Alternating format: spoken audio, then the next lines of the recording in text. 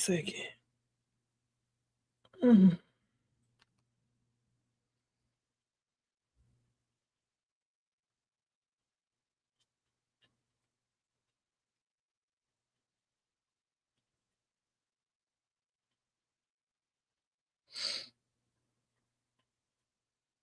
Okay. Child, we're not even going to talk about the struggle this morning. Good morning, everybody. Good morning, Laura Summers. Hey, Slays on air. Freeing up early. Good morning, Regina. Little bits. I see Tier, Kristen, Jay. Hey, Mac Juice. Shay, Haley. Maddie's mom is Thornton, Natanya, Felicia. Good morning, everybody. We are up. I swear I'm getting ready to wake up.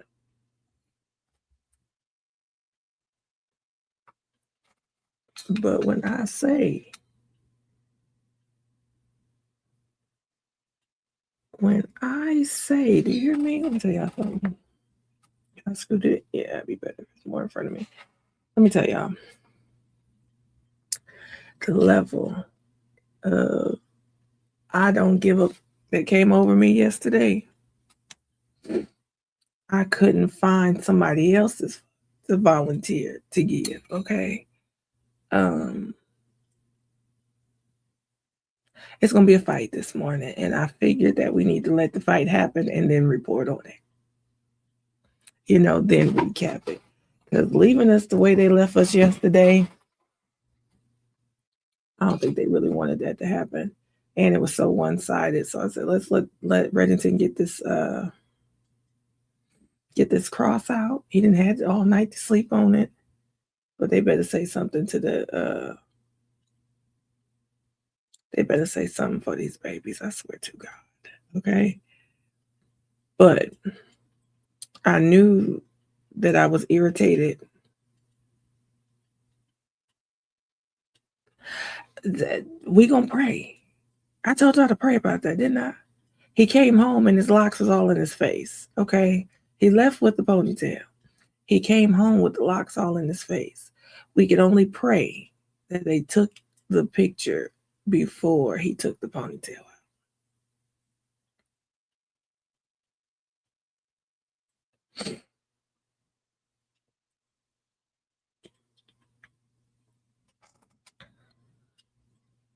Listen, August 1st, I'll be looking for all the fall and the leaves.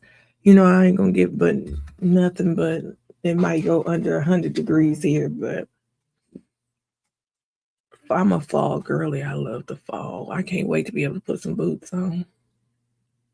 It's going to be a sidebar all day. Good morning, Nicole.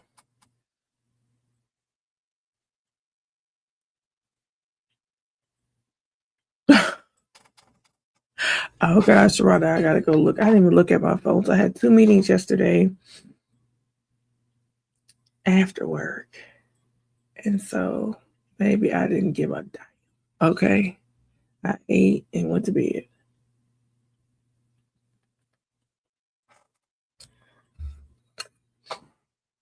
How did yesterday end?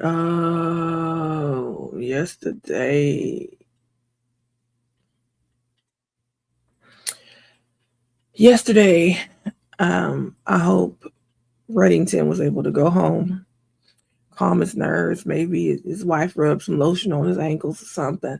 I hope he can come in because I think if he gives too much attitude, it's going to come off like Hilton's closing. And if he, and I only think it comes off like Hilton's closing because he's given a lot of passion for Lindsay when the human side of people are what is looking for the passion for the kids, right? Which can't happen with their defense, right? So that's always going to get lost in translation. Lindsay, if everything about the CV that the last doctor, was it Satoff, Dr. Gregory Satoff gave is true, Lindsay should have stood up and fell the fuck out that wheelchair. He had a background in forensic psychiatry, corrections. He was the lead psychiatrist for the FBI's behavioral analyst unit. So literally Hodge with a Penelope. And And I believe he was in that position since possibly 1996. He worked with inmates, female ones that have taken out their children. Also created a group for them. He's evaluated and treated them. He's evaluated and treated folks with psychosis. And it was crazy because when they asked how many people he's dealt with psychosis, Reddington said, "I'm going to object at this point." And that's when I knew the shit was real. Okay, I knew it was as scary as it sounded, because once he wanted to object, when they start talking about psychosis, you have literally jumped down the throat and tap danced on the tonsils of every expert that got up here and opened up their mouth about being an expert in psychology. Why? What do you tell the last one? You haven't even come within breathing distance of a pregnant woman. So if they have not worked with people in postpartum, they have not worked with women, if they have not worked with postpartum psychosis or psychosis at all, he has ripped them to shreds. And he objected the second they asked him how many people you've dealt with psychosis. And he used to run a state hospital. So just like a Duxbury that she's in, but in Virginia. It literally came off as, she'll be fine in prison. I work there, I'll be there. And the testimony was just as bad. His analysis on her, I won't go through it because I won't start triggering people this morning. Too bad, but the content warning is up. The viewer discretion is advised. He talked about her, the voice. He called it fake without calling it fake. He said that people that were in psychosis, and he's worked with plenty, usually when people are hearing voices, it waxes and wanes, or it comes and it goes. Lindsay's is very, very, very, very rare, the rarest of rare, because Lindsay's voice was on repeat. You got to do it. This is your last chance. You got to do it now. Take out the kids so you can take out yourself. This is your last chance. Do it now. You got to do it. Take out the kids so you can take out yourself. This is your last chance. Take out the kids so you can take out yourself. This is your last chance. And said that just kept going for 18 minutes till Callan was until she was complete, and stopped immediately when Callan was complete. So there was no more voice as you was walking up the steps, grabbing a sharp dish, walking up some more steps, hurting yourself again, and go out the window that you keep telling everybody you cut the screen to. We know that screen wasn't cut. He compared her, and no more voices ever. Voice never came back. He compared a lot of her, how atypical it was for somebody in psychosis to act the first time, which caused an objection. He had a whole section called outward betrayals and misleading her family about all the stuff she didn't say, all the stuff she didn't tell her doctor. He even points out that Lindsay herself, and nobody's really said it, but everybody knows it, but nobody's said it. He's even pointed out that Lindsay herself is a mandated reporter, so she knew exactly what not to say to another mandated reporter to make that mandated reporter report, which he calls very rational thinking. Ain't psychotic at all.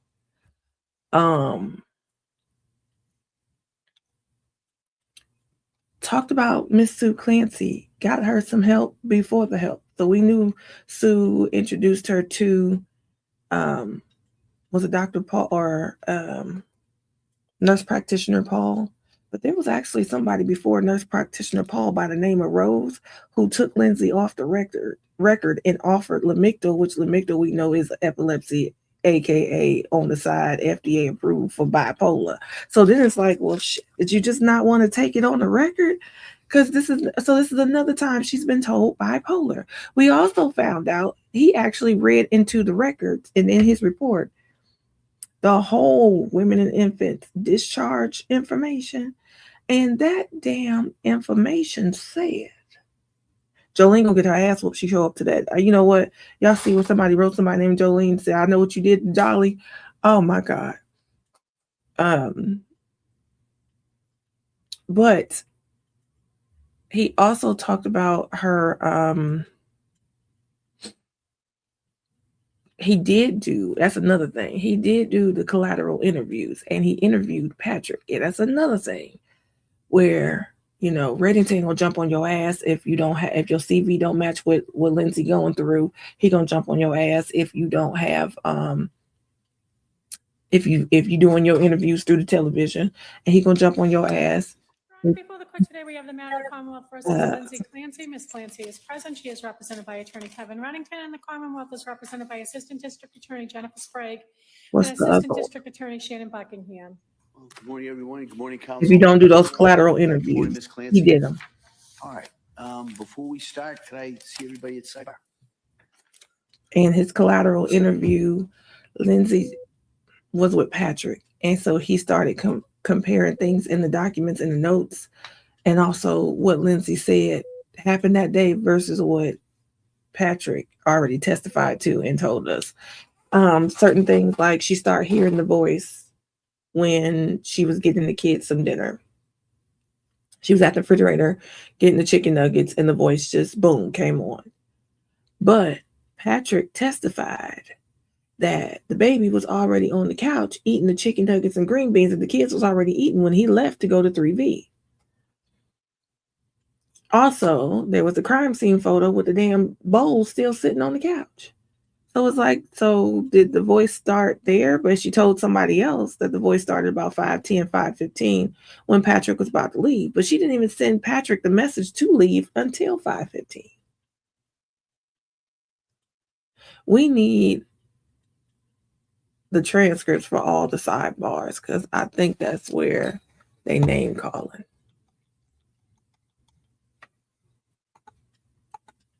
He pretty much just went every way that she was atypical or inconsistent. And even where those atypical moments don't line up with anybody else that have this type of situation going on. And he really did. I think he's the one that really started. They put this doctor on last for a reason.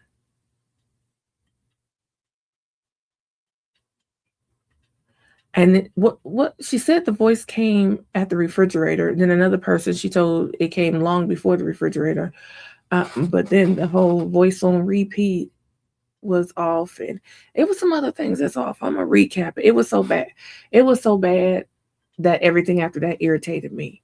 So y'all have to understand the level of irritation I got when old Ponytail and Tupac. I kept watching yesterday.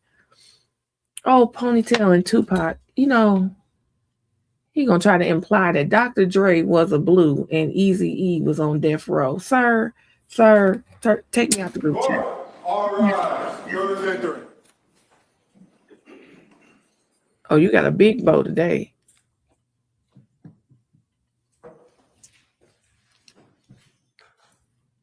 Lindsay probably replaying what happened yesterday.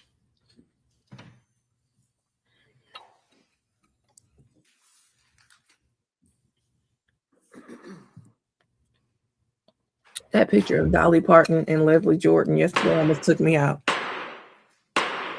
Hear ye, all persons having anything to do before the Honorable William Sullivan, Justice of the Superior Court now sitting in Plymouth, within and for the Commonwealth. Draw near, give your attendance, and you shall be heard. I think at least 3 people their tide started to change yesterday, calling for bullshit on Lindsay after that testimony. Your Honor, before the court today, we have the continuation of the jury trial in the matter of Commonwealth versus Lindsay Clancy. Ms. Clancy is present. She is represented by Attorney Kevin Reddington. The Commonwealth is represented by Assistant District Attorney Jennifer Sprague and Assistant District Attorney Shannon Buckingham.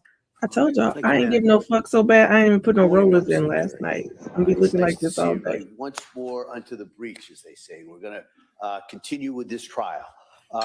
So I appreciate everybody being here. I'm going to ask those questions, and I'll go a little bit into today's schedule and kind of where we're going to go on this. So first question, has any member of the jury read, seen, heard, or overheard anything from any source about any aspect about this case that would affect your ability to be fair and impartial? Second, is there any other serious matter or concern bearing on your services as a juror in this case anybody needs to address at this time? again, thank you so much for following those instructions. And so what we're going to do, as I said yesterday, Ms. we're going to Jones. continue with If it was, the this is what I was testimony gonna of get the today. doctor who was on the stand yesterday. And it's anticipated that that is the last witness in the trial.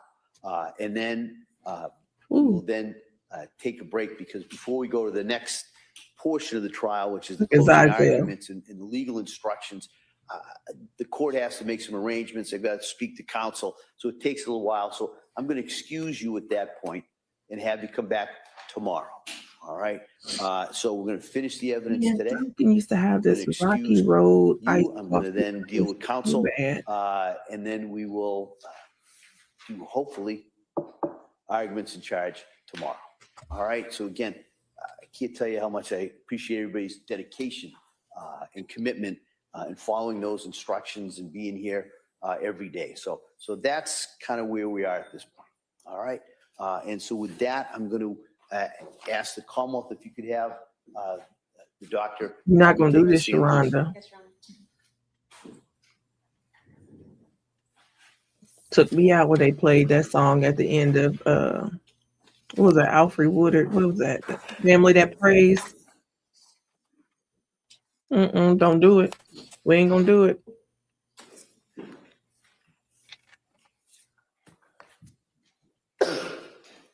Look, his mom, they got to. Look, he come back in there. Come on, Hodge. Come on, Hodge. That CV better be everything you said it is. It's going to be short for the jury. Well, as long as it takes for us to get through him for the jury. And then they're going to go into finishing up the charge conference.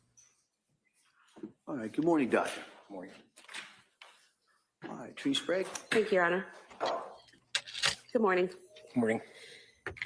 Yesterday, when we left off, you were testifying about the decision-making process of the defendant and what she told you about that. Going to what she told you about the voice and what it said to her, did the defendant tell you if that the voice told her where to kill the children? No. Did the voice tell her how to kill the children? No. Did the voice tell her what to use to kill the children? No. Did the voice tell her in what order to kill the children? No. Did the voice tell her where to try to kill herself? No. Did the voice tell her in what way to kill herself? No. The fact that the voice, according to the defendant, the voice didn't tell her any of those things, but instead just said, There we kill go. the kids so you can kill yourself. Is that significant in your evaluation in any way? Yes. How so? Well, in the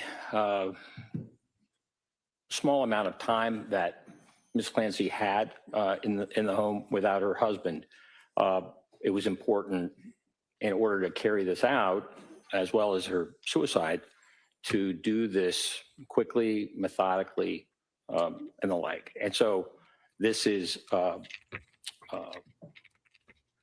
having no instructions as to how to do it, but being able to execute those decisions, including being able to get a phone call and then return it to her husband in the process of all of this. Certainly the phone call was not expected.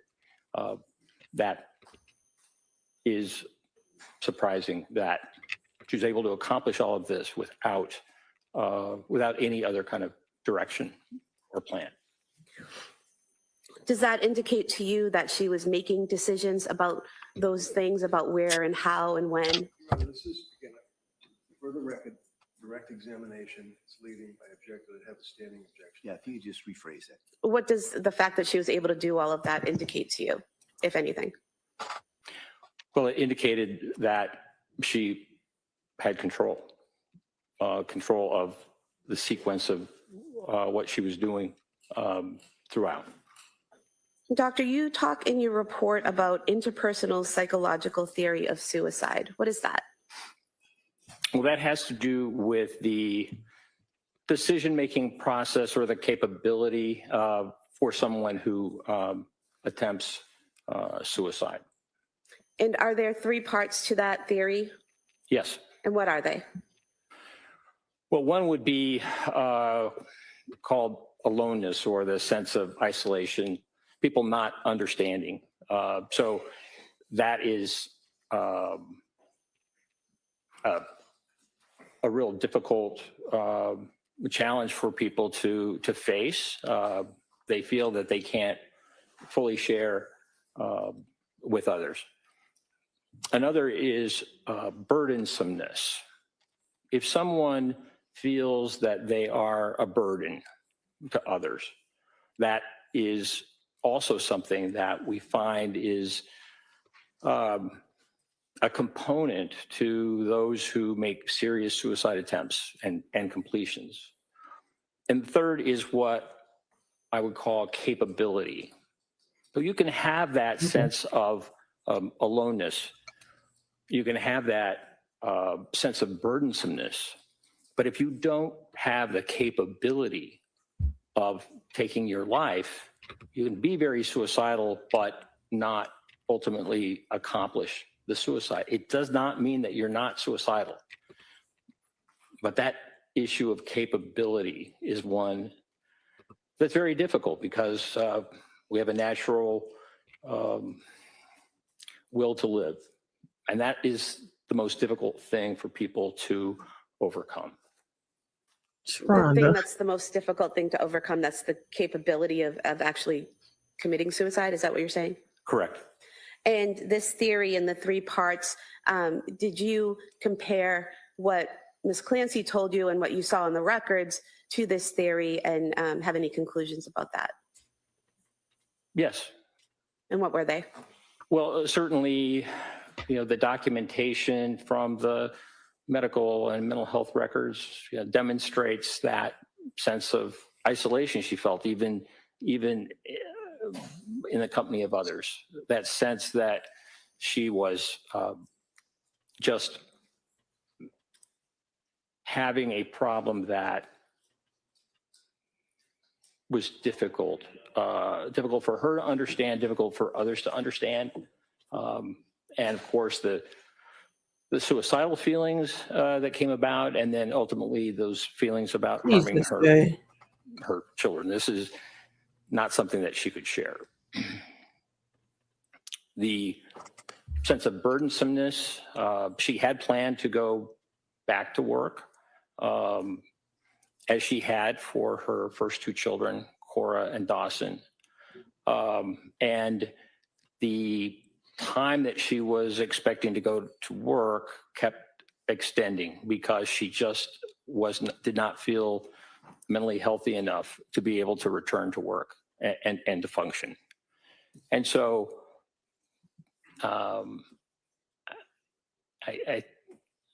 in some of the documentation where she filled out concerns and was asked about the kind of stressors in her life, she indicated that financial was one of the stressors that she was encountering.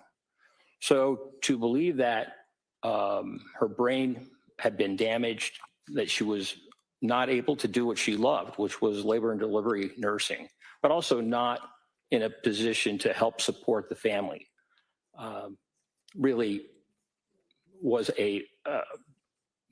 would be a burden for anyone. And certainly that sense of burdensomeness was something that I believe she was experiencing.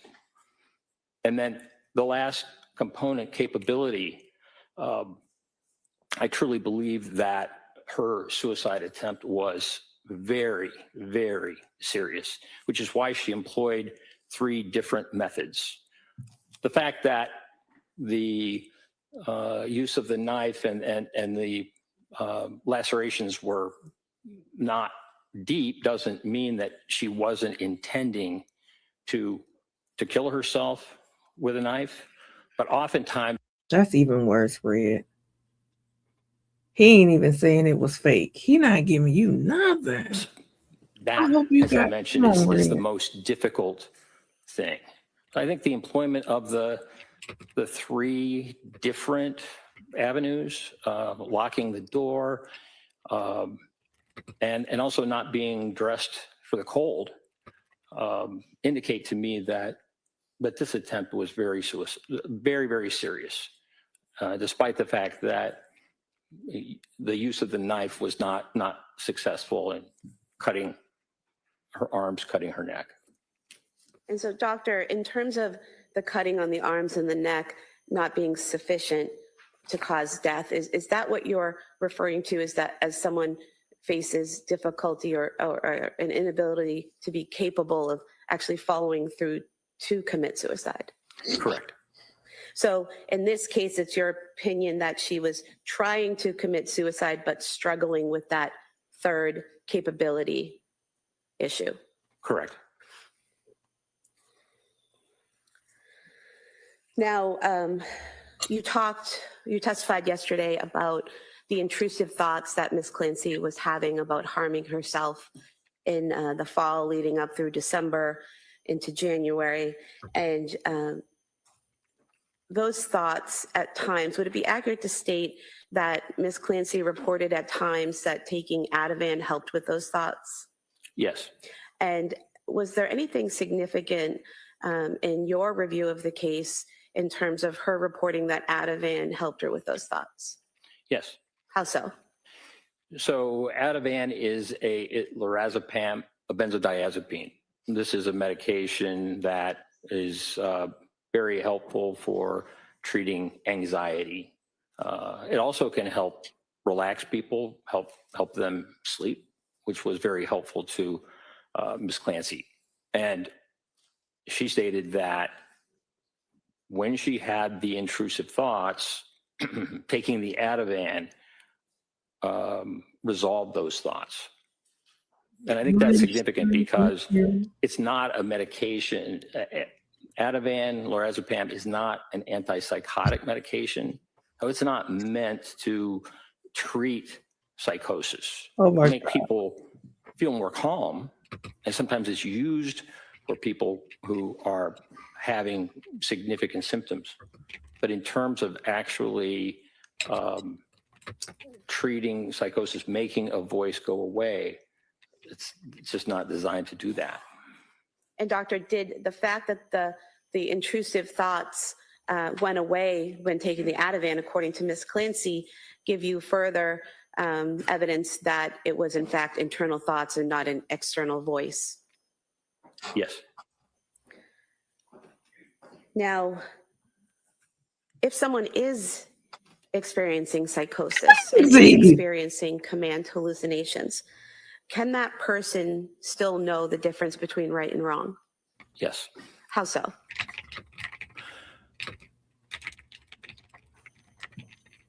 Well, hallucinations, even command hallucinations, when they occur, do not propel an individual to automatically obey them. And in fact, many people will engage in behavior. Jay, he just dropped the bomb that Lindsay often reported. The one medication that she was on the longest was the Ativan. And remember, she said she would take the Ativan and the thoughts would stop, the intrusive thoughts would stop, or they would go away. But the doctor just called her out and said that Ativan is for anxiety and you will feel more calm, but it is not an antipsychotic. It's not designed that way. So if it was taking away voices, she would be pretty much the anomaly. So that Ativan was not doing what she said it was. Behaviors to stop the actions that the voice is claiming. And now he's saying command hallucinations. Something that people knows right and wrong during a command. Makes sense, particularly when the command is just so serious and so against someone's values. So it's possible and common for people to engage in behaviors to avoid doing what a command hallucination is saying. And doctor, is it possible for someone who is experiencing psychosis and command hallucinations to conform their behavior to the law? Yes. And how so? Is it basically what you were just telling us? Yes. if someone is having a command hallucination to do something out in public. You're about to bring but up Yates again in there's closing. a police officer nearby. It certainly is possible for that person to choose not to engage in that behavior because of the consequences. Well, they see the Even though photo. a voice might be saying this, there's other decision-making going on based upon the environment. Now, doctor, in your evaluation of Lindsay Clancy, did you come to an opinion to a reasonable degree of medical certainty as to whether or not she was suffering from a mental disease or defect on January 24th, 2023? Yes, And what was that opinion? I believe that Ms. Clancy was suffering from a mental disease or defect. And I felt that based upon the presentation, a bipolar 2 diagnosis seemed to make the most sense given the symptoms of insomnia that she had that were precipitated by the Zoloft. And that's what you were And this was trying to just get in very, yesterday. He's very agreeing with you, Red. significant. And while it didn't fulfill all the criteria or many of the criteria, if she were a patient of mine, I would diagnose her as bipolar 2 because I would want to make sure that any doctor who saw her afterwards would be very wary of using Laura, I an think so. SSRI antidepressant in treating her.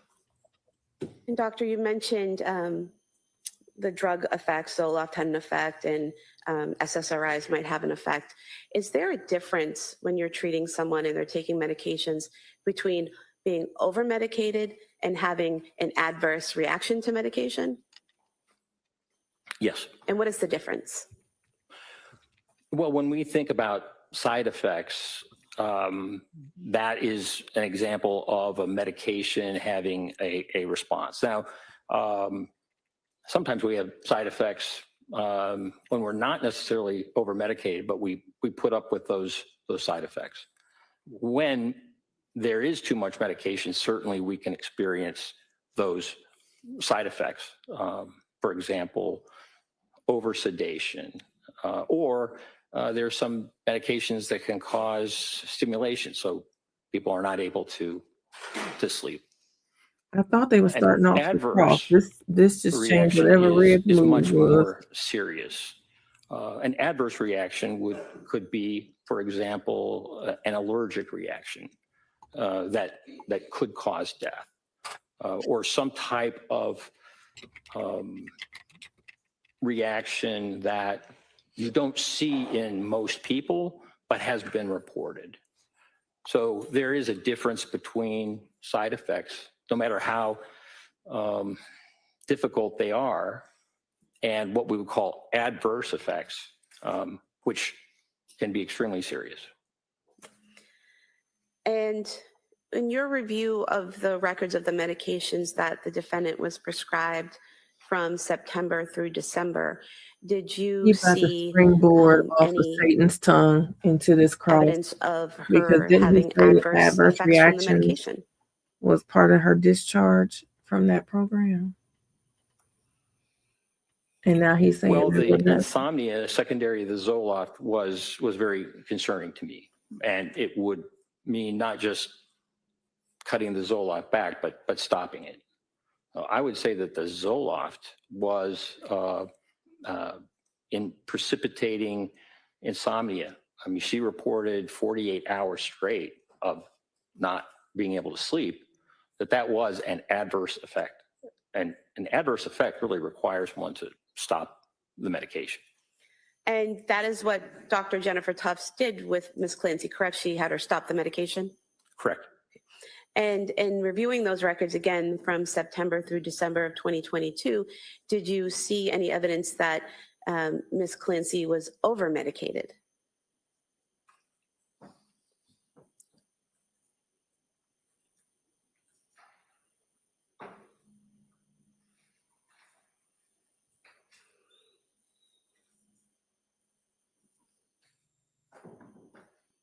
she experienced some significant side effects from Red some of her lip. medications. She was given, I think, nurse practitioner Paul gave her clonazepam, which is also a benzodiazepine. And she really had an uncomfortable reaction to that. Just woke up and felt, quite confused. So she stopped that medication, understandably. Seroquel is a medication, quetiapine, that at high doses can cause some significant side effects. At lower doses, it generally helps treat insomnia. At higher doses, it can have more significant effects. And in terms of just ability to think and organize one's thoughts. However, Ms. Clancy, in December of 2022,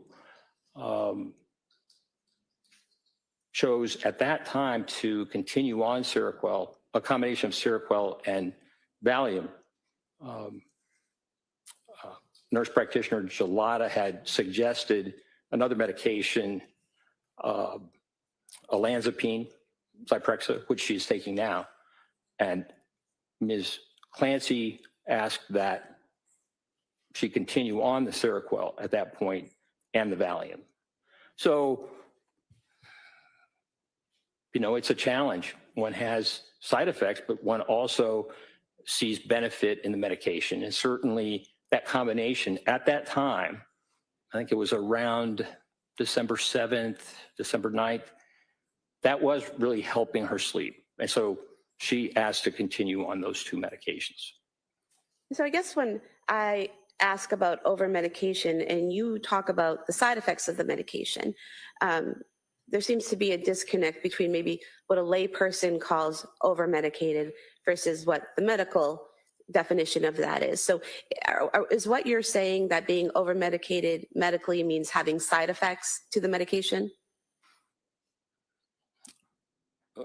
Well, no, not necessarily. So what does over-medicated mean to you in your profession?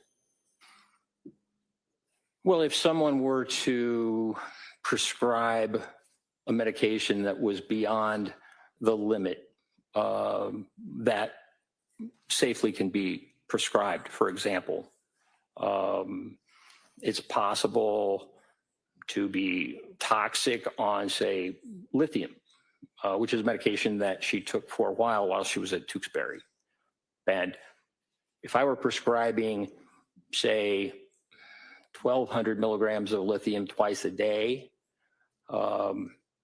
and her lithium level was toxic, as it would likely be, that would clearly be an example of over-medication. And did you see any evidence of that scenario in the defendant's records, that she was prescribed too high a dose to make her be at a toxic level of any medication?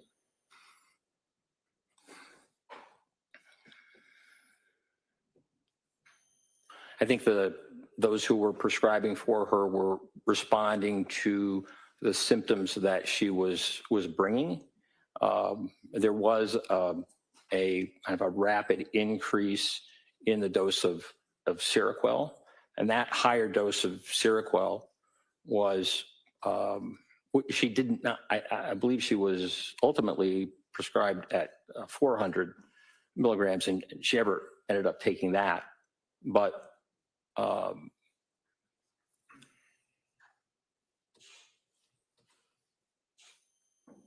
As a clinician, we do our best to try and treat symptoms. So, Doctor, did you see, other than the Seroquel, any medications that the amount that was prescribed you would think would be over medication?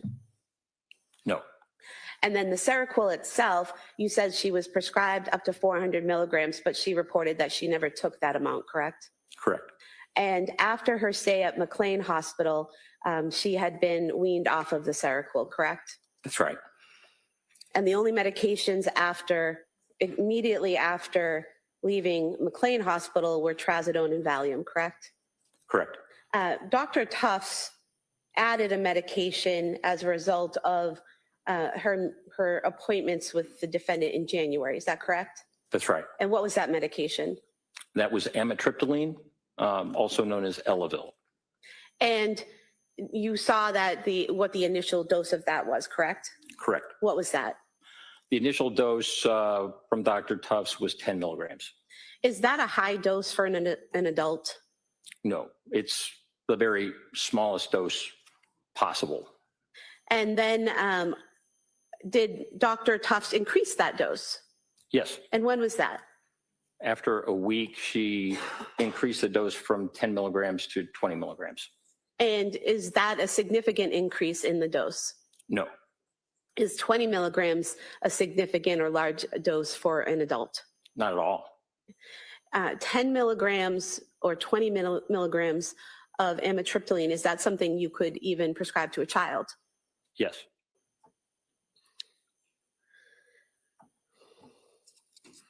Now, doctor, based on your review of all of the records and your meetings with Ms. Clancy and your collateral interviews, did you form an opinion to a reasonable degree of medical certainty as to whether or not Lindsay Clancy on January 24th, 2023 could appreciate the difference between right and wrong? Yes. And what was that opinion? My opinion is that she did have the capacity to appreciate right from wrong. And what do you base that on? Well, on a number of things. Ms. Clancy had just met with her psychiatrist, Dr. Tufts, the day before. And in that discussion with Dr. Tufts, as documented, she denied suicidal ideation, and she also denied thoughts of harm to others. And also there was an ongoing conversation regarding future possible treatments, esketamine or TMS, which I spoke about yesterday, that could be employed to help her. We're gonna have to come through with the come through. Also, with We're gonna have regard to come through with the come through. the appreciation between right and wrong, the planning involved prior to the strangling of her children, I thought was significant. The searches for distance of 3V, the searches of CVS, all done prior to her report sending them either. fairly late in the afternoon a text asking her husband if he didn't mind takeout from 3B and then adding on. So that planning, that preparatory planning, I thought was significant. The avoidance of witnesses. You know, a witness during a time when one is committing a crime can intervene, not just report, but also intervene. And so the fact that this was done without any witness present during a time where she had asked the potential witness to go on a longer errand, also I thought was significant. You know, I let Red do his cross. That's exactly why I didn't recheck yesterday. It's getting worse. I thought he was done. That I think indicated an understanding of right and wrong. I mean, the children were strangled all in the basement. And according to Mr. Clancy, the door to his office had been closed when he arrived to the basement. Timing was really, really significant in this. There was a window of time that Ms. Clancy was aware of in which she would need to kill her 3 children as well as to kill herself, which she expected would happen. She was conscious of time and told me that she had mapped out the distance, et cetera, because she didn't want her husband to be gone too long. But in this case, I think the issue of time and her husband returning, rather than being a solution for her, was a problem. And so to accomplish all of this in the course of that amount of time that Mr. Clancy was gone, I thought was significant, really showed an awareness of time. In terms of the weapons used, now these were... Baby, did he just say she mapped it out because she didn't want her husband to be gone too long? Okay, I think he just dropped what they're and that was it. Like what my homie Dawson do to you, bruh? Cause they could have gotten the food delivered. Baby, everybody else has said she wanted him gone long enough to get this done. This is the first person that said she wanted him to be gone, but she wanted him to get back. God damn. Were exercise bands, but they were all near where the children were strangled. They were placed there. That's where they kept those exercise bands. And the exercise bands were nearly identical. I mean, very similar in terms of what they could do as ligatures. And so that use of weapons that were readily available and nearby also was significant to me in terms of her understanding of and planning. I did not see any evidence that she had delusions about her children, delusions as to something wrong with them or something that required them, because of a delusion, that they needed to die. All I can say is start with his CV. Recall that she ever everything they said spoke about her children in a delusional way. Now, we still got cross, Mia. Next question. Were there other factors that influenced your opinion?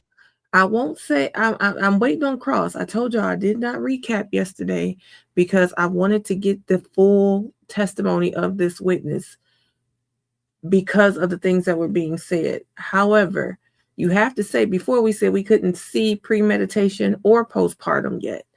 At this point, whether you got to put your glasses on or squint, you see premeditation is a possibility now. Cross is coming. I'm not saying it was premeditated, but I'm saying we can't act like we don't see it now, or where they got this from, or how she ended up at that table. Opinion that she knew the difference between right and wrong? yes. And what were they? Well, the phone call at 5:34 in the afternoon, I thought was significant. So Mr. Clancy was at CVS and he called his wife and she did not pick up. She did not answer, but she called him back and had that ability to deviate from what she was doing to be able to respond. And so had the presence of mind to do that, but also to conceal from him what was going on.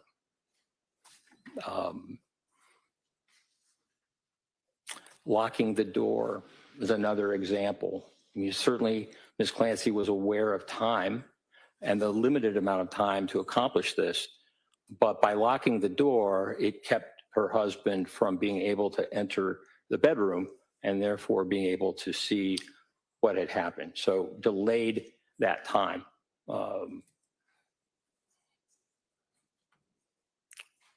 On arrival, her husband asked her what happened, and she did not confess. She did not tell him what had happened other than, I tried to kill myself.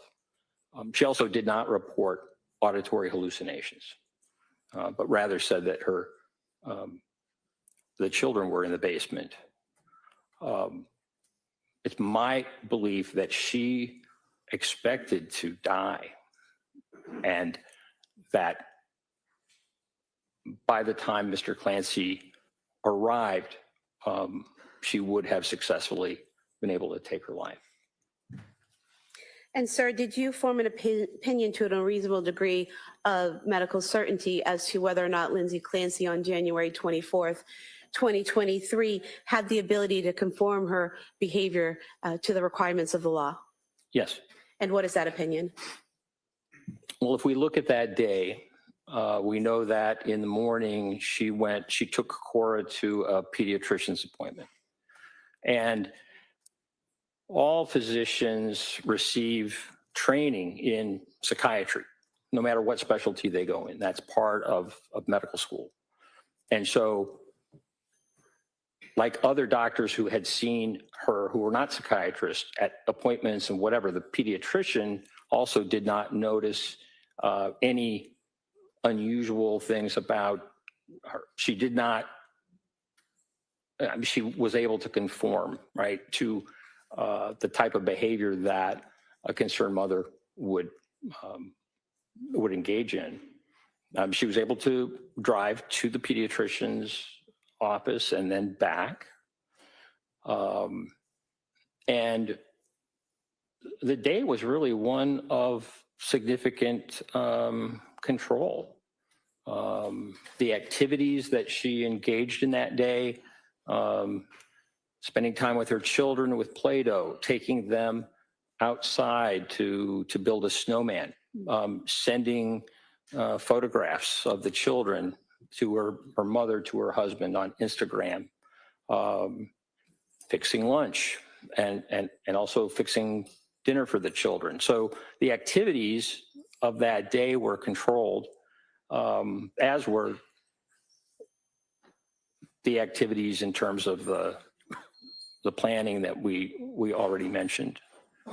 So throughout the day, I mean, she was methodical and quite controlled and organized, even in that space of time that was short. There was a lot to do in terms of killing her children and also killing herself.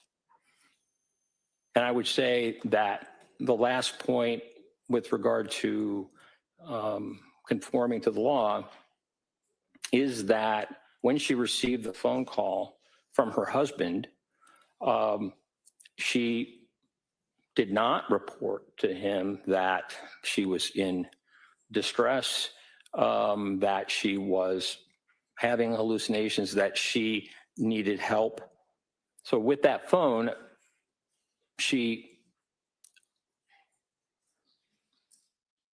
by calling her husband back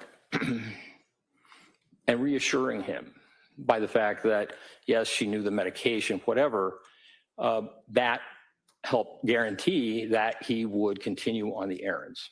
Had she not called him back, it would likely, or it certainly was possible that he would be concerned enough that he would return home. And so I think the phone figures in just in terms of her awareness and conforming her behavior such that the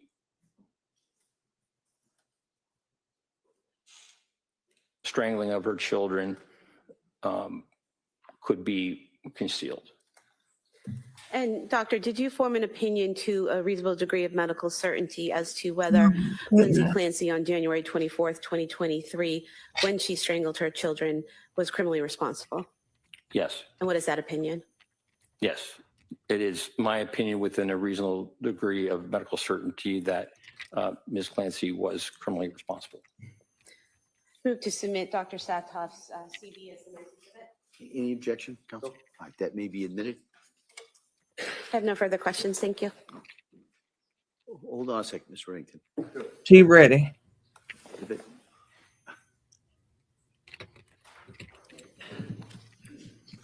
Lindsay, you should have answered the phone when he called Patrick back and said, "This ain't Lindsay, bitch."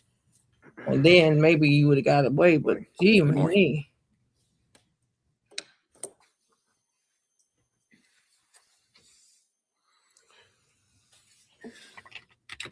So, Dr. Sartoff, as I understand it, you conducted your investigation or examination of Lindsay by Zoom, correct? Did you say by June? Sorry, Zoom. You know, By Zoom, okay. Television. I thought you said because it was the 4th of June. Yes, sir. Okay. And can you tell us when you were first engaged by the district attorney's office to assist them in this case?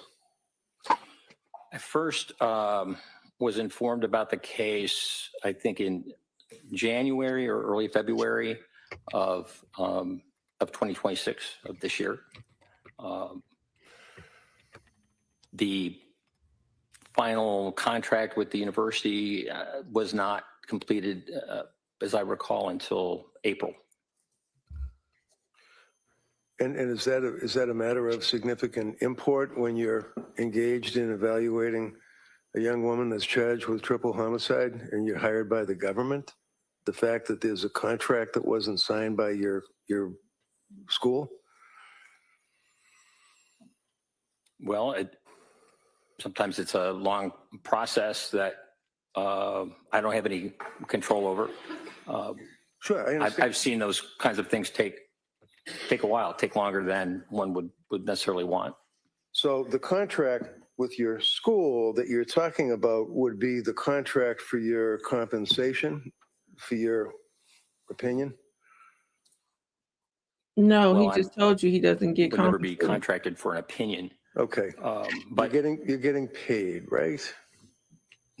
no, I'm getting paid a salary. Yes. The university is getting paid. And the university is deriving a benefit monetarily from your testimony or working on this case for the DA, right? That's right. All right. And how much did the university get as a result of your involvement in this case? I don't know what the hourly rate is that they charge. So you don't know what the hourly rate for your time is, right? Correct. You don't know how much money He was does not paid get that by the hourly district rate, attorney's right? office to the university, right? Correct. You don't know how much money will be paid for perhaps yesterday, today, whatever, balance billing. You don't know that either, right? That's right. You were retained or engaged in January of 26, right? Yes. This This ain't is an starting off incident that to red. occurred He's not the one on getting paid. January of 23, right? Yes. In January of 23 to January of 26, 3 years That's right. to being engaged on the case, right? Correct. And when you were engaged on the case, at some point, the university must have been out of the picture and you must have started to communicate with the DA's office, the police, or whoever. That's right. And you knew about this case. It had a significant amount of publicity, right? Yes. Did you know that other doctors on behalf of the district attorney's office were being hired to also evaluate Lindsay? I didn't specifically know that, but that's usually the case. Is it important to see someone, to evaluate them as close in time as the incident is alleged to have occurred to your evaluation, or does it matter? In other words, is it better to see someone like, you know, within a month or two after an incident, or three and a half You years got to later? do better than this. Well, what's most important is the collateral information that was gathered at the time to understand what was going on at the time. Ms. Clancy's behavior during her hospitalization and the like, there are records, but certainly there are benefits to an examination closer to the event. And you would agree with me, sir, that you actually saw and questioned or interrogated You knew she would have appeared what, 2 months unwell ago? because she didn't have the right medication. So why would somebody want to talk to her while she's unwell? May 29th and June 4th. So Okay. she could appear like she was in psychosis? And when you went to interview her in purposes of your evaluation, you had already accessed the collateral information, sir? Yes. Before I go there, let me just review a few things here on your CV, which the jurors will have to examine. You indicated to us your present employment. You have a private practice as a psychiatrist. No. Okay. So where do you see patients? Well, I see patients in the prison system. They're your patients? Yes. What do you do for those people that are in jail? In prison, within the Virginia Department of Corrections, we have inmates within the prison system who suffer from mental illness and require assessment and treatment. I see. He went over all So you this. don't have, yesterday. when you said to the jury a little while ago, if I'm treating my patient and I would prescribe a So particular you missed the whole part when I said he was prescription for basically my up there saying, I patient, do this I in would prison, tell she'll be my fine. patient to do Come on whatever now, it is you Red. said. It's not people that go to an office or see you or even on the television to be treated. These are people that are in jail, right? Prison. Yes. So there's a difference between jail and prison, right? Yes. And this would be in Virginia, is it? Correct. So you're dealing with people that are serving hard time in the Iron Mansion, as they say. It's not a house of correction down the street, right?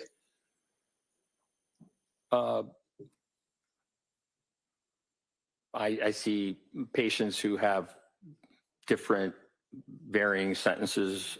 Some have life sentences. Some are scheduled for release, in the coming months. So that really varies. And you work on behalf of the state to evaluate prisoners to determine whether or not they are fit, if you will, to be released into society, right?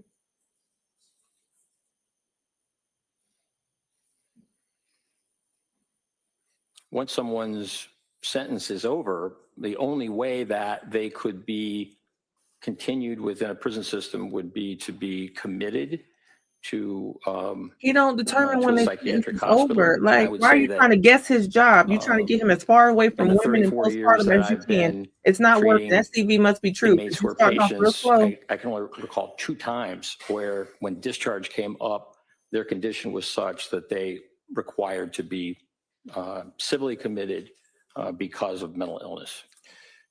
And when you are talking as a forensic psychiatrist evaluator, would that be on behalf of the BOP, Bureau of Prisons? I have consulted with the Bureau of Prisons on just a few occasions, but Okay, Bureau of Prisons is federal, and yeah, I know that. most of my work has been with state. Okay, but on your resume, sir, you indicate from 2019 through the present, that's a number of years, that you have been employed or engaged as a forensic psychiatrist evaluator on behalf of the United States Bureau of Prisons as it relates to probation or parole. Is that in your resume? Yes, And that means, sir, that you evaluate inmates that are trying to get out of jail, and you would evaluate them to determine if they're appropriate for parole, right? no, Okay.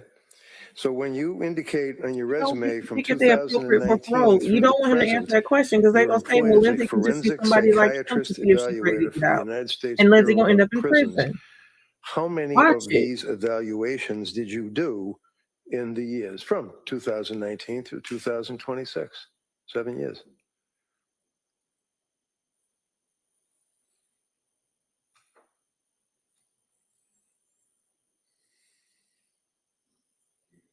I think I've done 2 or 3. 2 or 3. Yes, Okay. 2016 through 2022, you're engaged as a consultant psychiatrist for the Elson Student Health Center. What is that?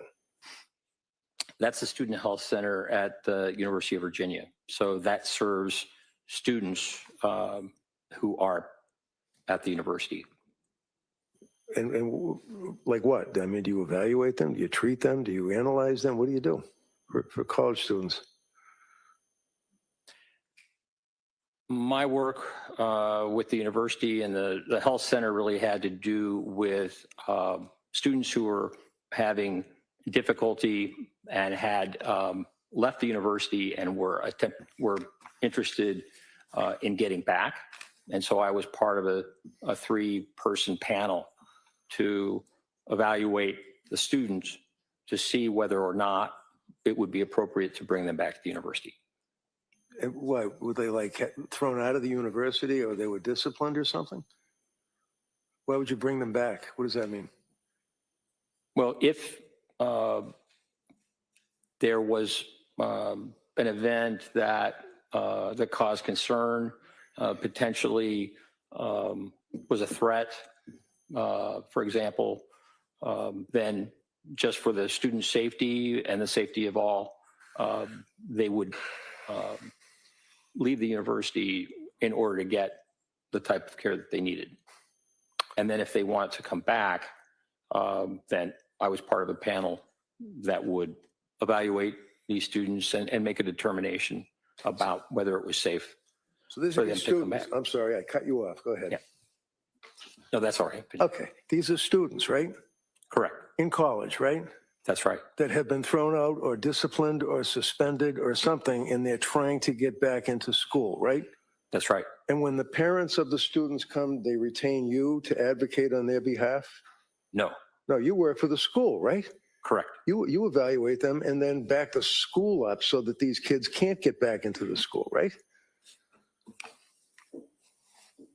Can you ask that question again? No, that's all right. 1999 through the present, you work for the United States Department of Justice, the United States Department of State, right? Yes, Okay. And that would be the United States Attorney's Office, the prosecutors. Like they're the state prosecutors, you got federal prosecutors, right?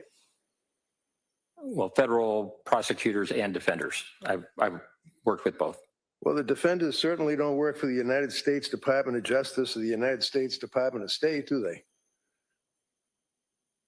I was under the impression that federal public defenders were under the umbrella of the Department of Justice. No, that's called the CJAC. That would be a totally different group of people. Those are people that defend people to try to have them not be abused by the system, if you will.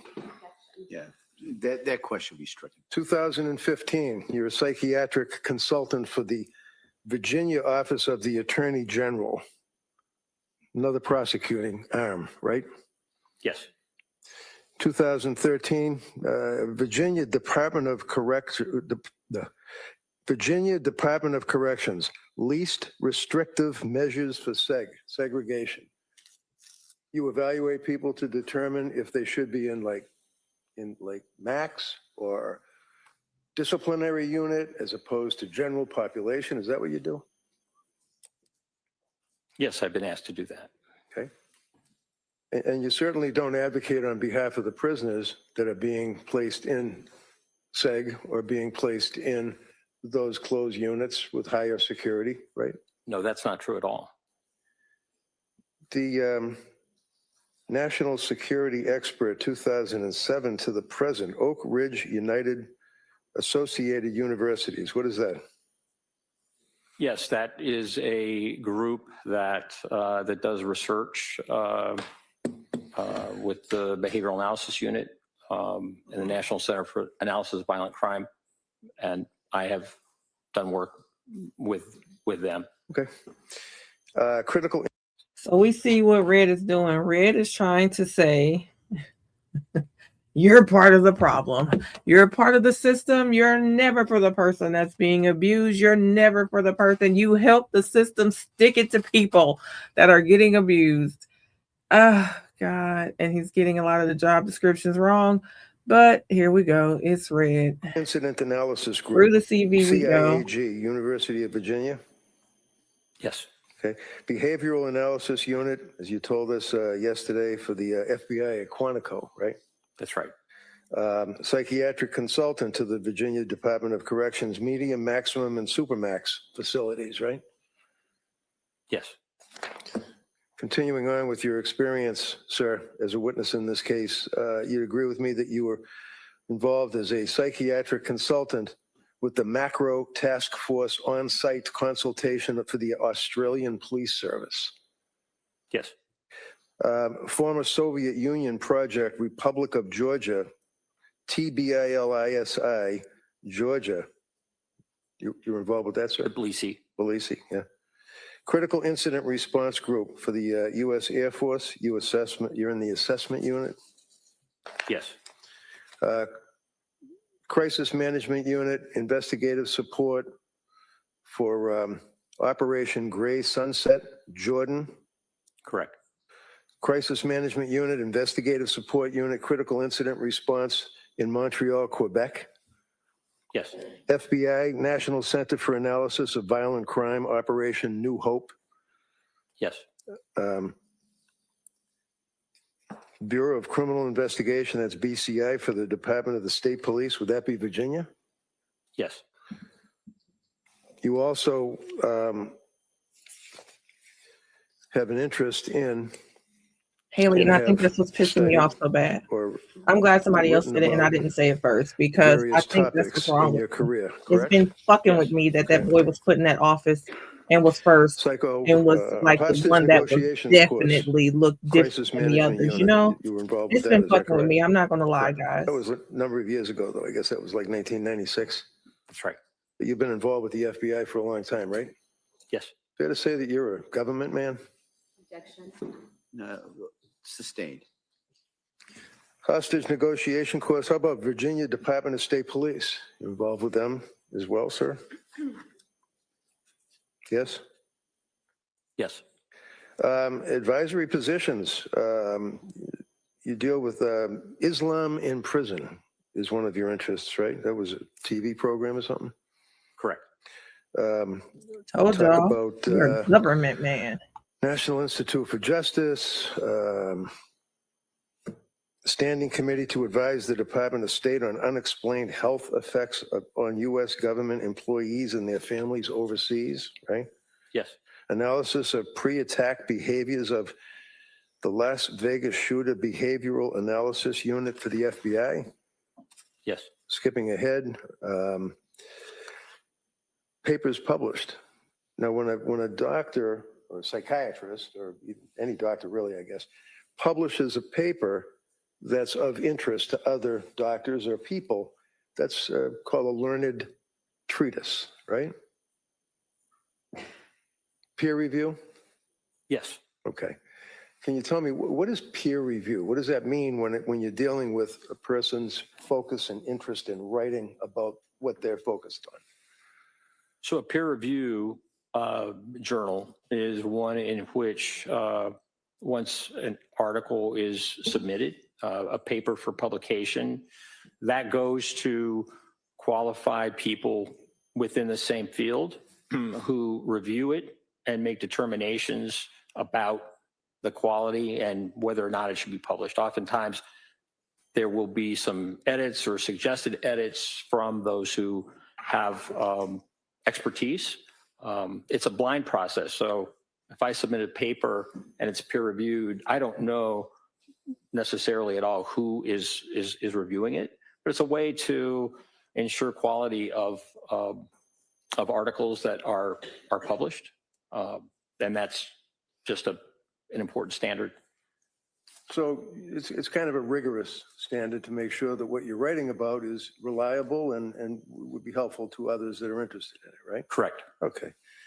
So for example, also it depends on where you're publishing it. You can put something in the National Enquirer, or you could put it in International Psychiatric something or other, right? Which would be a better I don't think the publication. Enquirer is peer reviewed, but So you certainly would agree with me that the International Journal of Law and Psychiatry is a respected source for learned treatises, right?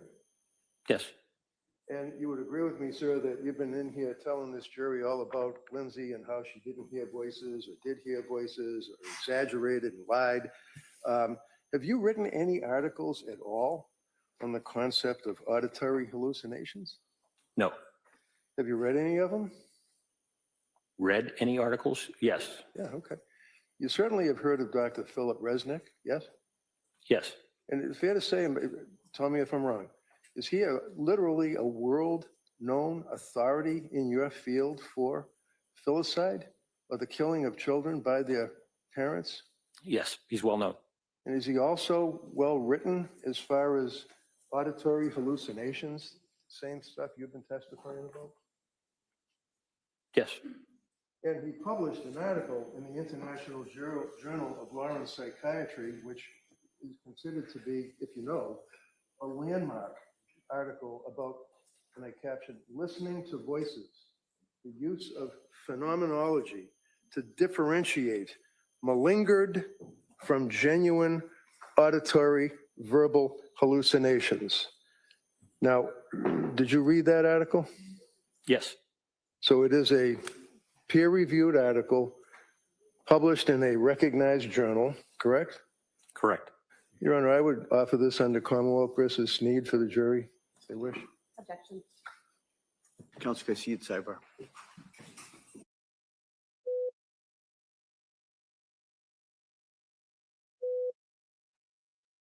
All right, so there it is, Battle of the Experts.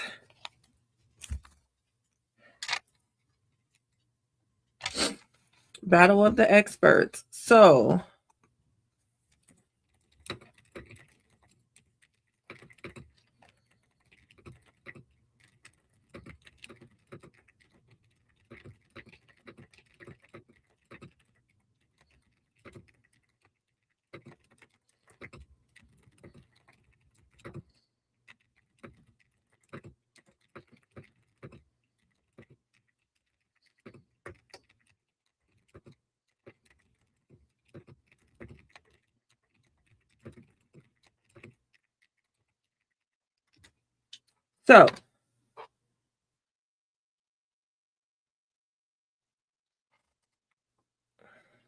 my grandma used to always call them terrible twos and trying threes.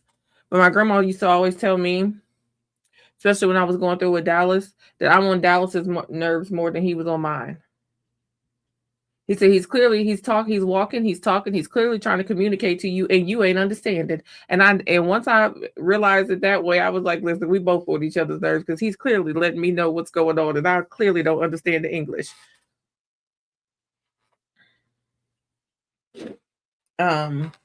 But what I will say is he's trying to make this down, bring this down to a battle of the experts, and he's trying to show that, hey, this expert isn't as great. Now, what he didn't do was prove anything on that CV was not correct, right? So he is everything that he says he is, but what he says is, like he's done with other experts, my expert is better than yours. My expert is the one everybody knows for filicide. My expert is the one who has written the most articles. But I hate to say this, the jury is regular people. There may be some professionals in there, but they're regular everyday people. They're not lawyers, right? So, and I hate to say this, but this is a very lay, very human opinion. Very, very human, very, very basic. People are more, will think they have more understanding of the behavioral unit at Quantico with the FBI and Hodge than they do filicide. Could I continue? Sure. Thank you. And so they may resonate with this doctor a little Leaving bit aside more. the peer review article and the article written by Dr. Philip Resnick, sir, for a minute, papers that you published, and you have in your resume, it says peer reviewed. So that's just what we were talking about, right? That's right. All right. Using the moral situational action model of extremist violence to assess fluctuating levels of risk in women, the relevance of risk promotive and protective factors. What does that mean, levels of risk in women with extremist violence?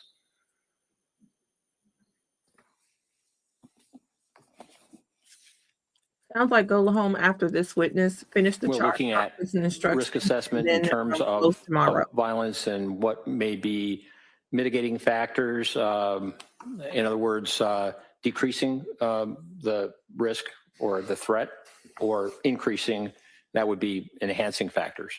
But this is looking at a group in terms of research. And it's research about women that are involved with extremist violence? Yes. Okay. Assessing, let's write that. Using the moral situational action violence risk model for assessing women involved in extremist violence and empirical study. Is that similar article?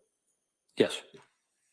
Operationalizing theory, a moral situational action model for extremist violence. That would include guys plus women, I guess, right? I'm sorry. That would include men plus women, I guess, right? Because it doesn't Yes. say women. Suicide, terrorism, performance, violence as a public plunge. You wrote that, right? Correct. It's another interest. Crisis leadership and military community resilience. You wrote that, right? Correct. Painting by numbers, capturing the pathology of socio-political conflict, dealing with depression amongst Palestinians. You wrote that, right? Correct. Psychological challenges of bioterror. You wrote that, right? Correct. Trauma and intergenerations transmissions in Kuwait. You wrote that, right? Yes. Recognizing borderline personality disorder in the family practice setting. You wrote that, right? That's right. Mortality among elderly patients discharged from a state hospital. It's one of your interests, right? That's right. Postpartum psychosis induced by bromocriptine. That's the one that you told the jury about originally that you published 40 years ago, right? Yes. Okay. Morality and the radicalization of women. What is that? What is that? What was that all about? Could I be refreshed with that? I'm Sure. It's just, I mean, you can look at your resume if you wish. I'm just going through it. It's under B, books and chapters. This one is the first one, and it deals with radicalization of women. A handbook, I guess, for terrorism studies. You remember that? It's only 4 years ago. Yes. Okay. Application of big data for national security, a practitioner's guide. You wrote that, right? Correct. I was one of 4 editors. Crisis guide of psychoactive drugs and poisons for the crisis negotiation unit. You wrote that, right? That's right. International handbook of threat assessment, right?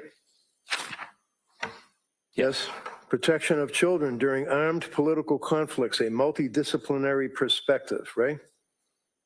Yes. The negotiator's guide, like when somebody's locked in a building and they're threatening to kill people or something, the negotiator's guide to psychoactive drugs, 2nd edition. You wrote a chapter on that, right? That's right. The negotiator's guide. And it goes on and on with the negotiators and things like that. Terrorism negotiators, right? It's fair to say that's your focus. Correct. Well, Okay. Well, I know you can talk about postpartum, but I mean, I'm asking you if your resume that you prepared, I imagine, well before you were hired by this DA's office, sets forth your interest, right? yes. Okay. The characterization of negotiation as trying to stop killers is not accurate. I'm probably wrong. Comprehensive. I apologize. You see it on TV, the negotiators, and they're, trying to help people that are being kidnapped. On a bridge, On in a bridge, crisis, yeah, something like okay. that. So Just a few more, Dr. Panels and symposia.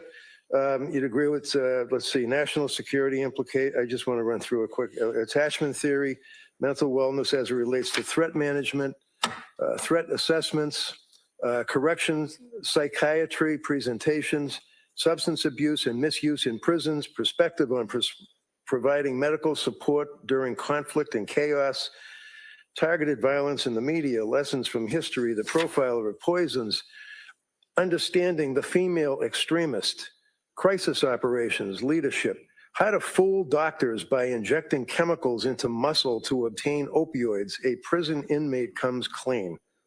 Did I read all those topics correctly, sir? Correct. Invited lectures, talk about extremism, terrorism, the future of policing, children in long-term abductions, how to prevent terrorism, mass shooters, U.S. prisoners, religious rights, religious radicalization, terrorism and the unknown enemy.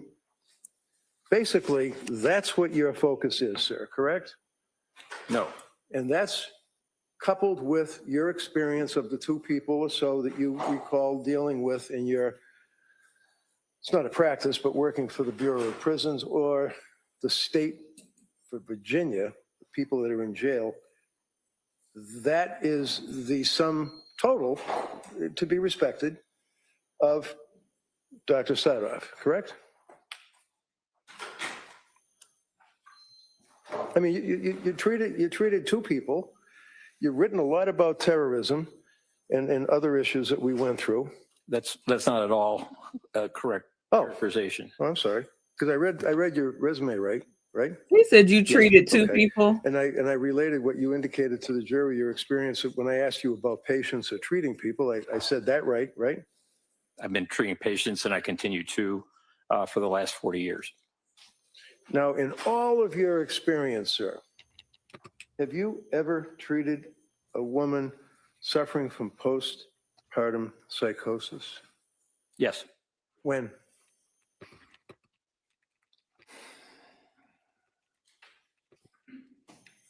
In the late 1980s and also during the 1990s when I ran a unit in a state hospital. So this would be women, 1980s, about 30 years ago or 20 years ago, depending on which one, in a prison that you were. No. Oh, was it? In a state hospital. State hospital. Were they Correct. committed? Were they there because they wanted to be there, or were they committed by order of the court? Yes. Yes, what? Usually Which should have been committed. done for Lindsay, so I wouldn't tiptoe too other far in than that anyway. sir, do you have any interest, writing, knowledge about postpartum depression, postpartum psychosis? Well, it really is a requirement when you assess and treat women to be aware of their histories and making determinations. So that has continued really throughout my career, men and women. What did you just say? Can you repeat that again? You're treating women with what? Treating women with psychiatric problems, serious illness, psychosis. So when you defined for the district attorney the concept of, let's say, psychosis yesterday, were you referring in any degree to a woman who has had a baby and is in a period of postpartum depression, shall we say? Yes. Okay. And when and how were you treating those people?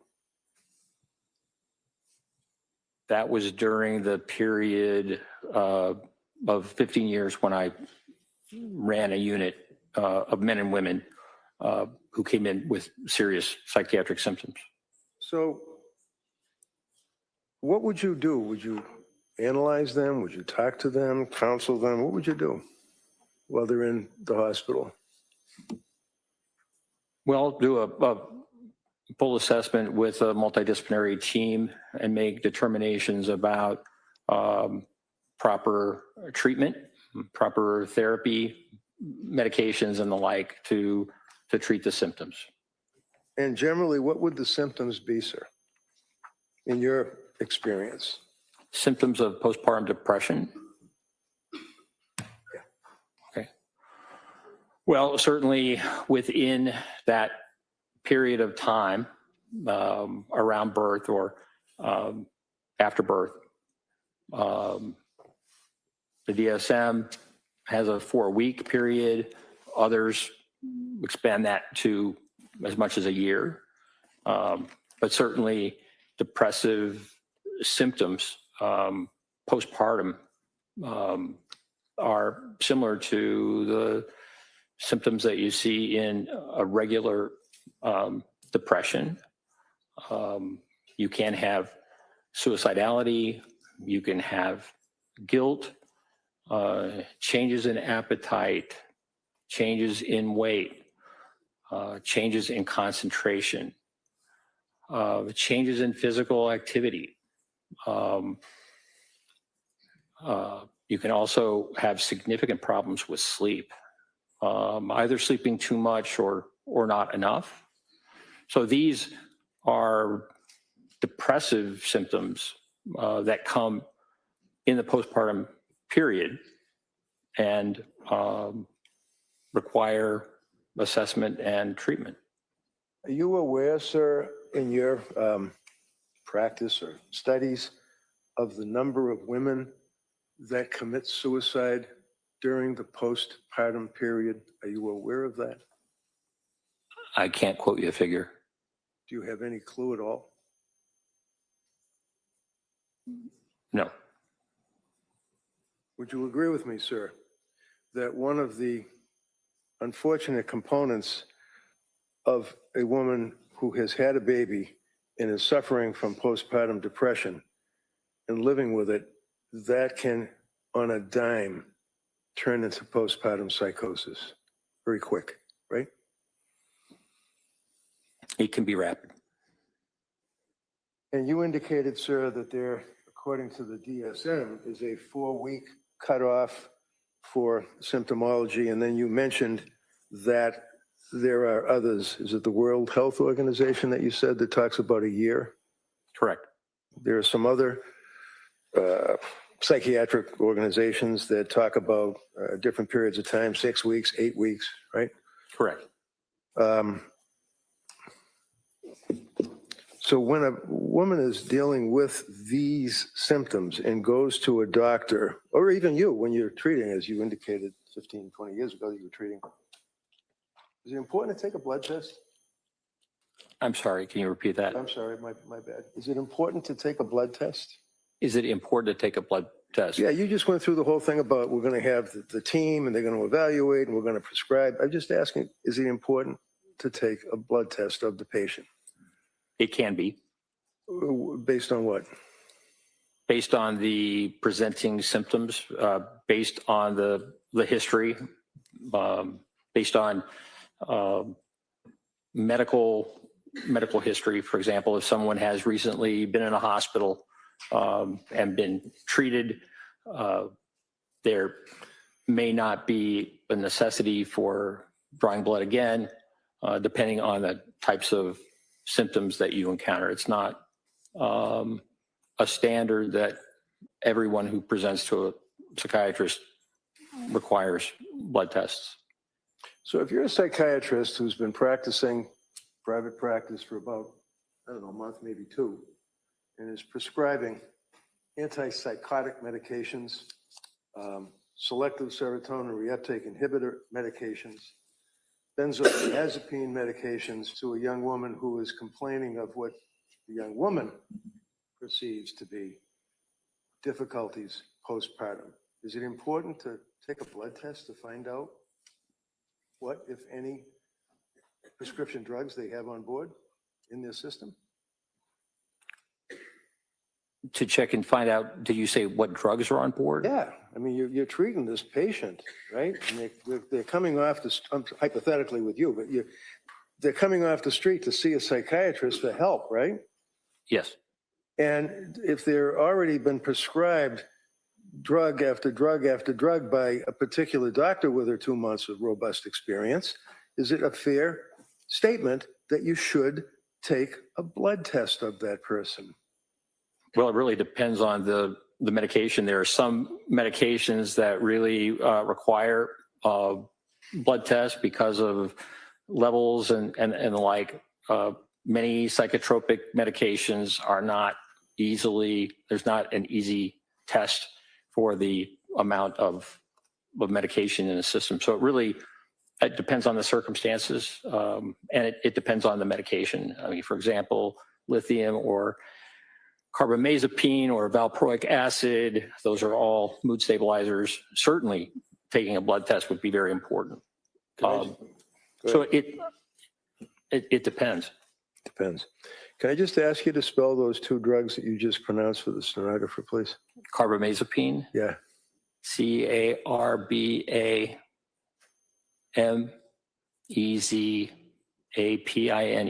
Okay. Valproic acid, I like that you VALPROIC. keep throwing a lithium in there. This is Acid, what you're also going known to as teach there, and valproate, not from the other doctors. VALPROATE.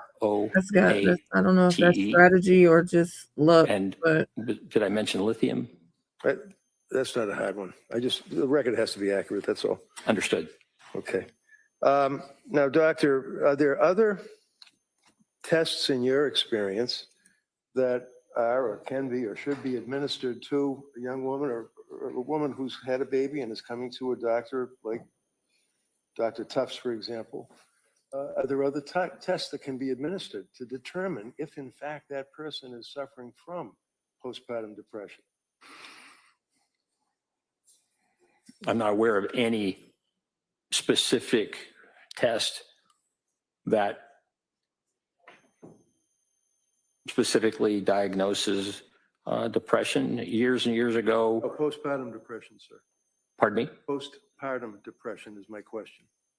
Correct. Depression. I know you want to say it's the same thing, but postpartum depression is my question. And you're asking if there's a blood test for postpartum I'm depression? asking if there's any tests at all that a psychiatrist can or should administer to the patient coming to them for help. Well, there's the Edinburgh scale, which is a self-report that patients fill out for who are postpartum. You looked that up last night? No. Well, you knew about the Edinburgh scale? Yes. You administer the Edinburgh scale? Pardon me? Have you administered the Edinburgh scale? No. It's a self-report, usually given by nurses. did he Nurses, just fucking okay. ask him? Did he look that up In any last event, night? it's a scale that is a Oh my useful God. tool to determine the level or degree of depression that a person may be expressing that is suffering from postpartum depression, correct? That's right. And do you know what the numbers are on the scale? Like, is it 1 to 23 or is it 1 to 50? Or do you know what it is? It's a 30-point scale. And when you say So it's- 1 to 30, as I understand it. And when you say a self-report, the patient would then advise what symptomology they're suffering at that particular point in time, right? Correct. And then the doctor would then determine whether or not there is a risk or an extreme risk or a He should deadly risk absolutely been saying of something this to his person ass. committing suicide, harming someone else, whether it's a baby or anybody else, and determine what the level of their postpartum depression is, right? Yes, it can help. And did Dr. Tufts administer Edinburgh test to this young woman? I know that Ms. Clancy, there were a number of Edinburgh tests that were given to her, so that there are some scores in her record. I can't recall which practitioner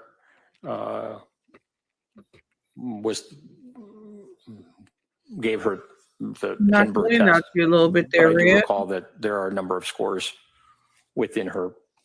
Now, Red, you're gonna have to switch up because some of the ways that you've been coming at other people who didn't know the Edinburgh, so you're gonna accuse him of looking it up last night. I don't know how that looks, but what you also didn't get from him is the fact that it's not looking like the test you're giving it.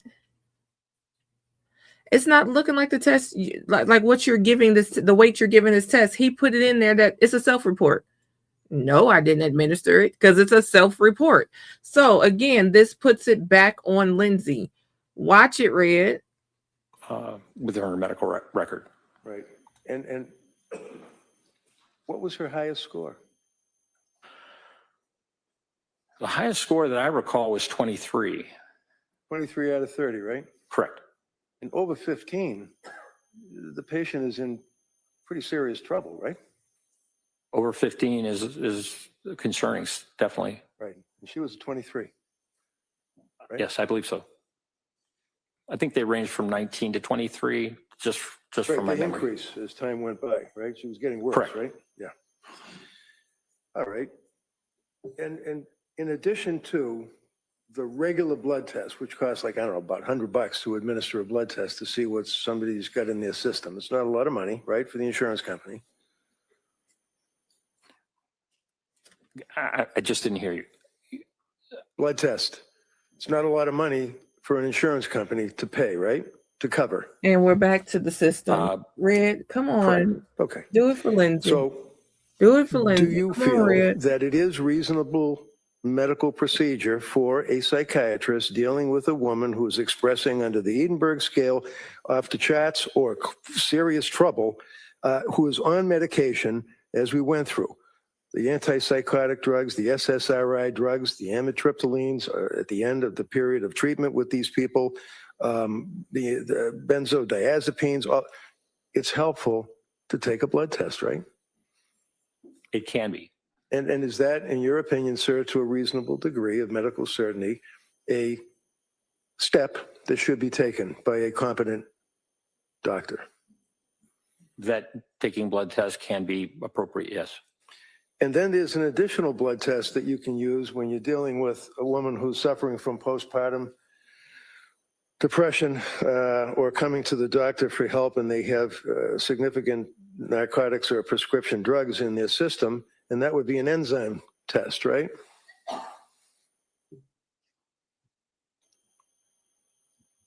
I'm not aware of an Okay. enzyme test being typically available or used. Well, it costs a lot of money, doesn't it? Like it costs a couple of grand.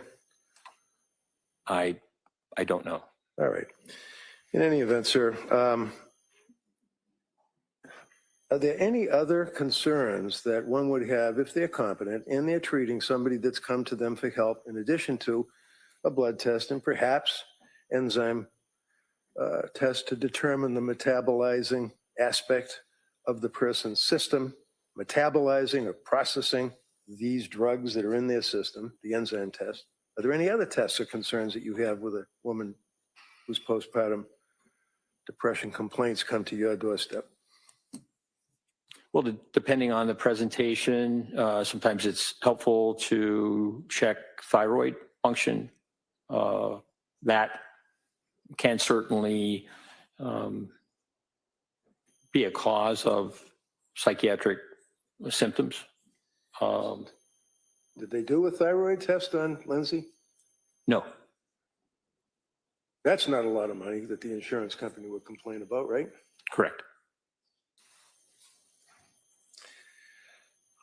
One of the things that I just don't want to forget, sir, is that the district attorney asked you, while we're talking about the drugs, about the Lamictal, otherwise known as lamotrigine. Did I pronounce that right?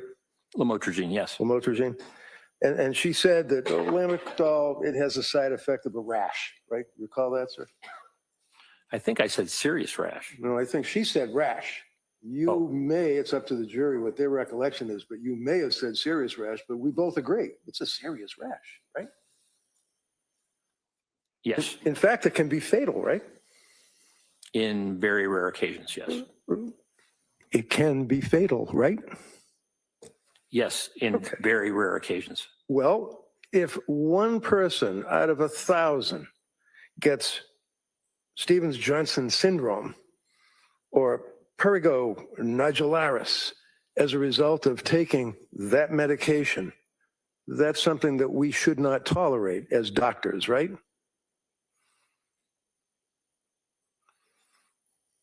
Risks and benefits are something that every physician, every prescriber needs to think about. So you've heard of, as it relates to Lamictal as a prescription drug, what's called 10. You've heard of that, right? As a side effect? Yes, And that means what? it is a pretty severe reaction of the skin. As I recall, it causing blistering. I mean, it's very significant.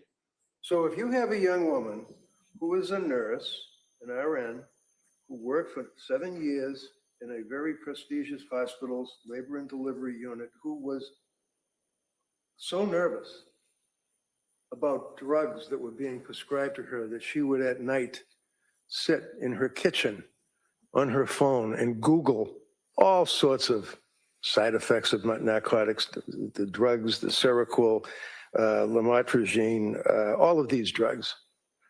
Is it an unreasonable decision for her to say, I don't want to take that drug, in your opinion?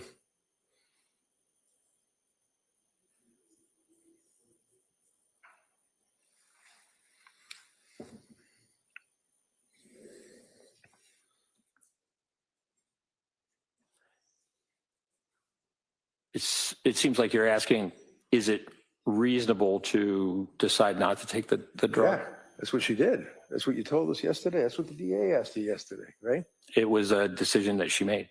And in your opinion, sir, after we just went through all of this with the TENS, with the toxic epidural necrolysis and all the rest of that, and she's a nurse, and she's looking up these drugs that she's being prescribed and says, I don't wish to take that drug, in your opinion, to a reasonable degree of psychiatric certainty based on your experience, is that a reasonable decision for her to say, I don't want to take it?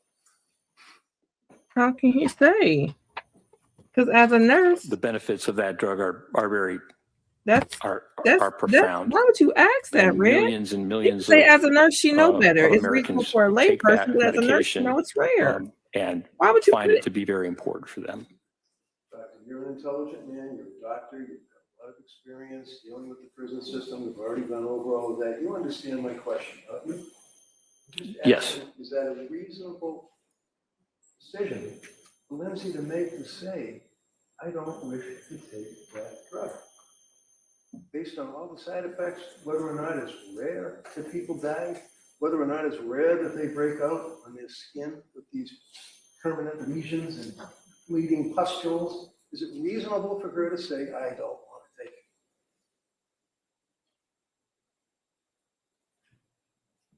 it? In her mind, it was. Yeah. It's certainly, we don't want to leave it with the jury that she's so vain that she just didn't want to take something that she might. Well, that's kind of what he just said. He said in her mind, and we know we can't trust her mind at the time. Red, he just got you. Hey, sharpen up, old ass. Now,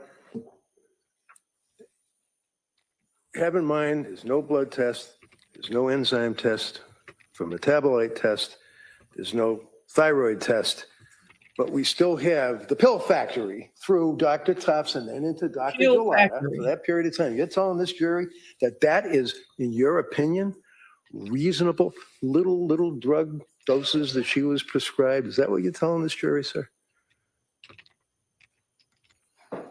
That it was reasonable to prescribe? Yeah, the drugs, one right after the other, and then stopping the SSRI, not weaning off, stopping it flat out. Is that reasonable? Objection. Sustained, just says to form. Is it reasonable, sir, in your opinion, to tell someone who's on an SSRI, such as Zoloft or Prozac, just stop it and we'll put you on something else, or should you wean it off? In the case of the Zoloft and the severe insomnia, it, in my view, it was And if reasonable. it's the to stop Seroquel, it. that's what she And then wanted. prescribe new drugs? So 1 second you want us to go by her Well, mind. insomnia was a you significant don't. problem. So as I recall, Ativan and Benadryl were prescribed to Benadryl was not prescribed. assist her with those symptoms. I'm losing Now, faith if in you. somebody, is nervous because they have an exam coming up, or they just can't sleep because maybe they're worried about their job. There's a big difference between that and serious insomnia. Is that true? Yes. And Lindsay was suffering very serious insomnia, according to the medical records and her statements to her providers, right? That's right. And in fact, when Tufts increased the SSRI Jury's 25 gonna have to 50, tussle over this. This might she take a went day or 48 two. hours straight without being able to sleep, right? That's in the record, yes. And she went pretty much immediately to Tufts and complained about that and said, I can't sleep. It's 48 hours. I just can't sleep, right? Yes, I think that was around the 21st of October. And in your experience with dealing with terrorism and terrorist threats and things like that, would you agree with me that sleep deprivation is used as a torture? It can be, yes. And in fact, the side effects, if you will, of a person who's suffering from serious insomnia can actually lead to psychosis, can it not?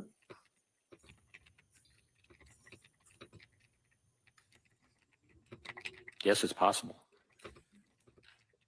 You're aware that while she's living in her house with her husband, Pat, and their 3 kids, that by all accounts, she was a happy Now Lindsay was being tortured, mother, but didn't want the medication wife, that was gonna fix. friend, daughter, all of the above, right?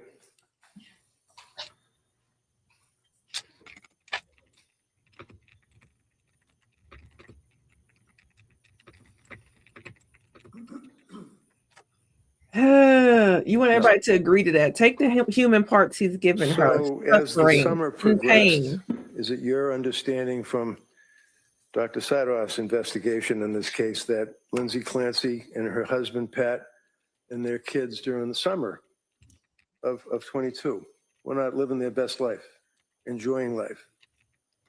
The summer was very good from Callan's birth really through much of August. Through the She time was that at home by herself. Patrick Clancy was at home, that first 12 weeks. Well, he was still really quite technically good. at home, but he wasn't available. He was working. went So sideways, right? while he was at home, She was started having fine. some concern about anxiety, right? She did. That brought her to Dr. Tufts' office. Oh, brought her to talk to Dr. Tufts on the telemedicine, right? Correct. And then she started getting her prescriptions such as the SSRI at 25, SSRI increased to 50, 48 hours without sleep, went back to Dr. Tufts, more medications prescribed, right? Child. Yes. Was she in rough shape in October of 2022 after dealing with Tufts for about 3 weeks? I can't ignore it, Brittany and Nicole. I can't ignore it. That's the one question nobody ever told us was going to whoop our ass through all of the most ghetto hood there is, which is adulthood, and right next to the corner of, or right at the intersection of adulthood and parenthood, most ghetto hood there could be. However, what's for dinner is probably listen, baby. That's the only thing I was worried about when they said they was going to cancel that clock app. How am I going to figure out what to eat for dinner? I was getting so many recipes off of there, but let's go.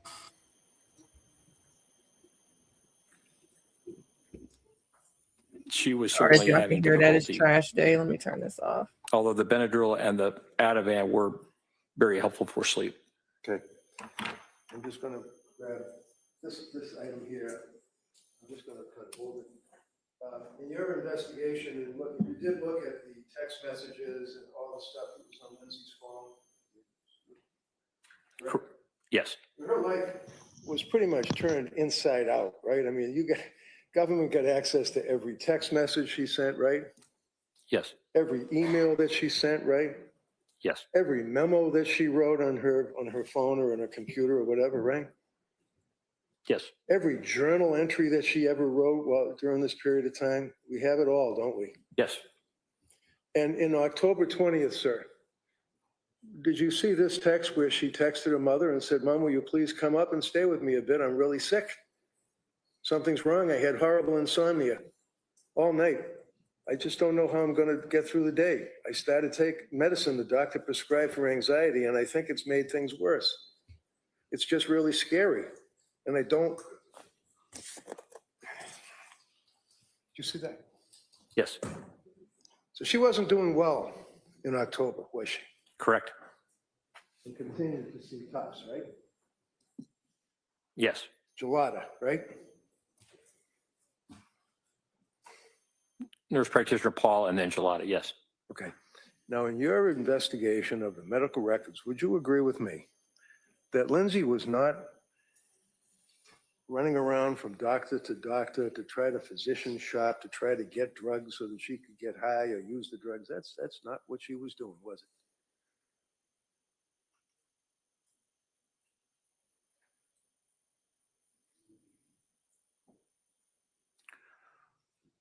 Ms. Clancy expressed concerns that she was not following a plan and that it would have been better for her had she tried to stick with a plan.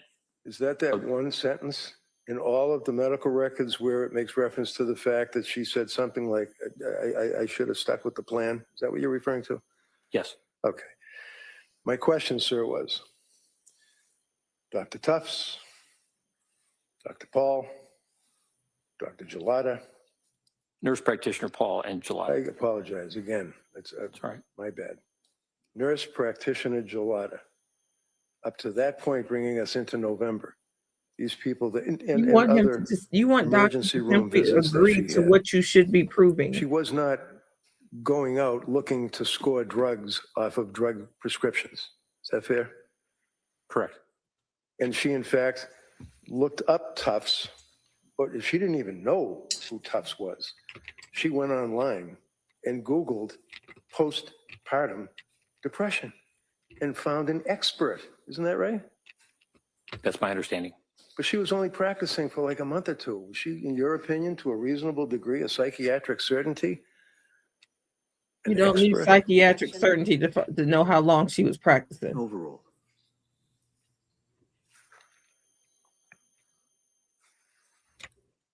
It depends on the amount of training that she received, not just as a physician and a resident, but also in the area of women's health. So the young lady goes online, Googles, trying to get help, goes There to it see the goes. She expert, was in Dr. Tufts. training and everything. Here go nosy and nosier. Hold on, y'all. Ultimately deals with nurse practitioner Gelada and counselor that worked in that medical field business. Letitia Dukes, I believe is her name. Right. And then she had the need to go to an emergency room and went to Mass General Hospital, right? That's right. And she was with her husband, Pat, right? Correct. And she had been complaining about lack of sleep, insomnia, right? Yes, as I understand. She had been complaining about inability to emote, feeling hollow, not myself, right? Correct. And a number of other complaints that were brought to the fore. And the hospital made a recommendation that she go to McLean Hospital, which is a locked ward mental institution in Massachusetts. And she chose not to do that, correct? That's right. So then what she did is went back to her home and immediately hooked up again, if you will, with Tufts, right? That's right. In December, one of the people at the South Shore perinatal unit advised her to go to a hospital that specializes in postpartum women. That would be Women and Infants Hospital in Rhode Island, right? That's right. And she went there like the next day, right after they called, right? Yes, I think they fit her in pretty quickly. Was it maybe the 20th of December? And her husband dropped her off for that day program, right? That's right. And she participated with the coloring, with the conferences, or with the discussions, and evaluations with the doctor, right? Yes. For about 8 hours. It was about an 8-hour day, right? Something like that. And on that date, in December 20th, she was turned away, basically, right?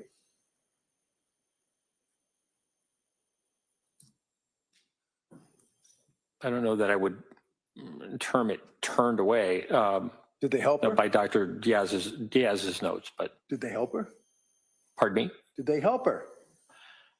They felt that another program might be more appropriate, either inpatient or partial hospitalization or outpatient just based upon her concerns about medication. And her concerns about the symptomology of postpartum depression, right?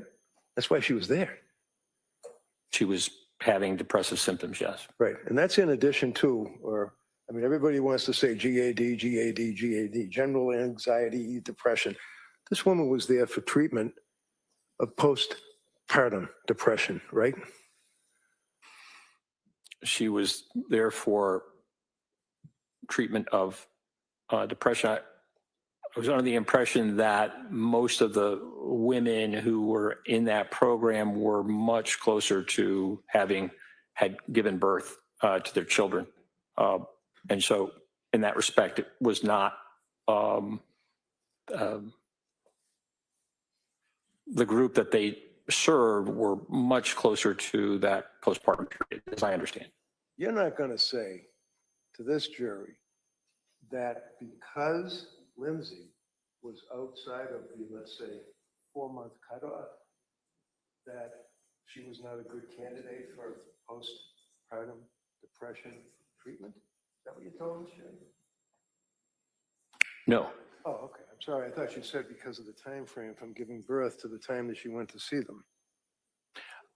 I was just speaking about my understanding from the note from women and infants in terms of their decision-making. Okay. And women and infants basically discharged her after about 8 hours, right? Yes, And her husband was up skiing, and then she contacted him, and he had to come down and pick her up and bring her home, right? that's right. And the reason that she was discharged from Infants Hospital in Rhode Island included a statement, RO, rule out issues regarding prescription medications, correct? Yes, that's my recollection. And she indicated that she was going to go right back to TOPS, right? Yes, And she did, didn't she? yes, as I understand. And would you agree, sir, that every time a doctor said to Lindsay to do something, whether it was to make an appointment somewhere, whether it was to take another drug, any advice, that she was on it immediately? Is that fair?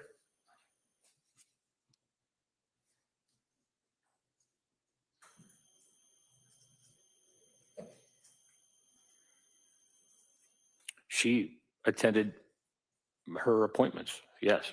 Well, not just that, she attended them right away. She was told, for example, at McLean, you read those records, that she should hook up with her provider, and she did the very next day, right? Yes, Okay.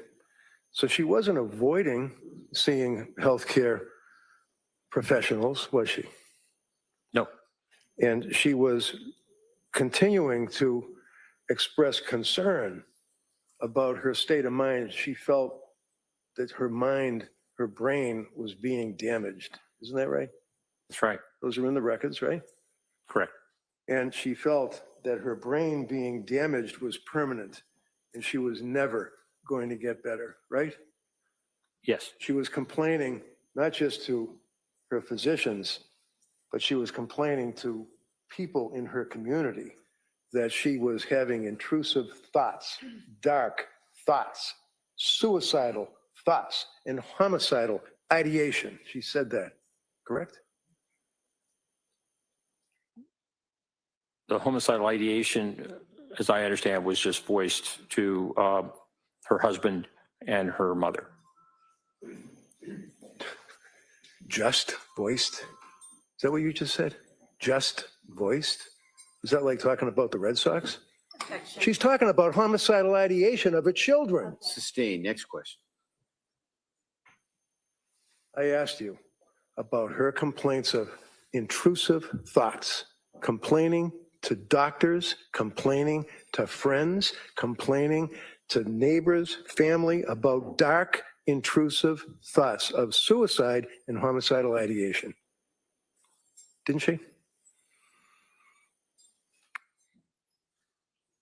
I just don't recall that she complained of homicidal ideation to Okay, so- healthcare providers. Finish answering. I think, Doc, you finished? Did you finish the answer? Doctor, did you finish that last answer? Sure. Okay. All right. Next question. So we'll put homicidal ideation aside for a minute. Would you agree that for that period of time, short as it may have been in her life, November into December, that she was reaching out to people that would listen to her for help? Yes.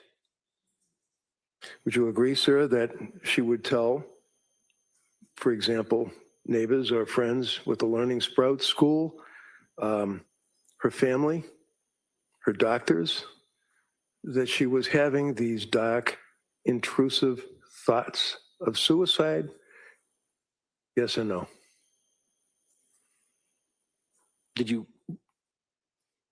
you ask whether or not she was telling her children's teachers at Learning Sprouts? Anyone that she would come in contact with at Learning Sprouts, whether it's another mother, whether it's a friend, whether it's a teacher, whether it's an administrator, whether it's somebody that just watches the kids in the playground, did she tell anyone that she had dark, intrusive thoughts to your investigation?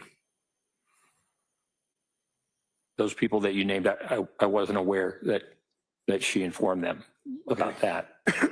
When someone says, with her history up to this point in December, that they're having dark, intrusive thoughts to a professional, in your opinion, sir, to a reasonable degree of medical certainty, does it make sense that the professional should ask the person whether or not these are voices that they're hearing in their head, or whether or not they are just thoughts that they're having?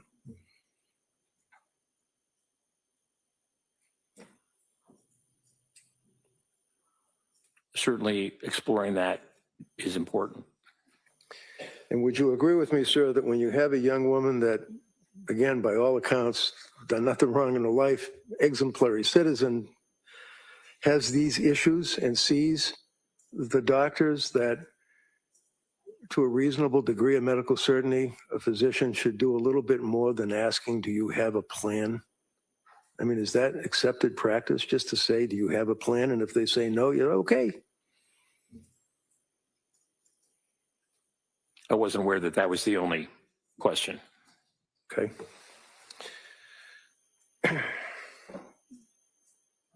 She was also told that counsel had asked you yesterday about other recommendations that were given to her by women and infants, and that you said that she did not follow through on that, but she did see Dr. Tufts pretty much the next day, right? That's my understanding, yes. Okay, and she said that she was going to go see Dr. Tufts the next day, right? Yes. And just to mention, before I forget it, the Lamictal, I think you mentioned to the jury that she had a prescription for Lamictal that she was able to fill, right? Correct. But she didn't take it, right? That's right. And then Tufts told her that she was going to, she meaning Tufts, was going to give her a script for Lamictal. And she said, no, I already have one, right? It was Nurse Gelada. Okay, sorry. She had gotten the prescription and filled it from Dr. Tufts. And Nurse Gelada, when asked about the Lamictal, was very favorable about it and said, yes, that's great. That would be great. Sir, I know. You want to tell me that it's a wonderful drug. Did she tell nurse practitioner Gelada, I already have a script, I don't need it? Yes.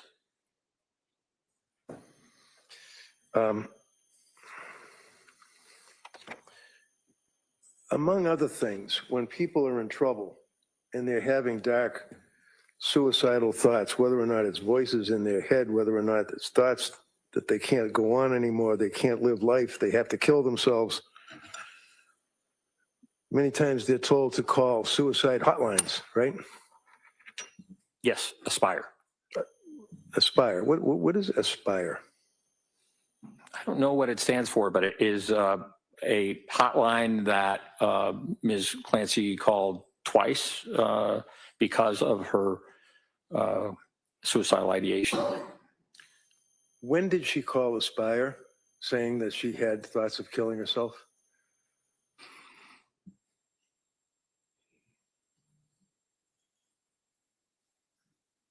I can't recall specifically. But she did call them not once but twice and told them.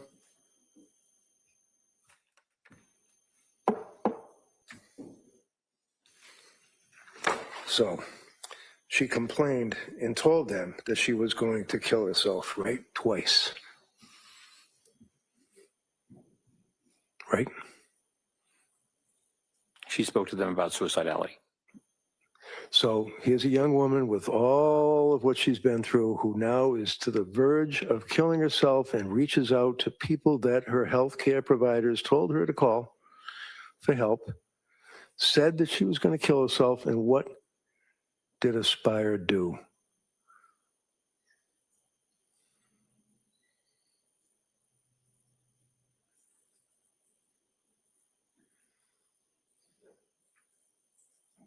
As I understand, they redirected her to her provider. They did not make a decision to hospitalize or to recommend hospitalization. They didn't make a decision to do anything. Objection. Yeah, so you can form that as a question, please. Did you read the records dealing with Aspire? Did they do And they did anything exactly other than what tell her? the system is "No, not you're on trial. Red someone that we can Lindsay help"? is.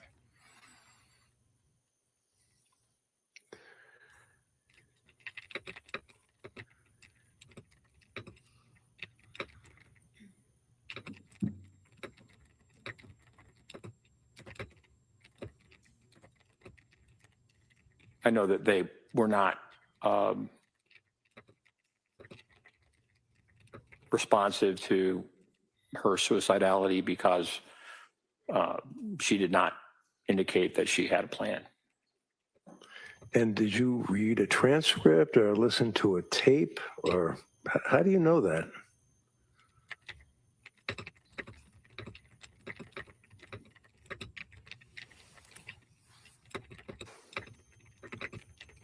I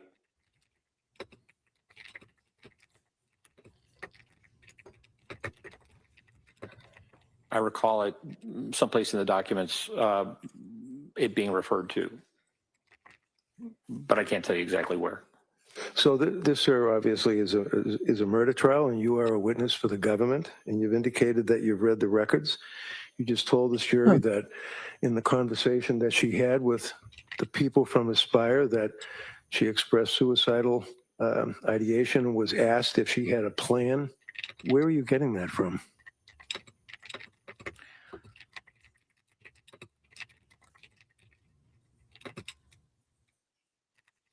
I can't tell you exactly within the records. How about the second time she called Aspire? Why would she call Aspire again if they wouldn't help her the first time? In your opinion, as a psychiatrist. Ask Lindsay, but you act like he's Looking for saying the help. wrong thing, and he's Continuing to seek not. help. And yet again, she didn't get any, did she? That's my understanding. To a reasonable degree of psychiatric certainty with treating the patients to the extent that you've told this jury that you have, what kind of a devastating effect would that have on a person who's ready to kill themselves that's called Aspire hotline twice and has been turned away? Objection. Overrule. It could have a very serious effect. And after being discharged from Women and Infants Hospital and reaching out to Aspire, you'd agree with me that one of the concerns that the doctor at Women's Hospital in Rhode Island had is the medication that she had been prescribed by top-end nurse practitioner Gelada, right? Correct. And that's one of the reasons that they could not treat her. It wasn't just that, no, we don't think that you're postpartum. Oh, I don't know, honest. We just think that there's a complicated overlay involving the medications that you've been prescribed, right? Yes. And these medications obviously included selective serotonin reuptake inhibitors, right? Manipulative. Yes, Prozac and Zoloft. Right. And one of the things that a doctor would be concerned about, especially with a woman who's had a baby and has stopped breastfeeding the baby, is the effect that that may have on the woman, physically, mentally, emotionally, when they stop breastfeeding a baby, right? Yes, And you've heard of gamma-aminobutyric acid, otherwise known as GABA, right? yes. And can you tell us, please, what that is, sir? I'm sorry. Can you tell us, please, what that is, sir? What is Somebody GABA? was supposed to check on me when I stopped breastfeeding. I believe that you're referring to Lyrica. No, I'm asking about the actual acid in the person's system, their blood, that is gamma-aminobutyric acid. It's got nothing to do with lamictal. It's got nothing to do with Seroquel. It's got nothing to do with the drug industry. This is in the body.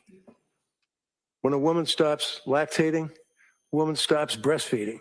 Yes, There is a physical effect on the person, the body, right? yes. What is that effect?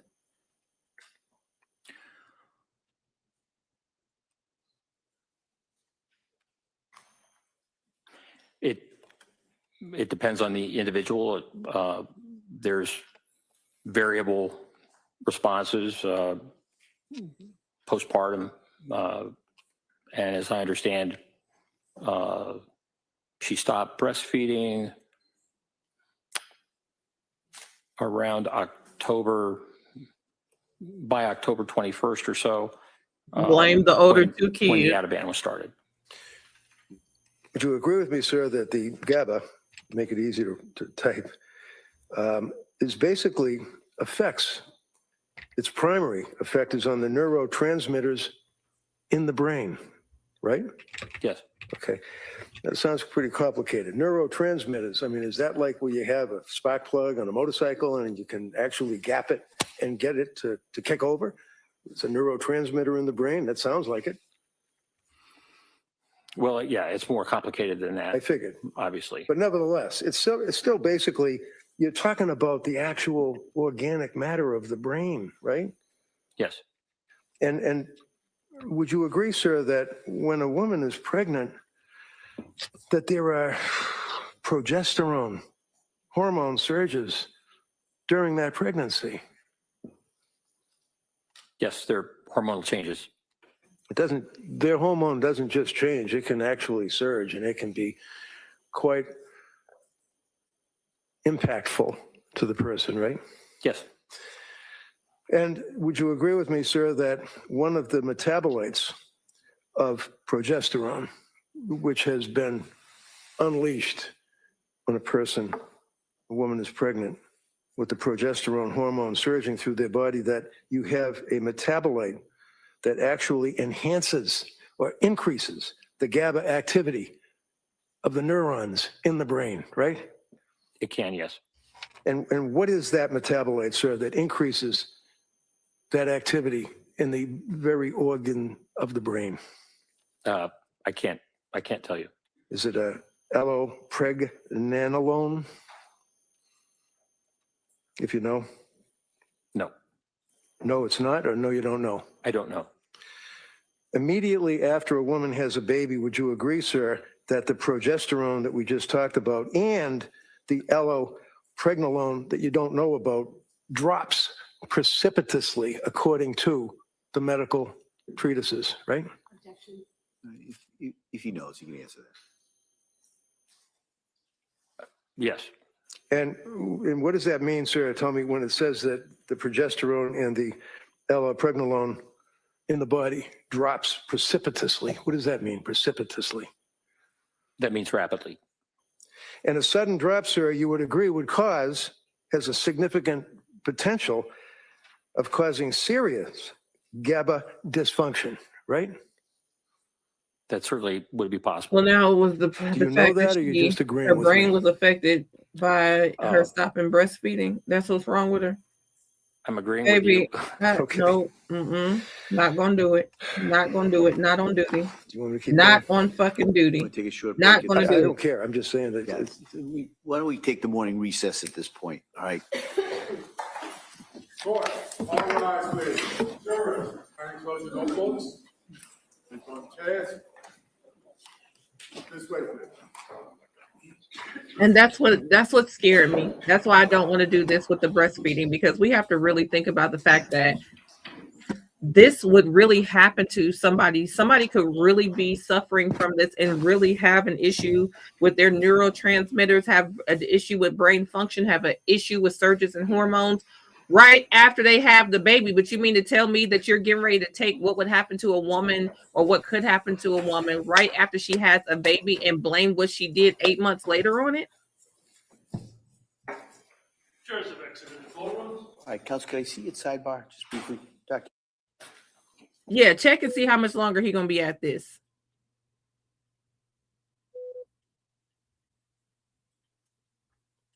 I understand you want to defend her, but not at the risk of postpartum.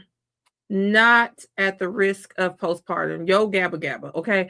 Not at the risk of people not paying as much attention as they should to postpartum. I also don't like the idea that people will be able to blame postpartum in cases where it does not fit. You still had all that progesterone in you 3 months later. Dear God.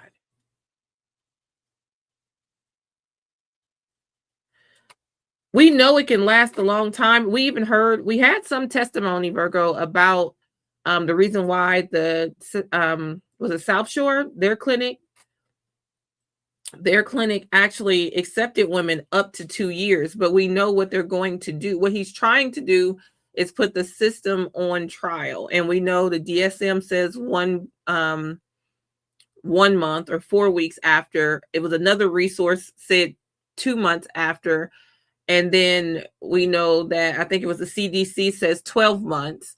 So there's no absolute way. Now, if he's getting ready to say that this issue with surges and hormones affected her brain immediately, and the effects of that caused everything else, then I mean, he'll have to argue that. But I think I'm having a hard time drawing the effects of her stopping the breastfeeding to what she did.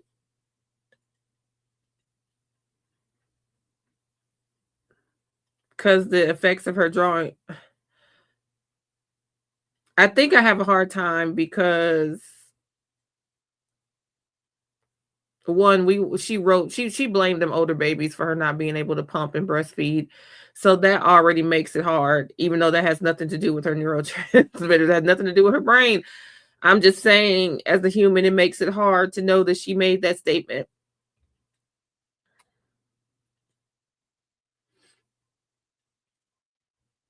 Let me tell y'all something. If I had just had a baby and I tested positive right after or 3 months after, the way they have to scrape me off the floor, I'd be in the hospital, baby, because it better not be another one in there. Then y'all better find another reason.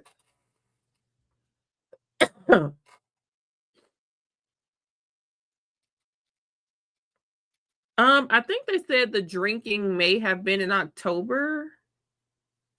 So I think he said October was when she stopped breastfeeding too. So, woo, oh, what's happening?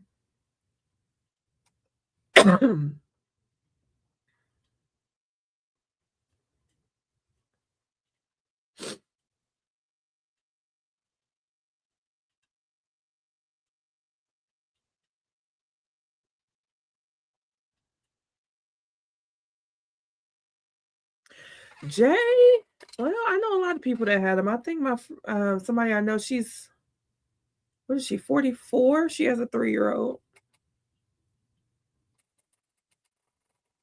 You can do it. I had Dallas at 34 and Denver at 35. So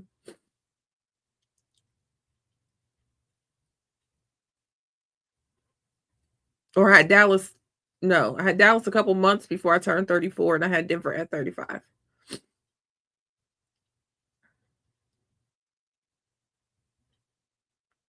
Breastfeeding is a beast, and so many people, I don't think people really understand how hard that is and how you feel about it. Even if you get it, even if you do get to feed, it is tough.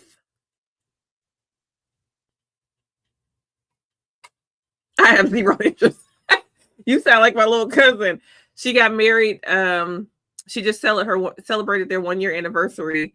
And every time her husband said something about kids, she was like, you need to be my cousin. They call me TT. So you need to be TT because her husband, they got married and they waited and like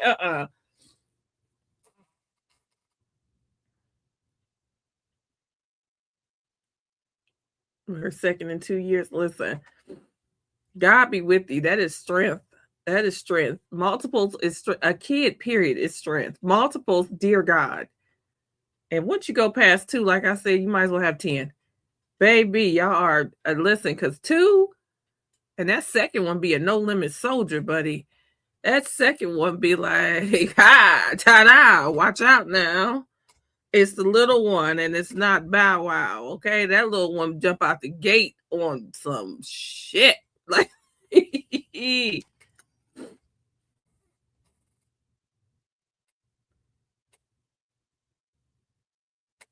my girlfriend, 43, her youngest just turned 1. Hot damn. I did not understand why my mom was so happy we were going back to school until Dallas and Denver both went to school last year. And then I had them all summer, man. I was so ready this year. The first year, preschool and kindergarten, I was in tears. I missed my babies all day. But kindergarten, first grade, I was used to it. This year, I was counting down the days. Everybody out. Big Unc ass too. Go drive them kids to school, please. Everybody out. Jesus, my peace and quiet. Had to sit all summer with my office door closed. Good God Almighty.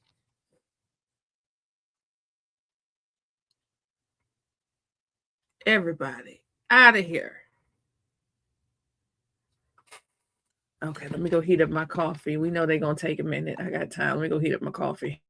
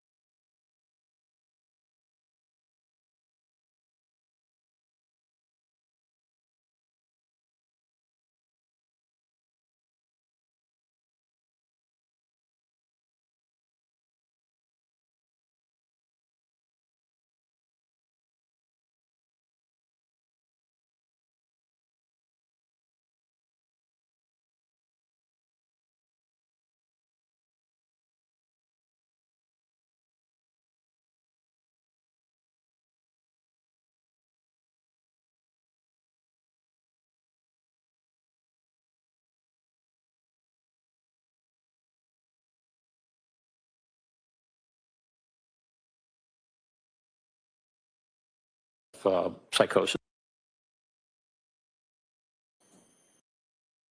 Gamma?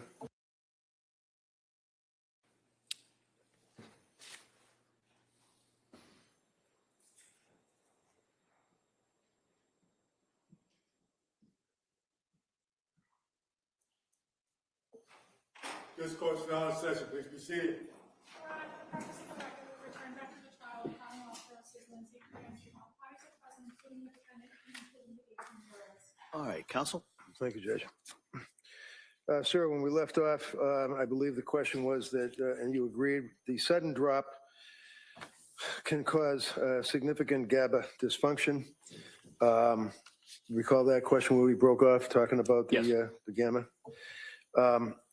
And you're familiar with the concept of, in that regard, talking about the gamma aminal butyric acid and its effect on the progesterone and its effect on the brain synapses, is referred to as breaks, B-R-E-A-K-S. You've heard of that term, right?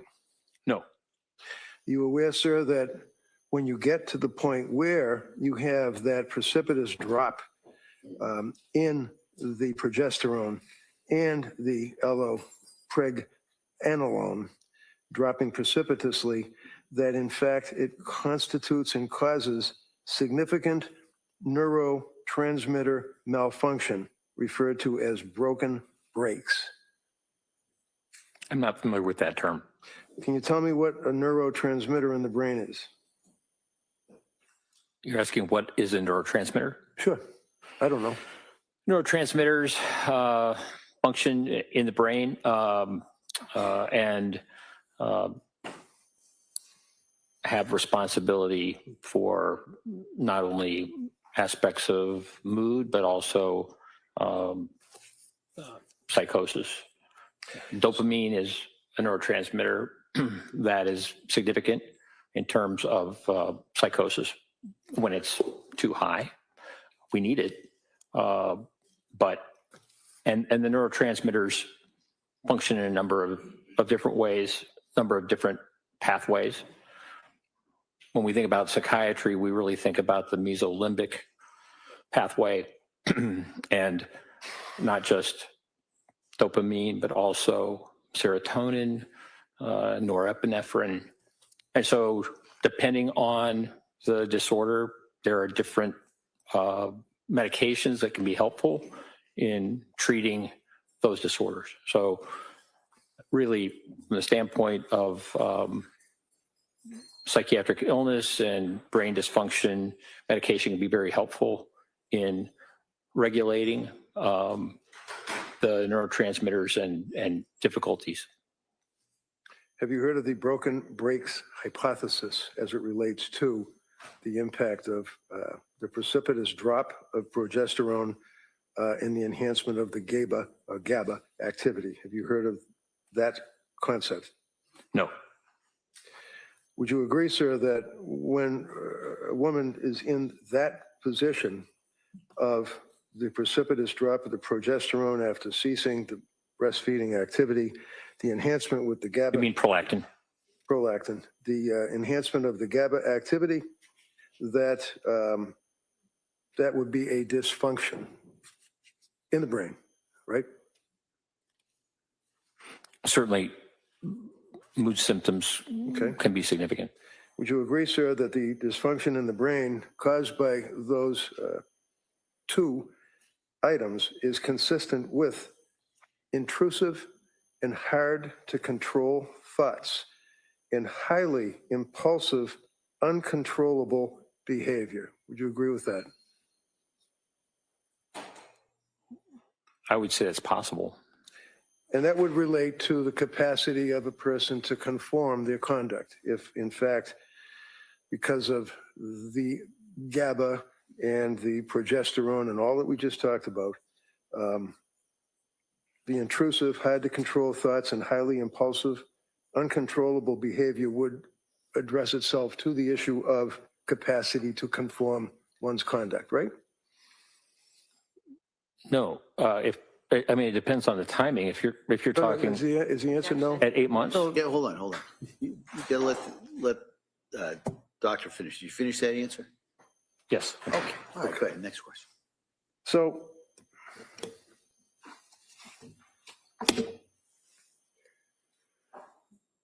did I hear you say that Patrick is the source, the third-party collateral source of Lindsay saying, I tried to kill myself? Is that what you said?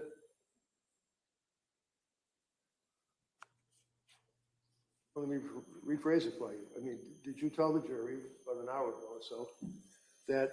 When her husband found her on the ground? Yeah, Yes, or something to that effect. something to that effect, okay. And did you listen to the 911 tape when Patrick was actually speaking with Lindsay as she's laying prostrate in the snow on the ground with a broken neck and slashes and slits? Yes, I did. Did you hear her response to Patrick's comment? What did you do? No. Did you hear her respond to anything other than what would be described as guttural grunts? Not on that call.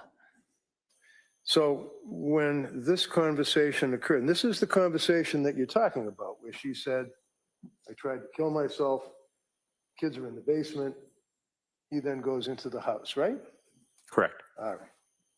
So now we have the EMTs and people are helping her out. We've seen the medical records. You know what the injuries were. You know the damage to her throat. You know the damage to her thyroid, right? Yes. And is it your testimony to a reasonable degree of doctor certainty that a person with those injuries, with the prescription drugs that were crushed up, that she consumed, with a broken neck, would be able to have a conversation? Based on the witness testimony from her husband, yes. Okay. So let's put the witness testimony from Patrick aside for a minute. And you listen to the 911 call. Are you telling this jury that she had a conversation that you could discern what she was saying? Not on the 911 call. No. Would you agree that they were all grunts? Yes, from what I heard. So Patrick goes in the house, relates the fact that he found the children, and you told the jury that his office door was closed, is what he said. Is that right? Yes. Where did you get that from? I believe Patrick told me that. Is that in your report? Yes. And when he told you It's- that, when was that conversation that you had with Patrick? When I interviewed Patrick Clancy. Okay. So you read the grand jury minutes, right? Yes. You read the police report, right? Yes. You know that Patrick went up the stairs, and when he went up the stairs, the door was locked, right? Meaning the bedroom door, not the office door. Correct. And then he was able to open the door, right? Yes. With And a there key. was, and there was blood on the doorknob, right?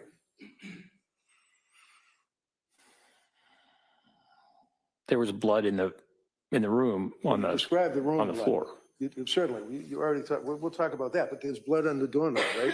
Was there blood on the doorknob, if you know? I don't recall. Do you recall there being blood drops in the area of the door itself, like, you know, where you have the threshold? But what appeared to be blood, because nobody tested it, we don't know what it is, but it appeared to be blood. I don't recall the specific. I know that there was blood that was observed. Okay. And you would agree that there was a lot of blood drops, drips on the mirror, drops on the floor, drops on the nightstand, right? That's my recollection. And you looked at the photographs in your investigation and looked at the testimony, third-party collaterals, as you testified yesterday, right? Yes. And you told the jurors that one of the things that was of interest to you is the fact that there was a glass or a wine mug or something that had crushed narcotics or I think you used the word antipsychotic drugs crushed up inside that cup. Do you remember that? Yes. Okay, Wine tumbler. thank you. How do you know they were antipsychotic drugs? I don't recall saying that they were antipsychotic drugs. Oh, did you say they were drugs? I thought I said medications. Medications. All right, so drugs, medications. and they were crushed up? There was evidence of powder on the tumbler that Patrick told me about, and I went back and looked more closely at the photographs and saw that. Did you look more closely at the NMS laboratory or the state police crime laboratory or any testing that was done on the powder? Yes, And was there a report that said that indeed it was crushed up medication? they wouldn't. I mean, there is. They didn't indicate whether or not they were pills or. Did they ever, I'm not asking about pills or powder. Did they ever test the residue? Not that I'm aware of. So how do we know that that's even drugs or medications or whatever word you want to use?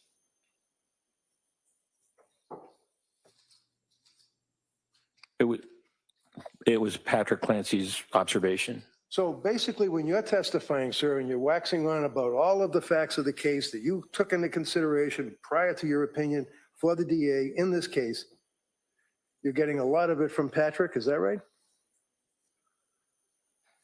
That aspect he brought up to me, yes. Okay. So the crushing of the pills, was there a pill crusher found in the bedroom? Not that I'm aware of. Was there any residue found anywhere in the bedroom? Not that I'm aware of. So if someone's in a psychotic state and they're going to kill themselves and they're taking the pills, yesterday you said the fistful of pills, and then the DA said after a painful questioning that they were crushed, you agreed that they were crushed. Wouldn't there be a residue? A residue? Yeah, you know what a residue is, right? Yes. Was there a residue on the table, on the nightstand, anywhere? Not that I saw. So there's no pill crusher, right? Not that I saw. There's no investigation by the police to determine what was in that powder, right? Not that I'm aware of. There's no indication that there's any residue on or in the actual nightstand next to the bed, right? Not that I'm aware of. Does it seem appropriate, sir, that a person would be in a psychotic state after slashing their wrist and slicing their throat and ready to propel themselves out a window would neatly put the bottles into the drawer of the nightstand?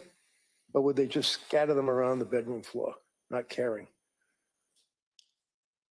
I'm not aware of the exact sequence of the events in Well, terms if of. I tell you, sir, that a couple of days after this incident, I went into the home with Patrick and I was able to locate in the bedroom, right next to the bed, with all the blood all over the place, this drawer, and inside this drawer would be a lot of medication bottles.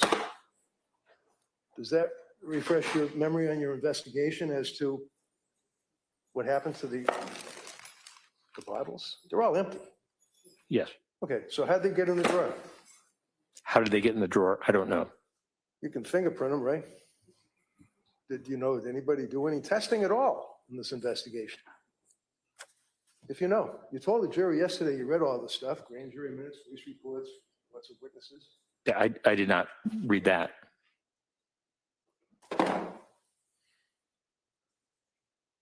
Is it your understanding, sir, that a person can be in a state of psychosis and I guess misremember something? Yes, Or have a false memory? it's possible. Did Lindsay tell you that she slashed the screen with the big turkey knife?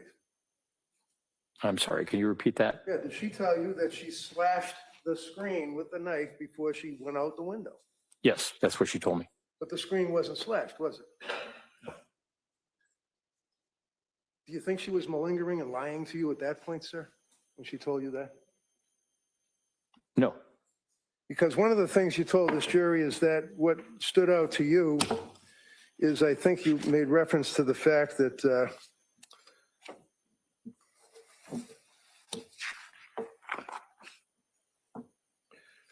Lindsay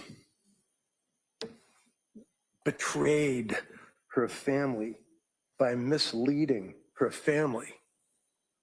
Remember saying that to this jury yesterday, sir? portrayed. Betrayed is what you said. No, I said portrayed. So Lindsay portrayed and misled her family, is what you said to the jury? Yes. How'd she mislead her family? Well, in text messages, for example, in the days prior to the event, her parents had visited over that weekend, and the communications that she was providing did not give a sense of her state of mind regarding suicidality. You kidding me? They stayed up in their house to help them. Sustained. Next. They stayed at the house, didn't they? Yes. Why did they stay at the house? I'm sorry. Why did they stay at the house? They were visiting. They were staying at the house. They weren't just visiting. Objection. Overall. Sleep over? As I understand. Okay, as you understand. How long did they stay at the house and sleep over?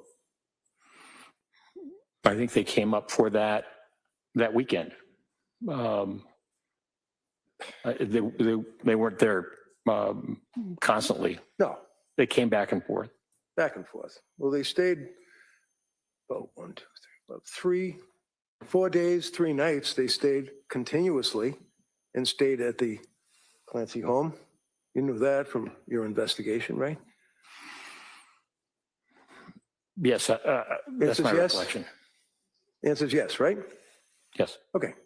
So they're staying at the same time. You're telling this jury that she's sending text messages basically saying, I'm okay, I guess. Is that right? Following their departure, there were the photographs that Lindsay Clancy sent to her mother. She didn't send her mother photographs showing that she was smiling or happy with her family, did she?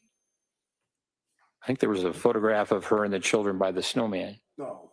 Is that a bad thing to do that and send a picture of you with your kids making a snowman to your parents? No. Is that something, in your opinion, Dr. Sadoff's opinion for the district attorney, that a person who is involved with postpartum psychosis, postpartum depression, wouldn't take a picture of the snowman and their kids, send it to their mother?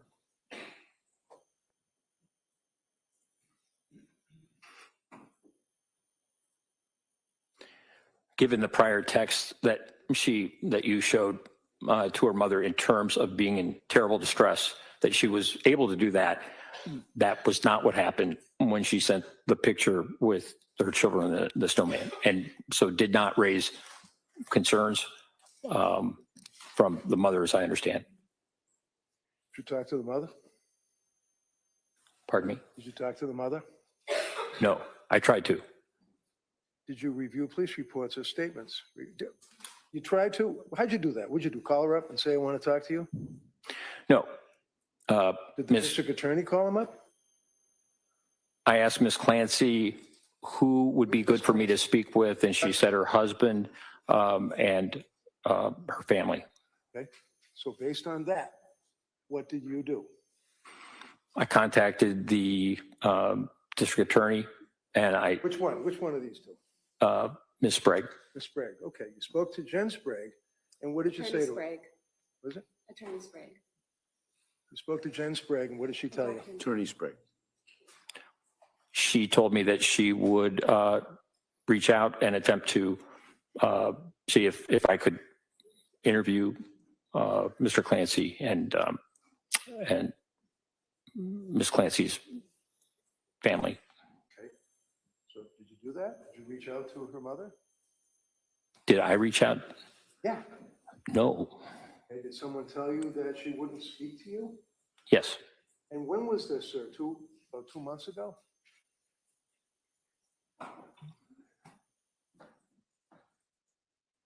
It would have been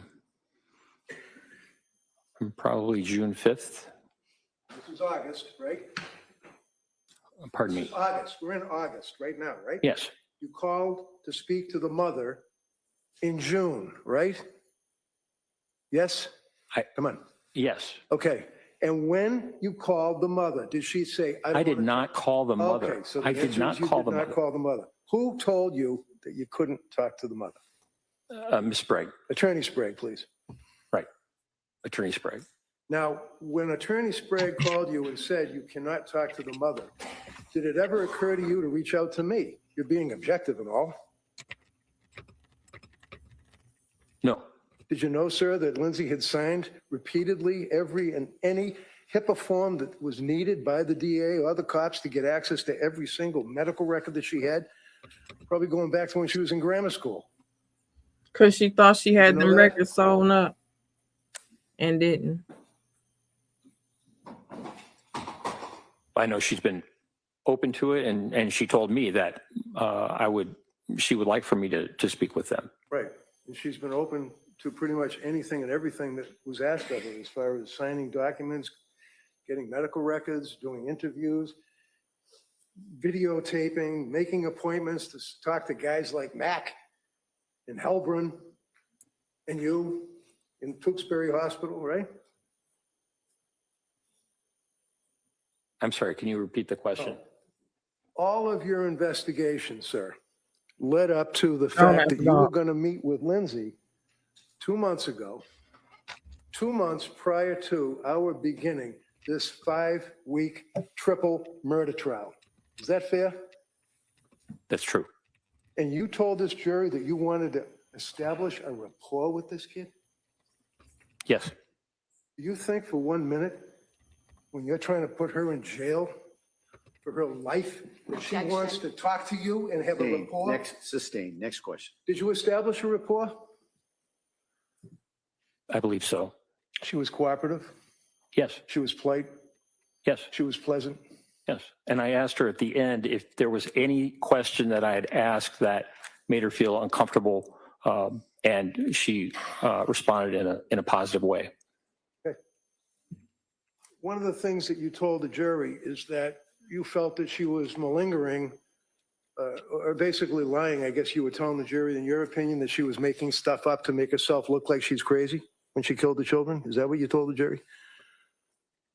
I didn't use those words. No, you're a little more finesse than I was. But nevertheless, sir, you're talking about malingering, right?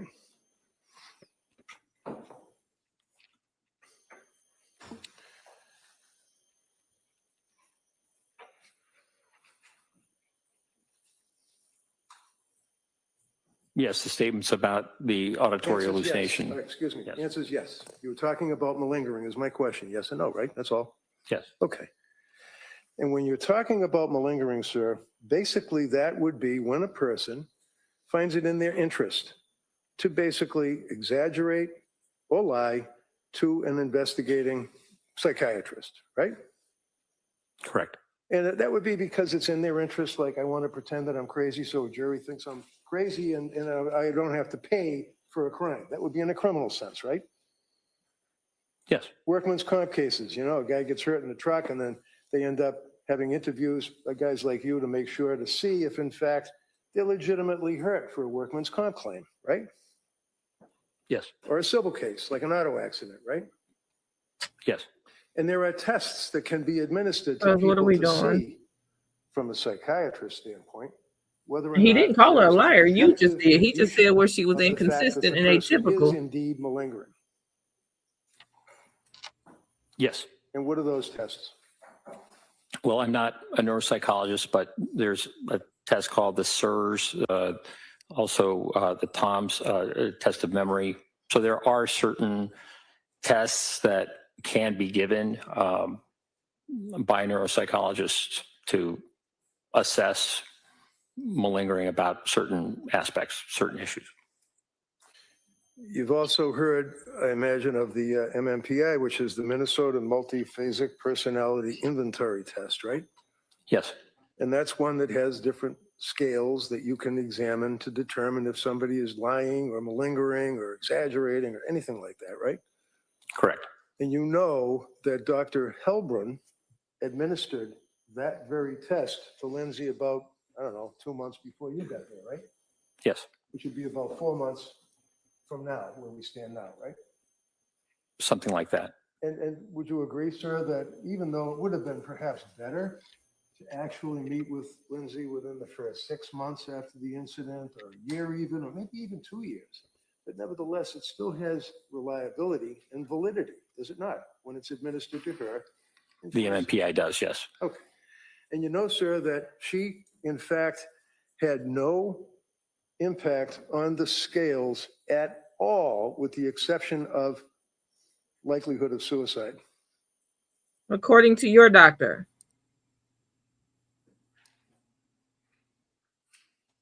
Yes, that's my understanding. Indicating that as far as that test that was administered to her by Dr. Helbron did not have any evidence at all. This kid was lying, exaggerating, suppressing anything. She was being truthful, right? Objection. Overruled. About the questions that were on the MMPI, yes. And those questions, sir, pertain to personality traits. They pertain to her recollection. They pertain to all of the investigation that Helbron. Still going to be the battle of the experts. Which one they believe.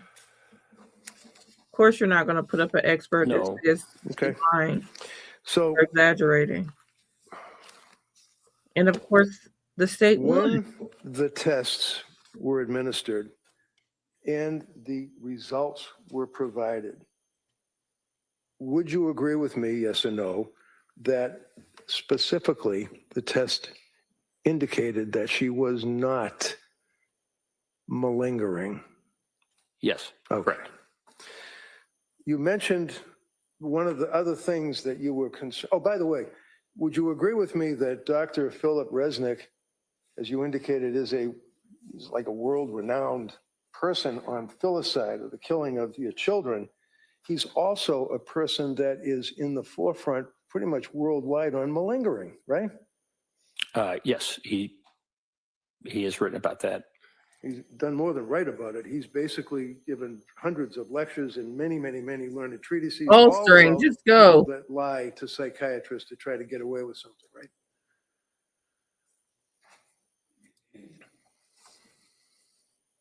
Right?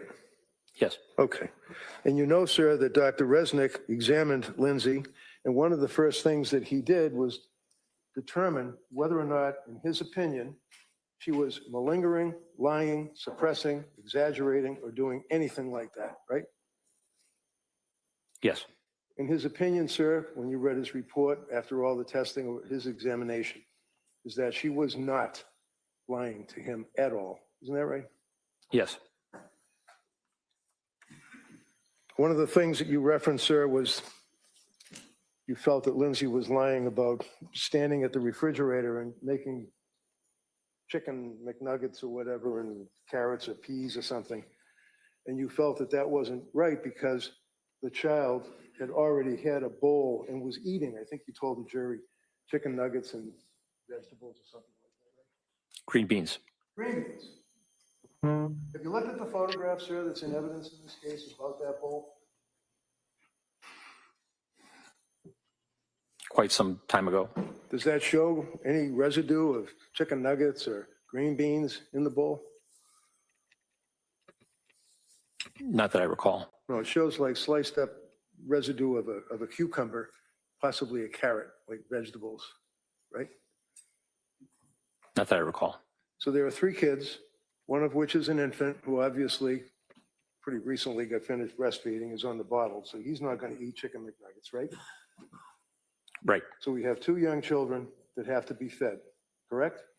Yes, You have 2 young children that Lindsay indicated that she was at the refrigerator getting the chicken and the vegetables so that she could feed the kids, correct? yes, Told you that she would not give the kids chicken McNuggets and vegetables in a bowl, that she would have a plate, right? not necessarily. So when she was at the refrigerator, sir, it's your understanding that she was not being truthful? Telling you that? Is that what you're telling the jury? I think what I said was very inconsistent with what she had told Dr. Spinelli. So when she's at the refrigerator and telling you, your interview, I know you imported Dr. Spinelli's report, you imported Dr. Resnick's report, you imported Dr. Zeisel's report. Is that why y'all didn't We're call talking Spinelli? to Lindsay. Did she tell you she was getting food for the kids out of the fridge? That's my recollection. Now, with all of the understanding in your testimony, sir, about the Is voices, that why we didn't call Spinelli? Because we correct me if I'm wrong, you're telling this jury and Dr. Satoff's opinion, based on your experience and all of your writings and everything, that when one hears voices, they would be internal or external? To be legit. They can be either. Really? I'm sorry, I thought you said that they had to be a particular type, like not internal. If they're internal, they're probably lying. But that's not true, I'm wrong? The voice that Ms. Clancy told me about during the time of this event, she said was external. Okay. And is that consistent with your understanding, sir, of the research on auditory hallucinations?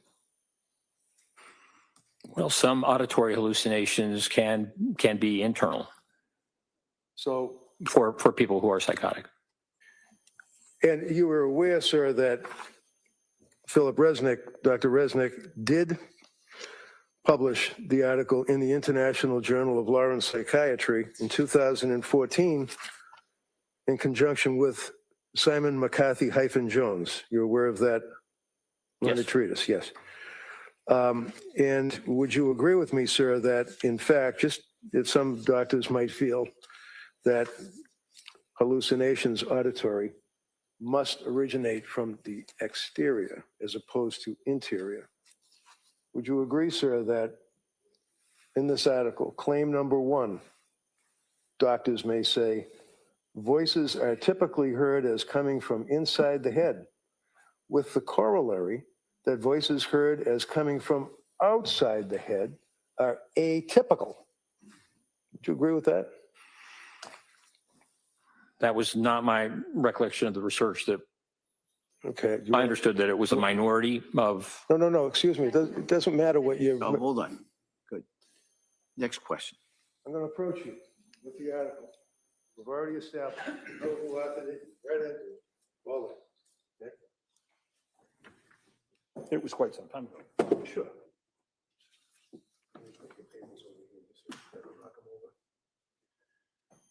So, if we can share that? Do you want me to say it? No, I want you to share it. Put it right here so I can look at it. Okay,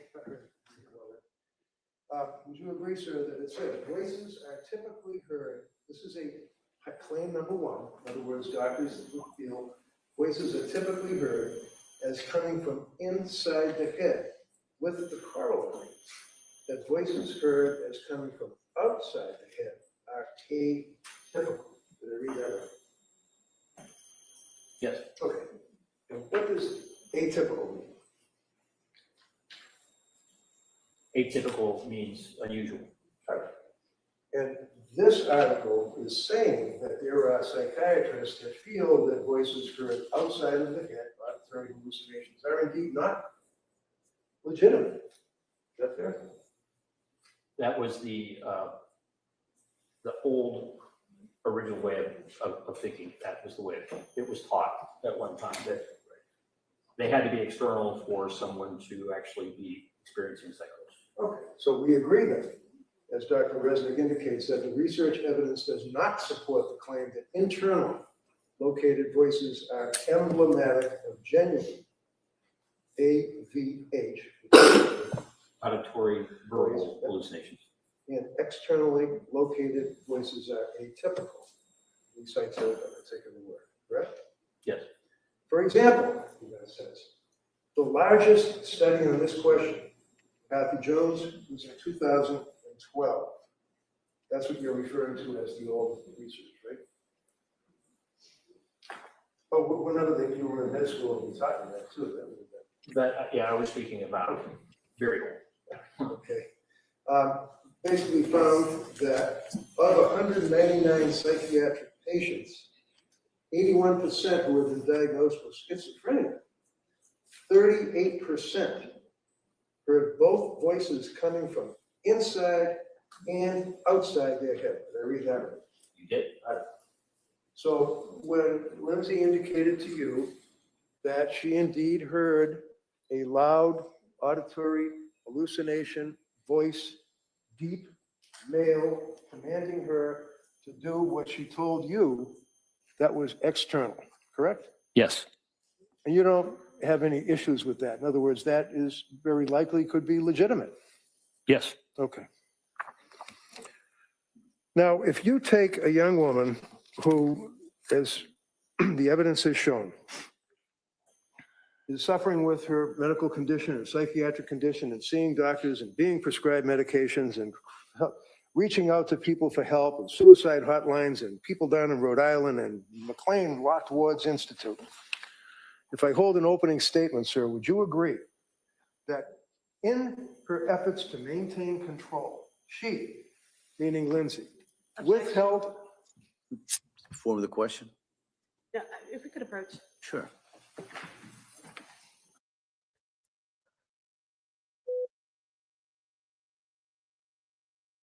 I think, never mind, I'm not going to say it. Do your damnedest, Red. This is all you got left. This is all you got left besides closing. You got to get in their head before closing, because closing is going to be a little too late, I believe. But and he does that a lot, and then just says, oh, well, like he messed up every single job description he assumed was the job description for this man, and then accused him of being the agent of the government. It's just, sir. I understand what you're trying to do. We understand what you believe, but you really should have spent more time putting Lindsay on trial and understanding she was on trial and trying to put the DSM and the whole healthcare system and the medications on trial.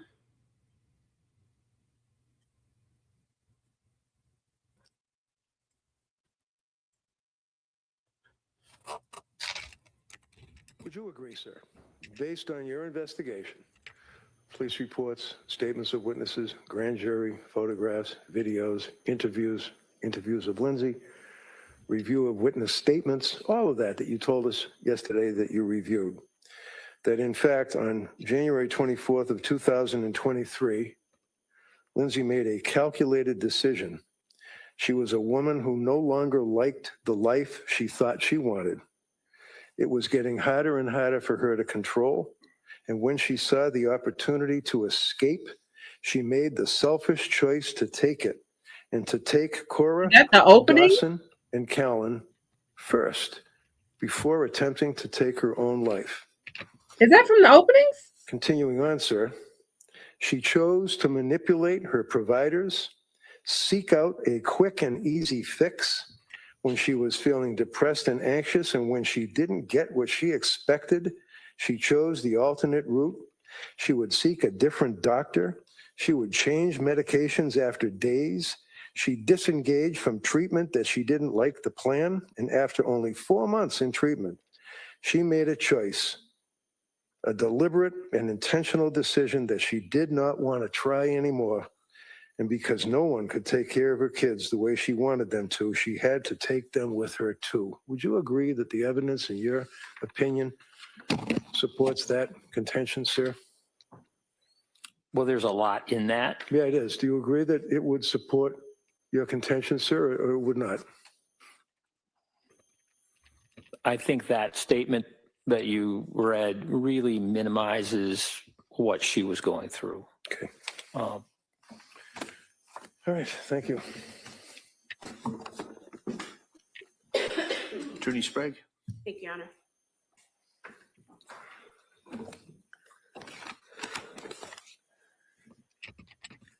Sir, you were asked during cross-examination about your work as a forensic psychiatrist for the Bureau of Prisons and for the prisons in Virginia.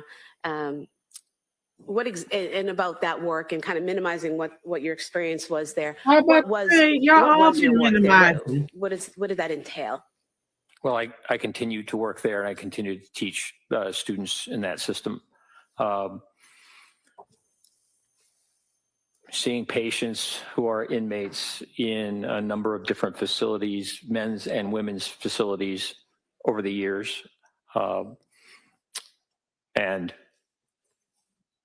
doing assessments, evaluations, making determinations about treatment, Yeah, that was the state's and the opening. like, gathering information. So really, treating these inmate patients Of course, a lawyer's not going as- to be able to as give what patients a who- doctor would give to the who have condition. It's an opening. significant mental Oh my illness God. and really require the best treatment that we can provide in the system. And during the course of your many, many years working in that system and treating these patients, have you treated patients with psychosis? Yes, And does that include treating women with psychosis? yes. And how often have you done that? I'm going to object. I didn't ask about who, he said two already. He's already said one. Overall, she may have that. Go ahead. Since 1992, Yes. so 34 years. How many patients have you treated in the prison system, women patients dealing with psychosis, approximately?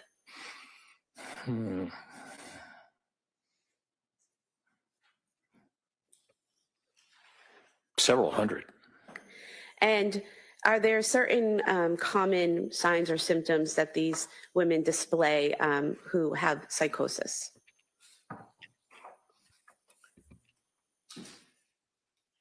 Yes. And what are those?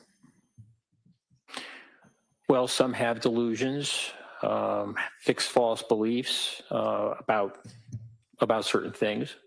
So they can present as being psychotic that way. Also, they can present with hallucinations, what we call perceptual disturbances. And generally, they are, in most cases, auditory hallucinations, auditory verbal hallucinations. And they also can present with disorganized thinking, having words, making up words that have special meaning, really having a great difficulty communicating. And you also mentioned that you all worked for a state hospital for, I think you said 15 years, is that correct? Correct. And did you treat patients with psychosis during those 15 years? Yes. And did those include women with psychosis? Yes. And in terms of your treatment of women with psychosis, were you responsible for diagnosing them with their underlying mental condition? Yes. Diagnosing psychosis as being one of their symptoms? Correct. And then treating the underlying condition and the symptom of psychosis for those women? Yes. And you did that for approximately 15 years, correct? Yes. And you mentioned two specific patients, females that you dealt with postpartum depression or postpartum psychosis. Do you recall that? Yes. And what did you learn from treating those two patients? So those are the two patients that are mentioned in the case reports. Which case reports? The case report about postpartum psychosis that was written. On the medication interaction? Yes. Are you asking how those patients presented? Yes. Okay. There were, as I recall, it's been a while since I've looked at the paper, but one was an 18-year-old woman who had delivered her child and had decided not to take, or that she did not want to breastfeed. And so in those days, this medication, bromocriptine, also called Parladel, was given. And we found that within, I think, just a couple of days of the time that she was given this medication, she became convinced that she had to kill her child. And I believe that she was experiencing auditory hallucinations. And she was so distressed about that she wanted to kill herself and was suicidal. And that was how she was brought to our attention in evaluating her.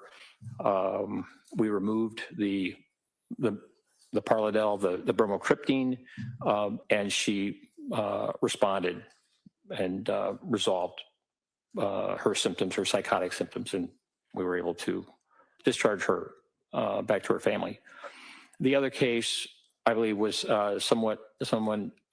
another female, a bit older, maybe mid-20s, and she was also given this medication and also became psychotic. For her, it was more a manifestation of mania. She was hypersexual with her husband. She, I think, was quite hyper-religious, and she was... Doctor, sorry. in terms of her delusions, those were more of religious delusions? Pardon me? Her delusions regarding her child were religious delusions? Yes, I believe so. Okay. And once that medication was removed from that woman, did her symptoms subside? Yes. I think in that case, she was also given, she was so disruptive on the ward, taking her clothes off, et cetera, that she was also given antipsychotic medication for a period of time, and her symptoms resolved. And going back to the first patient that you described, you said that she had voices instructing her to harm her child. And was it as a result of her feelings of guilt for about those thoughts and voices that she was suicidal? Yes. So she wanted to kill herself instead of killing her children, correct? Yes. Now, you were asked by Attorney Reddington about your curriculum vitae and focusing in on terrorism, and is that your sole focus? And you said no.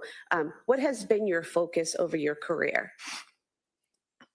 Well, from the time that I finished my residency, I've been very interested in public psychiatry. And so upon realizing the seriousness of mental illness within the prison system and the value of teaching psychiatry to students within the system, I began doing that while I was also doing work with the state hospital, seeing patients, whatever. So I would say that of all the things that I do and consider myself, what is most important to me is working with patients. And it's the value of also being with students and having them learn from these patients is going to make them better doctors, even if they don't choose to go into psychiatry. So I see my identity actually as a clinician, and I have patients I'm scheduled to see. I was supposed to see some yesterday, and also I'm going to see patients on Friday. And Doctor, defense counsel asked you about the onset of postpartum depression and postpartum psychosis, and you had said that the DSM-5 lists postpartum onset within 4 weeks, correct? Correct. And he asked you about other organizations going up to approximately a year, correct? That's right. Are you aware that the World Health Organization has a clinical descriptions and diagnostic requirements for behavioral and neurodevelopmental disorders that has a section on mental and behavioral disorders associated with pregnancy, childbirth, or the puerium, P-U-E-R-P-E-R-I-M, which does that mean during or after birth? Yes. And that in that section by the World Health Organization, they state that mental and... Objection. She's not going to read that to him, and then he's going to agree with it. She can ask him if he's read Well, let's hear the question first, and then I'll assume there'll be an objection. Are you aware that in that section it states that mental and behavioral disorders associated with pregnancy, childbirth, or the puerperium are syndromes associated with pregnancy or the puerperium commencing within about 6 weeks after delivery? Objection overruled. I'll allow that if you know that, Doctor. Yes. And are you also aware that there's a section talking about mental and behavioral disorders associated with pregnancy, childbirth, or the puerperium with psychotic symptoms, that says onset of a syndrome involving significant mental and behavioral features occurring during pregnancy or the puerperium, i.e. up to about 6 weeks following delivery, is required for diagnosis. That's my understanding. And that's from the World Health Organization, correct? Yes. Now, you were asked about whether blood testing would be appropriate for a patient, and you said that it would depend on the history of the patient, the symptoms, the medication. Do you recall that? Yes. Okay. Did you see anything in the records about Lindsay Clancy that would have required blood testing? No. You were also asked about thyroid function and how sometimes you might want to test thyroid function in a postpartum woman. Do you recall that? Yes.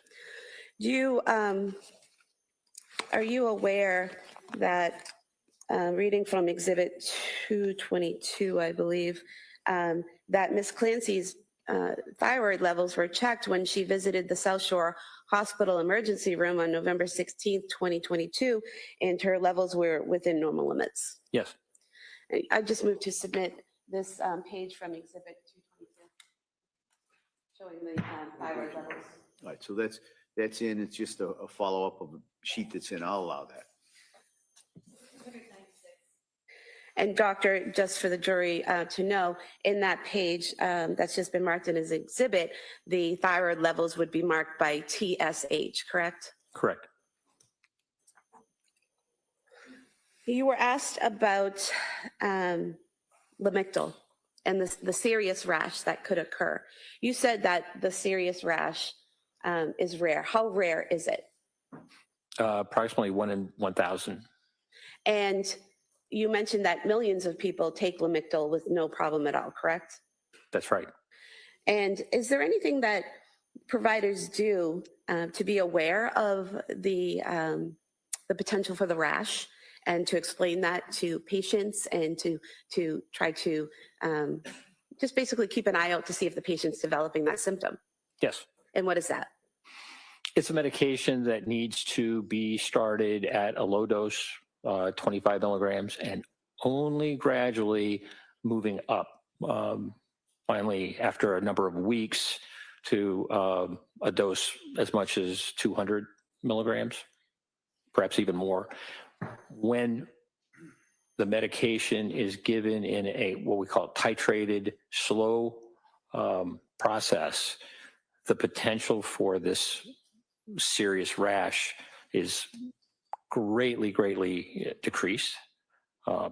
So it really is a medication that requires a slow titration. So the patient needs to be patient with that process, but it's now one of the most used mood stabilizers for bipolar disorder. That it really is a very important, valuable medicine for bipolar disorder. And you said that it's important to start at a low dose. Did you say 25 milligrams? Correct. And do you recall what dose Dr. Tufts wrote the prescription for Ms. Clancy? Yes. And what was that? 25 milligrams. And do you recall from the records whether the plan was, if she were to take it, to titrate in the manner you described? Correct. And putting aside whether or not someone chooses to take the medication medication the big ones, because of a rash, is there any significance to the person, to a patient, being prescribed a medication and then not telling that provider that they chose not to take it? Yes. And what is that? Well, it really limits the provider And in making other decisions. If a decision is made that the patient's not going to take a certain category of medication, it's helpful to let that provider know and say, I've decided against it. What are some other alternatives? Doctor, you were asked about lack of sleep potentially causing psychosis, correct? Correct. And sleep was definitely an issue for Ms. Clancy in the fall leading into December of 2022, correct? Yes. And looking back to the McLean records, would it be accurate to state that her sleep got progressively better while at McLean? Yes. And then directing your memory to the text messages that Ms. Clancy had with her mother from January 7th through January 22nd of 2023, would it be accurate to state that she told her mother she was sleeping better during that time? Yes. They're gonna every time they're gonna use Defense Lindsay's words counsel against asked you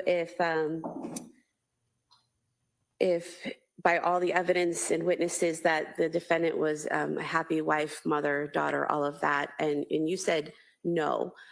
What were you referring to when you said no? Well, I was thinking about the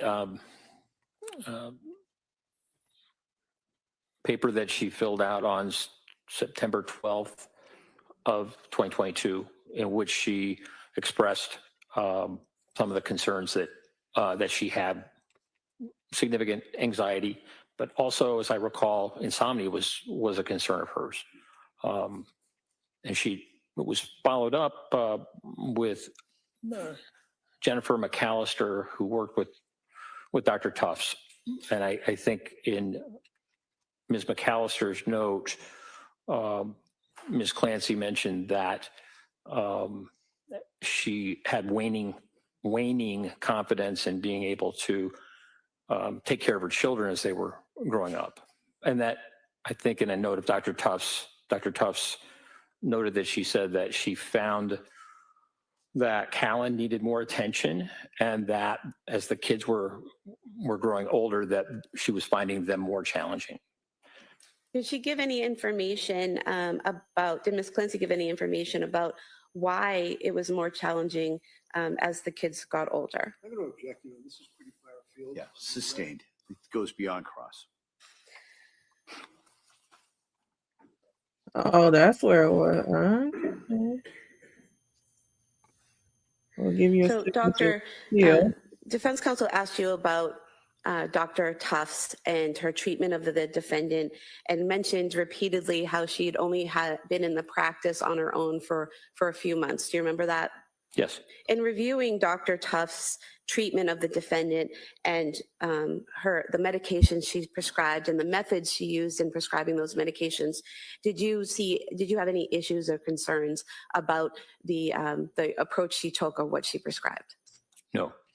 And what were your thoughts about her approach to treating this defendant?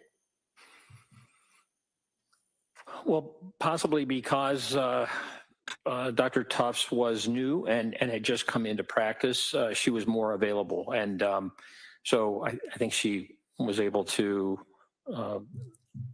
see Ms. Clancy over video 14 times. And for example, when Ms. Clancy was discharged from McLean, the request from McLean was that she needed immediate outpatient follow-up. And so Dr. Tufts arranged it the following day. And so there were some weeks where Dr. Tufts saw Ms. Clancy more than once a week. And I will also say that when Ms. Clancy decided to go to nurse practitioner Paul and then saw Nurse Zalata. Okay, that's another way of looking at it. I think Okay. early December, it might have been December 1st. She then went to Dr. Tufts, and Dr. Tufts wrote a note saying that she felt uncomfortable making prescriptions while Ms. Clancy was going to another provider. Did we catch that part? So before we were thinking like maybe she was doing, he's even giving Lindsay the benefit of the doubt where we thought that maybe Lindsay went back to Tufts because Tufts was the only one saying she did not have bipolar disorder. But he's saying that it might have been Tufts' availability. Like he's even giving Lindsay the benefit of the doubt that it probably was just the fact that she had a new practice and actually had an appointment available. So she was able to make the appointment on the day that will allow her to get out and go to that birthday party of Cora's. He's very human with Lindsay, I think. This particular doctor. But in that note, suggested that Lamictal could be helpful. So Dr. Tufts was very responsive to concerns of Ms. Clancy in terms of seeing her. Was seeing her weekly and saw her on the 23rd No, we don't need no letter openers. of January, and then had another Don't need no appointment the B next word week. slinging And either. had talked about future treatments, possible treatments, esketamine, as well as TMS. So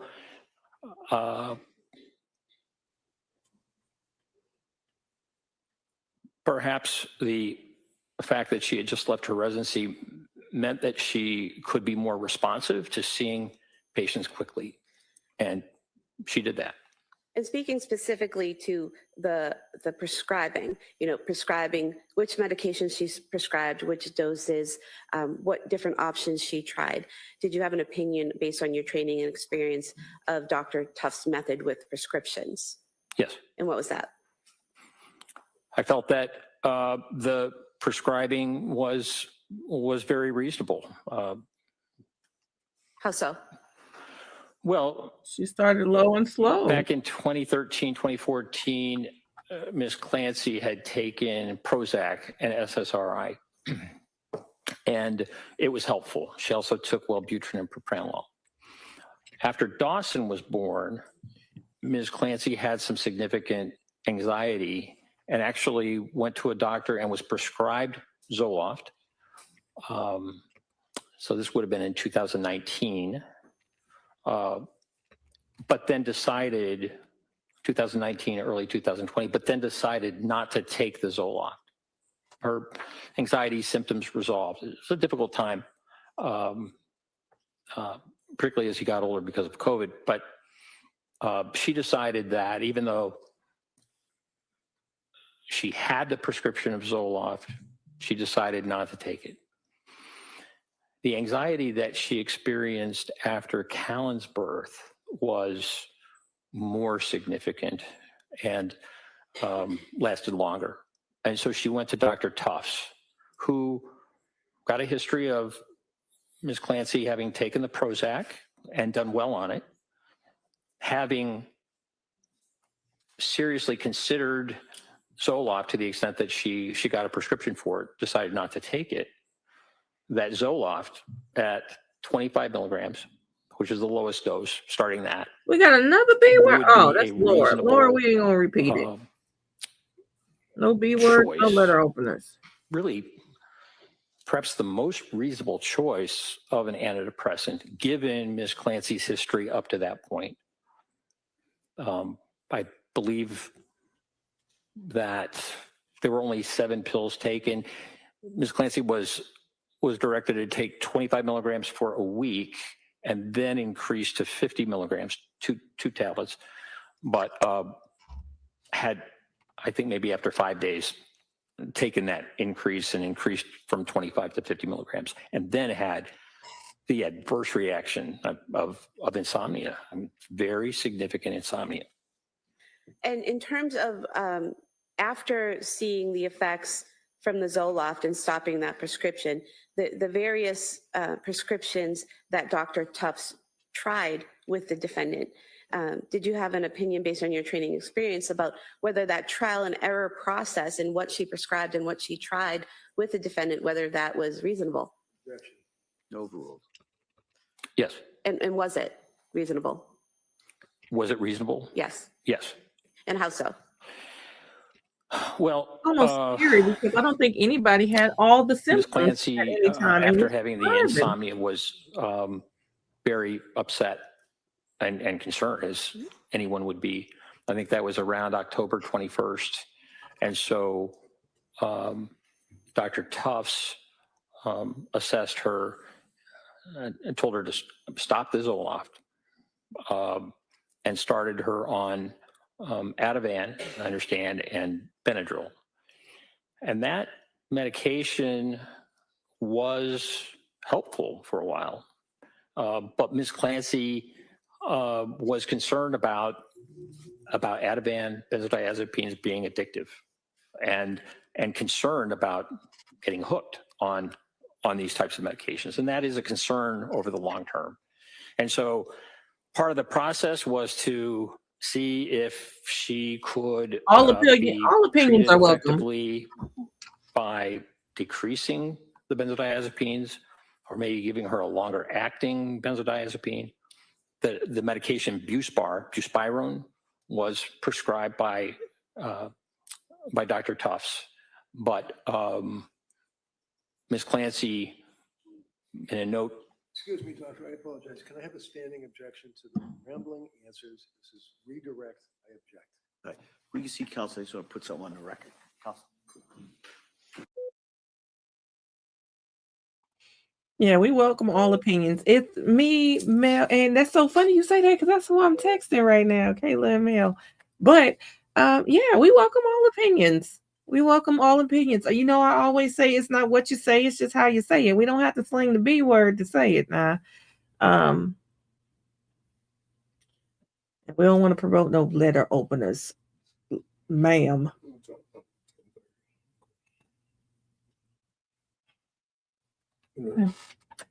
Kayla say hey. She just texted. She texted now. About to go lay down for a minute.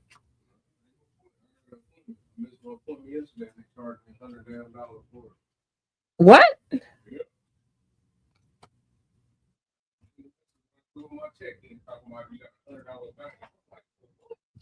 They better go on somewhere. You gotta you gonna eat another Philly cheesesteak? Okay.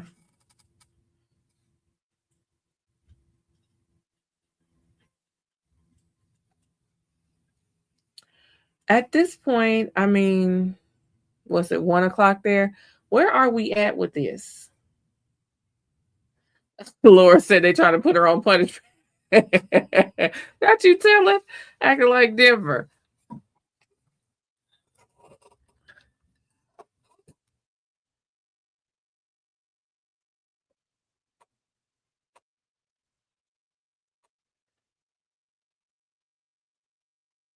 No, I'm waiting to see. Did Kevon White? Did his? I thought I wasn't. I knew I wasn't tripping, but I thought I was tripping because they kept saying Yellow Beasley. They was picking his jury, but let me see something.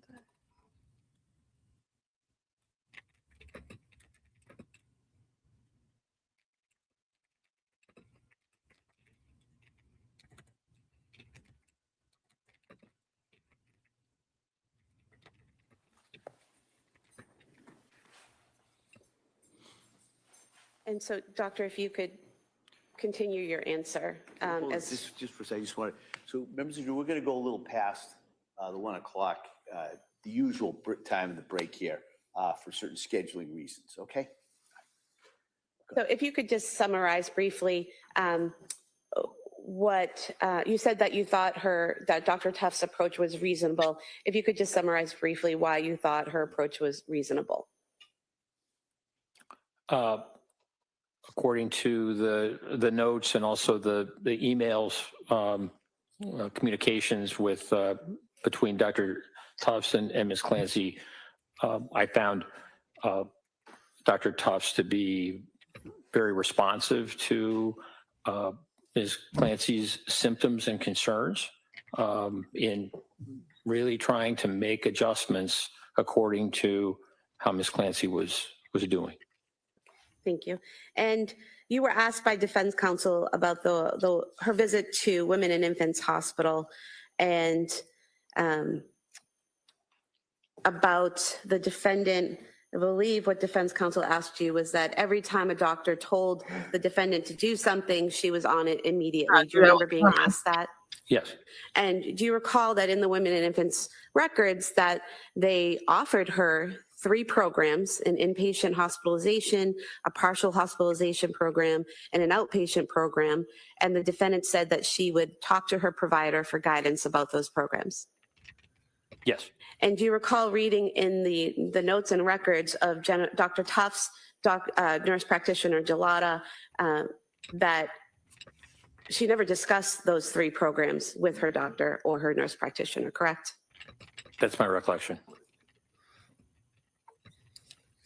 Now, in terms of the calls to Aspire, to the hotline for the suicide hotline. You were asked about where in the records you saw that, and I would just like to approach, also from Exhibit 222, the note from December 8th, 2022 of Letitia Dukes. And if you could just review this note here and then look up when you're finished.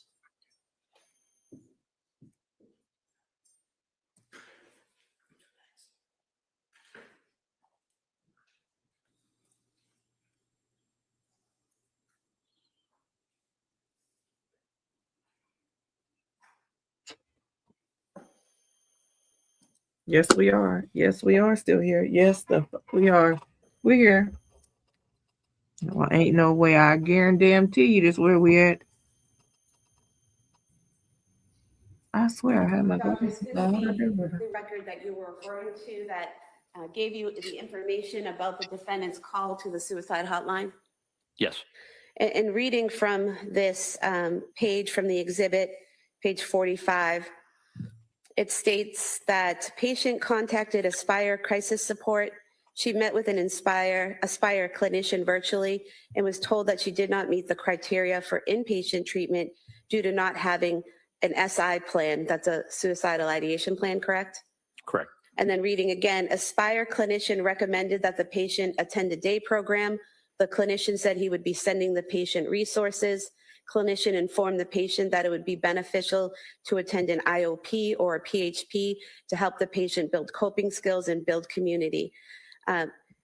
What's an IOP and a PHP? Do you know? PHP is partial hospitalization program, and IOP is, I believe, an inpatient program. And so when the defendant called the suicide hotline, she told them she was having suicidal thoughts, correct? Correct. But she told them she did not have a plan, correct? Correct. And they didn't just hang up on her. They sent her resources and recommended a day program and a partial hospitalization program or an inpatient program, correct? Correct. Move to submit these two pages, 45 and 46, as the next exhibit. They're apart from exhibit 222.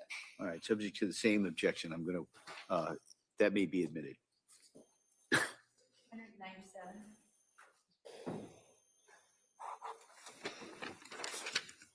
You were asked a lot of questions about hormone changes after pregnancy and if that can affect, and stopping breastfeeding, and if that could affect someone's mental health. Do you remember that? Yes. And you said something about the timing matters. Why does the timing matter? Well, after lactation and a postpartum period, and it may be, the decision for a woman to stop lactation can occur at various times, not just during a circumscribed 1 month period. Everybody's beating a dead horse. But stopping lactation. Everybody's beating a dead horse. That means both sides are scared. Causes because you're not confident. A decrease in let it be known. prolactin levels and an increase in estrogen and progesterone. And it really depends on when someone decides to stop breastfeeding. Those significant hormonal changes that are tied to breastfeeding or lactation. And so that's why timing and the time is important to see at what point did breastfeeding stop and at what point are we seeing symptoms. And doctor, with the defendant, the breastfeeding stopped sometime in October, is that correct? Yes. And then looking ahead to January 24th, 2023, would you still be expecting to see hormonal problems from stopping breastfeeding in October in January, that many months later? No. Now, you were asked about the statements Patrick made regarding his interaction with the defendant when he found her outside in the snow. And is it correct that he told you he found her and said, "What did you do?" And she said, "I tried to kill myself"? Yes. And did he then say, "Where are the kids?" And she said, "They are in the basement"? Yes. Did he then tell you that he then called 911?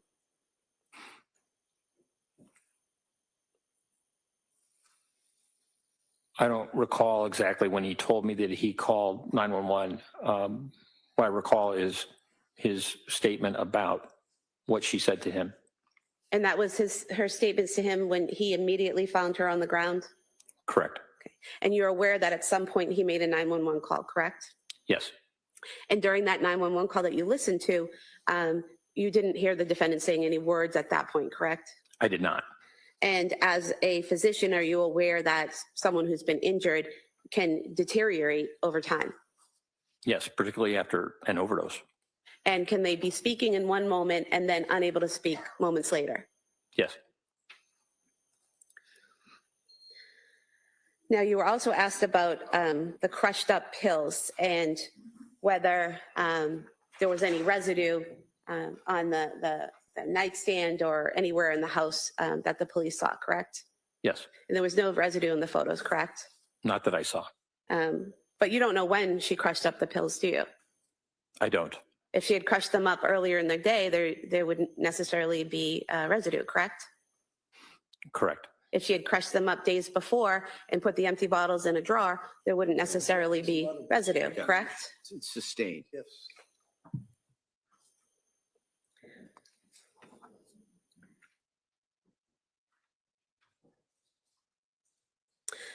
There were many texts between the defendant and her mother in January, correct? Yes. And from January 7th until January 22nd, when Ms. Clancy's mother and father visited her at her home, the text messages clearly indicated that they were in two separate locations, correct? Yes. And in those text messages, the defendant repeatedly told her mother that she was doing a little bit better, sleeping's a little bit better, correct? Yes.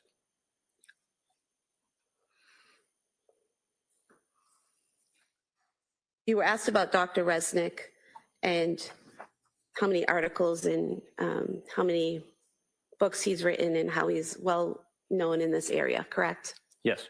And are you familiar with Dr. Resnick's teachings about malingering and about psychosis? Yes.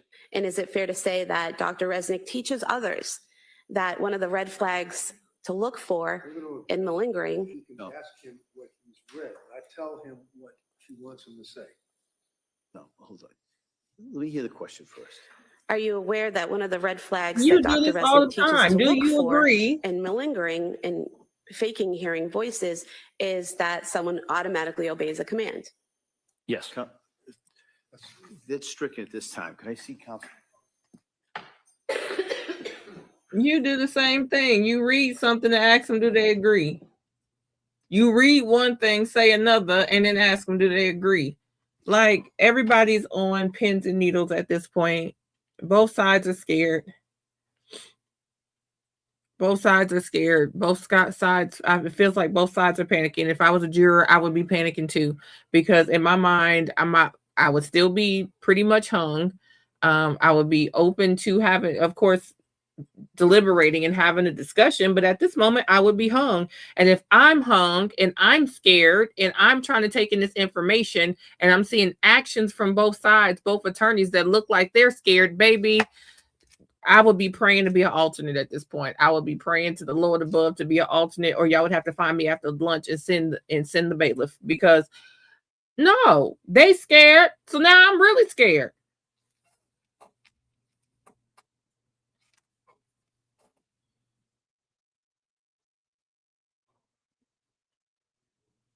To be honest, court is starting to look like, not to see if somebody's guilty, but if they can get away with it. Not saying that I have passed a judgment on Lindsay, but it's giving this situation of, I think there's going to be, let me check and see, we are a little bit behind by a minute. At last, answer, I think, as I said, was stricken.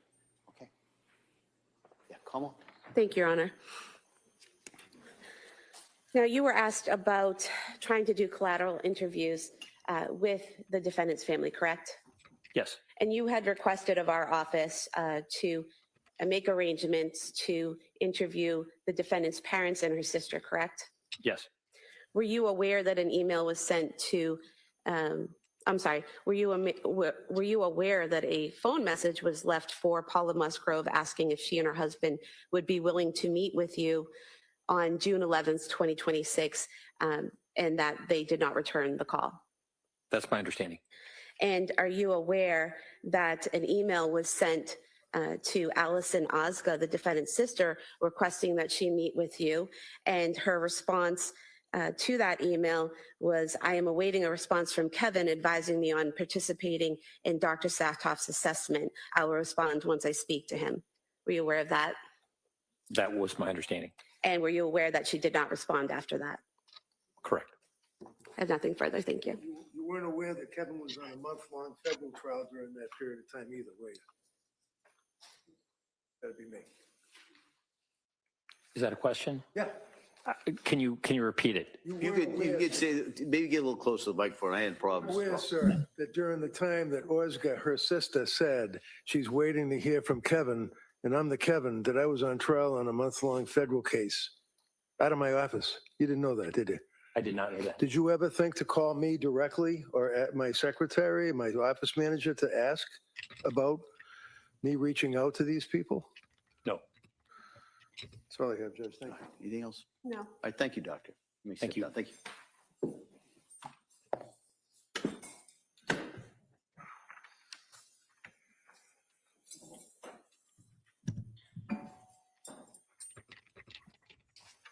All right, Attorney Sprague? Commonwealth rests. All right. So members of the jury, the Commonwealth has now rested their rebuttal case. So you have the evidence. All right. And so at this point, what I'm going to do is excuse you till tomorrow morning. All right. And tomorrow morning, you should be ready. We're going to have closing arguments and the legal instructions in the morning. And then the jury will begin deliberating. All right. So that's tomorrow. So I would suggest go home, rest up, and be ready for tomorrow. And so you now have heard all the evidence. For the first time I can say that you've heard all the evidence, but you haven't heard the arguments from the attorneys. You haven't even heard, like I said before, the law that you're to apply. So you still have to keep an open mind. All right. So those instructions that I gave you for the last 4 or 5 weeks, they're doubled down today. All right. Don't read anything. Don't talk about this. Don't watch anything. Don't discuss this with anyone. And keep an open mind. All right. Come this far with that open mind. Bring it with you tomorrow. All right. And so get a good night's sleep. I look forward to seeing you tomorrow. And we will get as soon as we can. Sometimes there's a little delay when we get to this next section. So we'll try and get you out here as soon as we can tomorrow morning. But if there's a little bit of a delay, as you probably already know, it's probably on me, right? But we'll try and get you out here as soon as we can, get you right back into this. So again, thank you so much for all your work, all your commitment, all your dedication, and I look forward to seeing you tomorrow. Okay. Court, all rise, please. Jury, no first place on the chair.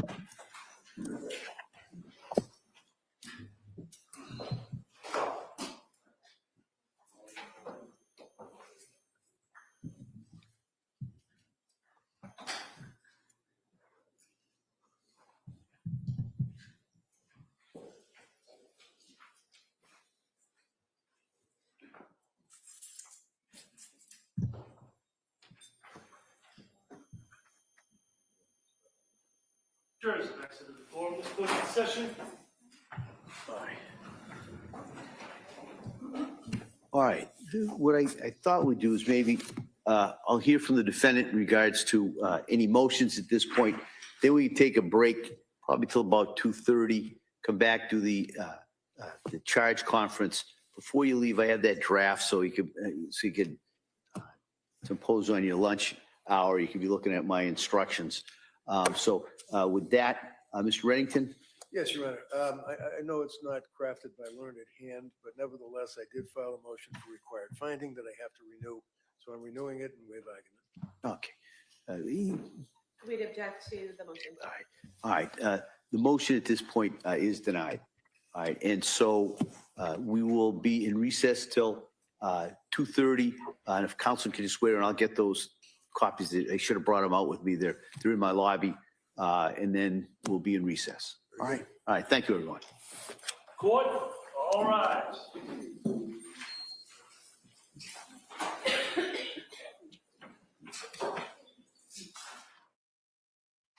All right, guys. So we are in a bit of a unique situation. And I will let y'all pick. So our unique situation is, hold on, why? Okay. Okay, I don't know why I just did that. So this is the unique situation.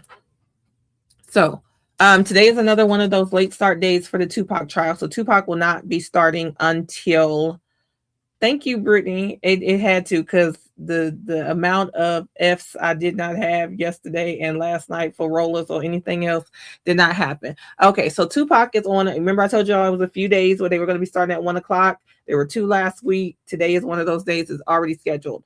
So today, he renewed his motion, Jay Breezy, for a required finding.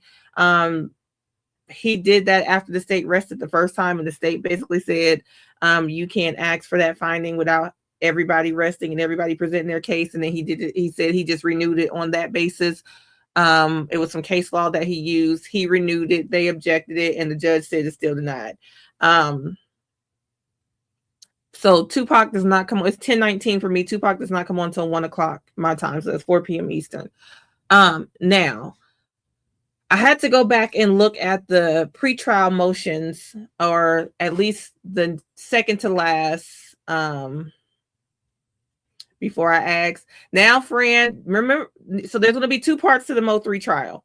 Because remember, there was an argument during the pretrial motions where they were saying that there's no way Mr. Conway can go to trial and say that he hired people if he can't see the alleged bank statements from the other court cases because they haven't been released, right? And so until they're made record in the case that they're going to be a part of, he can't be blindsided after the fact, after his trial, with some bank records, right? The bank records are going to come out in the trial of the Popper, right? The Popper's trial started today. So what's going to happen is the judge did rule that Yellow Beezy does not have to go to trial until after Kewan White's trial. And then that having all of them go to trial before Yellow Beezy means that he'll have all the records and everything will have come out so he can properly defend himself, since you're saying I hired you, but I'm not going to see the bank records that they supposedly using against you. They're not going to release them early so you can accidentally get a hold of them when I get a hold of them. So the judge just ruled that Kewan White had to go to trial before Yellow Beezy. So Yellow Beezy did have his last pretrial motion, but we don't have a date for his trial because Kewan White, the alleged popper that was running on the freeway, has to first. So day is over, except over for the jury, kind of over for us. They're going to go over the last copy of the jury instructions that they're going to charge the jury with tomorrow. So I don't normally watch jury instructions because, unless there's a significant argument that I think they're going to have, I don't normally watch them because we have to listen to them, read them all day tomorrow before they go deliberate. So Kewan White has been on for about 3 hours, which we're about 3 hours away from Tupac. So if y'all want to watch the Kewan White, Texas versus Kewan White for Mo3, the actual popper of Mo3, who is saying he was hired by Yellow Beezy. This is not Yellow Beezy's trial. Then we can watch that, or we can take a break till 1 o'clock, come back and watch Tupac. But this is not Yellow Beezy. I was kind of going to just keep up with it so I can give kind of the points on it. But it's up to you guys. Honestly, I'll probably just end up watching Yellow Beezy. I'll get caught up on Tupac. I mean, I feel like this goes with Yellow Beezy's trial, so we need to watch both of them, but it's up to y'all. I'm not going to make y'all.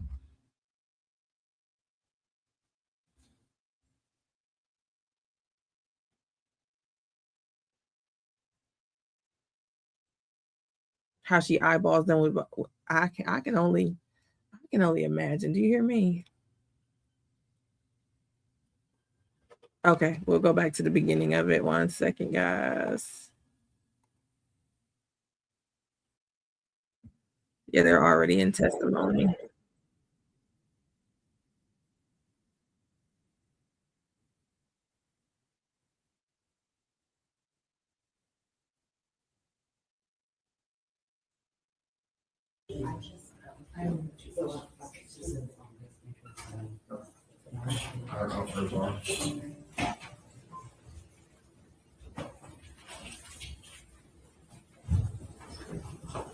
Lil Durk trial is not the Lil Durk trial is federal, so it is not streaming, but there is a full recap by I'm Not a Lawyer But.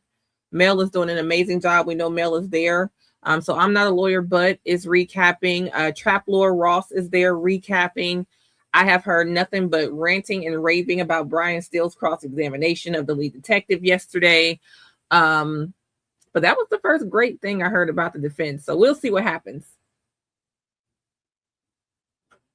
We rocking and rolling till 5. Yeah, and that's about where I'm at, because y'all know Wednesday is my early day, so I can't say I'm gonna get all the way into Tupac, but we can at least go to about Tupac. Yeah, other mail is there. Trap Lord Ross, not your average attorney? I think I watch him too. And then Steady Nash is there too. We don't have no time to be waiting for y'all to get in the courtroom. We on a time crunch. What you said, we got till 5? Thank you, Your Honor. Ladies and gentlemen. Okay. Cause the death. Okay. Texas don't play about openings. They'd be like 20 minutes though.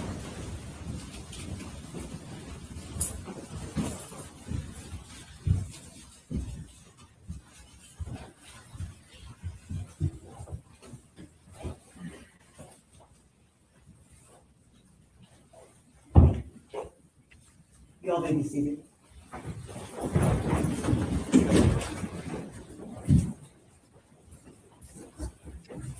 Good morning, ladies and gentlemen. Thank you all so much for being here. Earlier, I know traffic was impossible this morning, but you all made it here. Multiple attempts on Quando Rondo, but they ain't never hit Quando Rondo. So, today, this trial will start in earnest. First, I'm going to have the state present the indictment. Thank you, Your Honor. I proceed. Ladies and gentlemen, this is the indictment. Provides the defendant notice and outlines the elements that the state must prove beyond a reasonable doubt. Indictment number F2500179.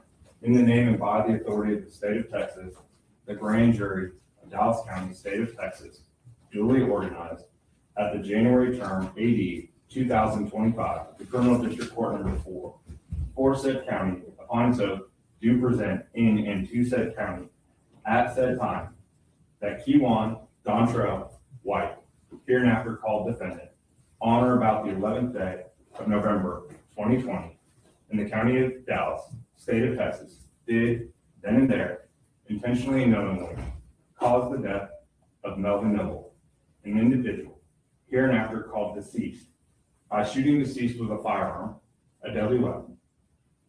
And the said defendant did then and there cause the death of the deceased for remuneration and the promise of remuneration from Marquise Conway, namely United States currency, against the peace and dignity of the state, signed by the foreman of the grand jury.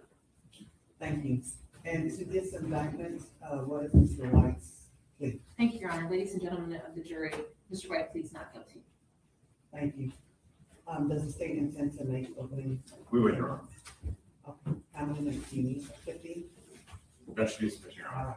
right. Thank you. May I proceed? Yes, ma'am. Ladies and gentlemen, I know it's been a long 2 days to start. But the 14 of y'all are the ones that could hear the facts and evidence that are going to come from that witness stand. And for that, we're thankful. You've heard a lot about the law. And I'm going to try and give you a roadmap now of what I believe the evidence and the witness testimony is going to show you over the next 2 weeks. And it boils down to one simple thing. There was a hitman on the highway. And that hitman was the defendant, Kevon White. This case took place right around noon on November 11th of 2020 on I-35 as you approach into downtown Dallas, right before you get to the zoo. A man jumps out of a black Camaro after stopping at noon, broad daylight, cars all over the freeway. The victim, in a gold Honda, gets out of his car, tries to go to the passenger side looking for something, realizes there's nothing there or can't get to it in time. He takes off running. And it's not just my words, you're going to see it. Because a Kroger truck had a dash cam. And you will get to see the last seconds of Melvin Noble's life as that man chased him down with a ski mask and hunted him like an animal. You're going to hear from witnesses who were on that highway. You're going to see some of their photos and see what appears to be Mr. Noble take even his last few breaths. But it wasn't just about that day. In fact, the defendant, at about 6 p.m. the night before, had gone over to the Arroyo Apartments in West Dallas. And he sat there and stalked Mr. Noble like an animal. And then about 11:45 the next day, you'll see surveillance video of both of them leaving, going down Ledbetter, and then getting on the highway. What you're going to come to find out is Melvin Noble was known, not just in Dallas, not just in the state, but nationally and internationally, for his amazing talents as a rapper, an artist, but he was so much more than that. He was a son, he was a brother, and he was a father.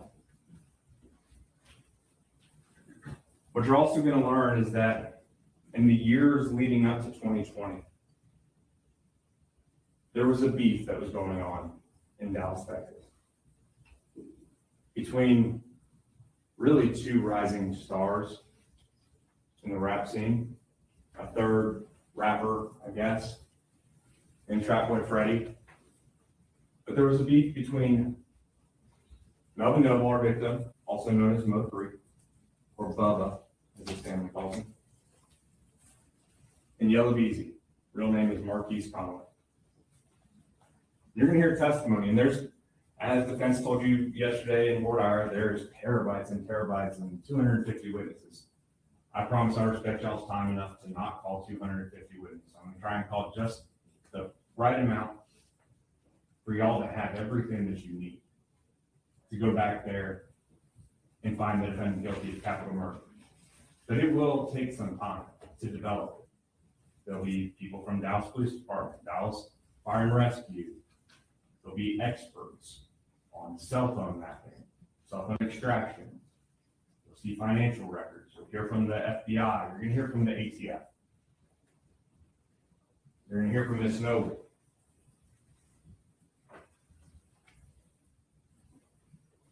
And what I want you to remember was yesterday, from those of you that had Fort Ira yesterday, 2 days ago, for those of you who had it 2 days ago, was I want you to remember that puzzle that Ms. Biggins put up and talked about the pieces. And I think it's important. I don't typically like to use that example, but in this case, more than any other, I think it's important. Because you're going to hear a lot of evidence that at the moment might not make sense to you. And that's okay. Just know that if it's being brought forward, it's being brought forward for a reason. So over the next week, week and a half, know that every piece we bring, every witness, it will tie in at the end. And I'm just asking that you be patient with us and know that we have a lot to get through in the years that came before this and the investigation that took place in November of 2020 and the following investigation afterwards.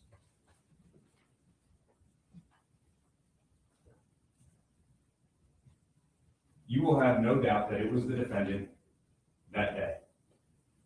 And that after he killed Melvin Noble, Bubba, he went and burned up his clothes. A week later, he tries to get out of town. You're going to hear from him on a call where he talks about just being paid $20,000. And ultimately, when he speaks to Detective Barnes, who's a task force officer with the ATF, and he sits down with Mr. White, you're going to hear that unprovoked, when asked about why does he think Melvin Noble was killed, he's going to bring up Yellow BZ and the beef because he knows. Now, he will distance himself from his involvement, but you're going to see text messages. You're going to see videos.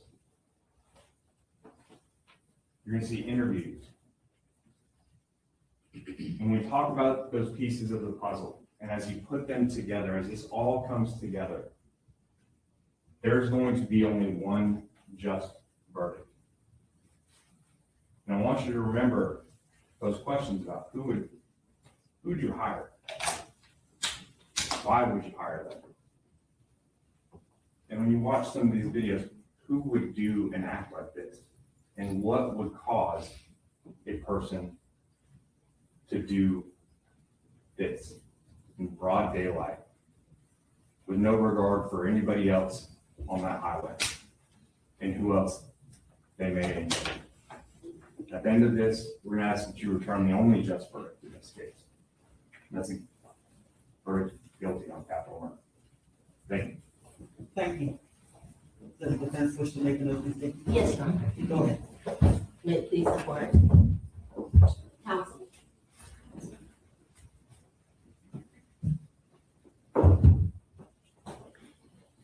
If there is one thing that we can agree on, it's that no one likes to be used. No one likes to be misled. And the evidence that the state is going to present to you is going to have you, the jurors, making leaps of faith. But I submit to you that this is not a church, this is a courtroom, and the law demands evidence. You're going to see that the state's case is riddled with speculations, assumptions, and flawed conclusions. Now, in Word Hour, we talked to you a lot about beyond a reasonable doubt. That's the state's verdict. They bought the indictment, they have to prove it. It's their capital murder case that is on trial. What are they going to be able to prove to you? It is not for you to use your imagination to help bridge the gap of their evidence. It is for you to demand that they bring you the evidence and close the gaps for you. Now you're going to hear, and I agree with the state, you're going to hear lots of information. But amassing information does not mean that the state has proven its case. You're going to hear about videos, social media, associations, friendships, rivalries, enemies.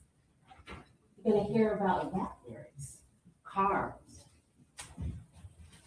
I submit to you, you're going to hear a lot of information. But that doesn't mean the state has proven its case. This feud goes back to 2017.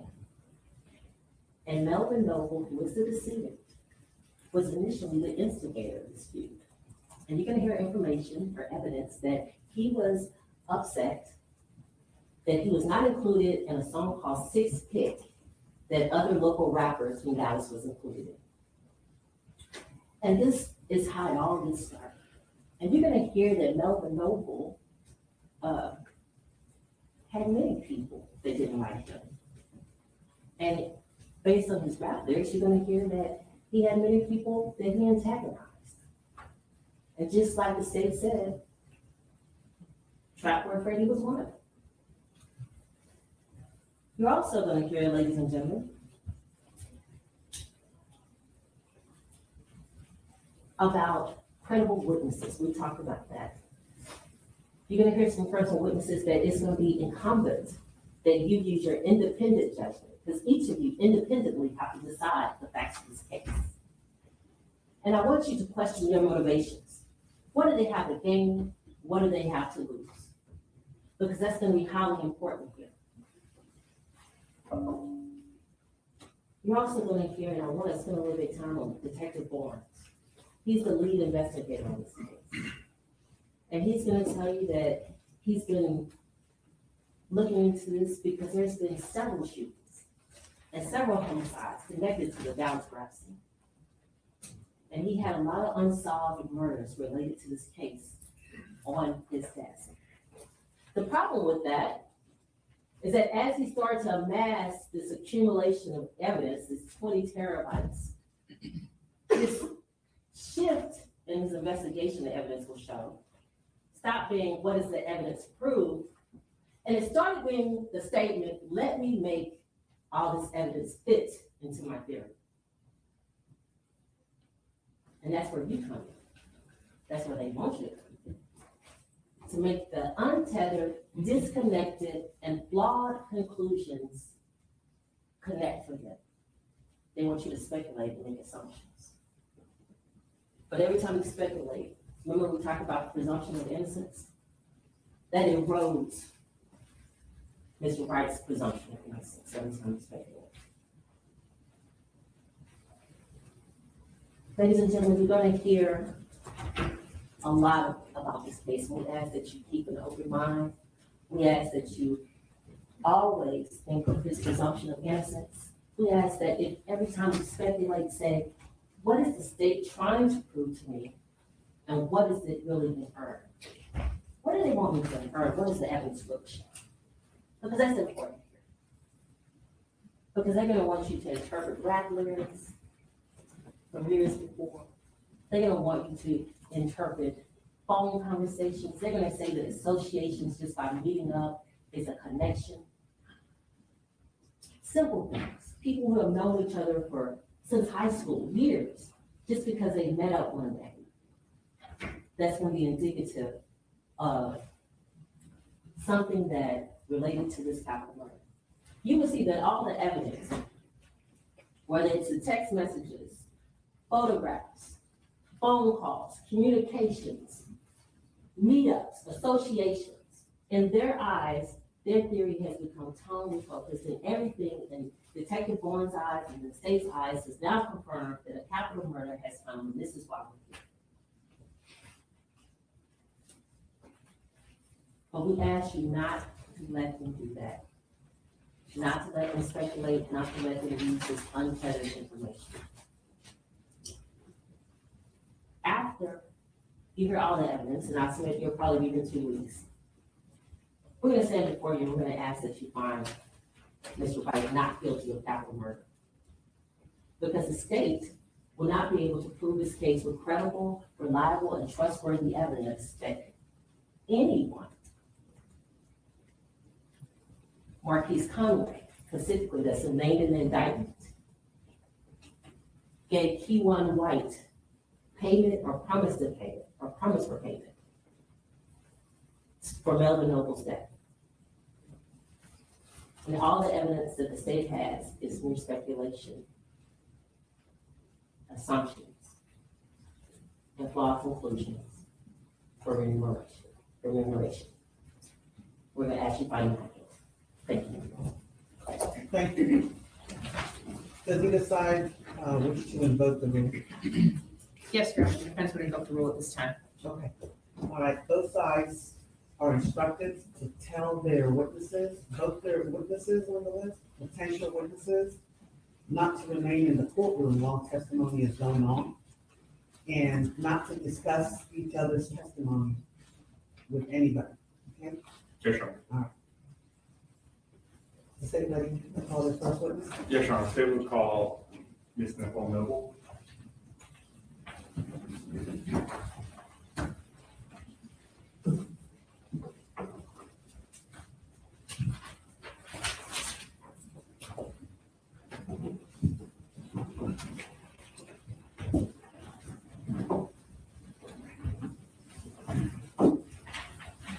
Just want to get you ready right now.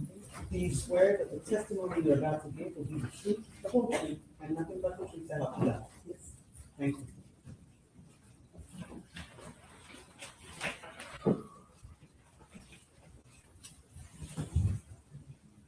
Okay, may proceed. Thank you, Your Honor. Good morning. You nervous? Okay.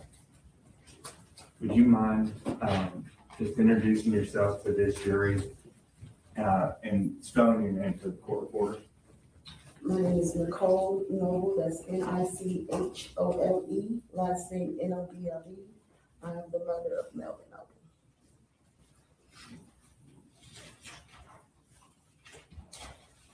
You need to take a second. I know. Why are you nervous this morning? This has been a long time coming.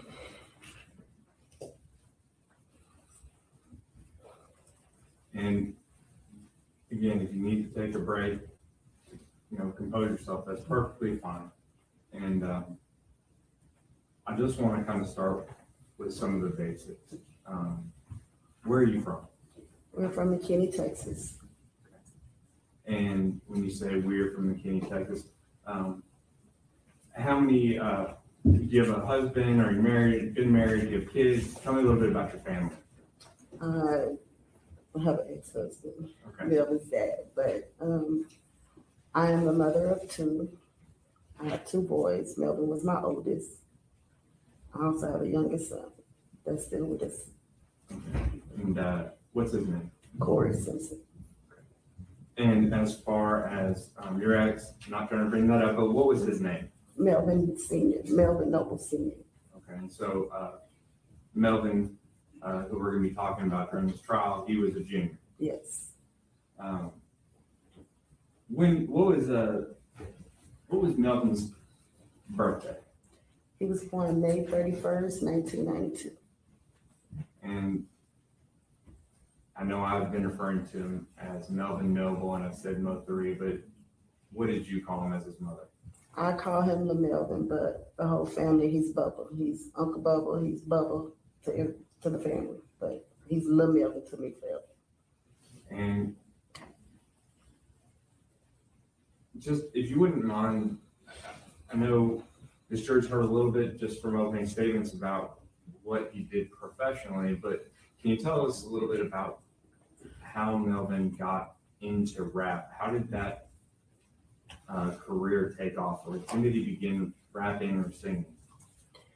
I would say he was born into music, so he's been singing all his life. He could hold 2-part harmonies at the age of 2, but rapping, I would say maybe about 7, 8.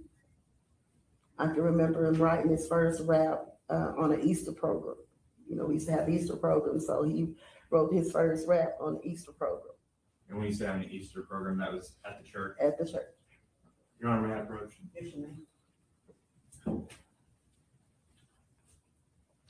Now, Ms. Noble, in the past few years that you and I have gotten to know each other, I asked for you to provide me with some photos, and I appreciate you provided me with quite a few, and I appreciate that. But State's Exhibit 1, State's Exhibit number 2, and State's Exhibit 3, are those photos that you provided to me? Yes.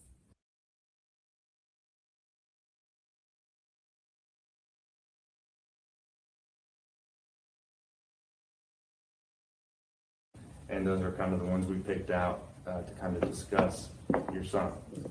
All right, State would offer State's Exhibit number 1, 2, and 3, previously tendered to defense counsel for inspection, but tendering again.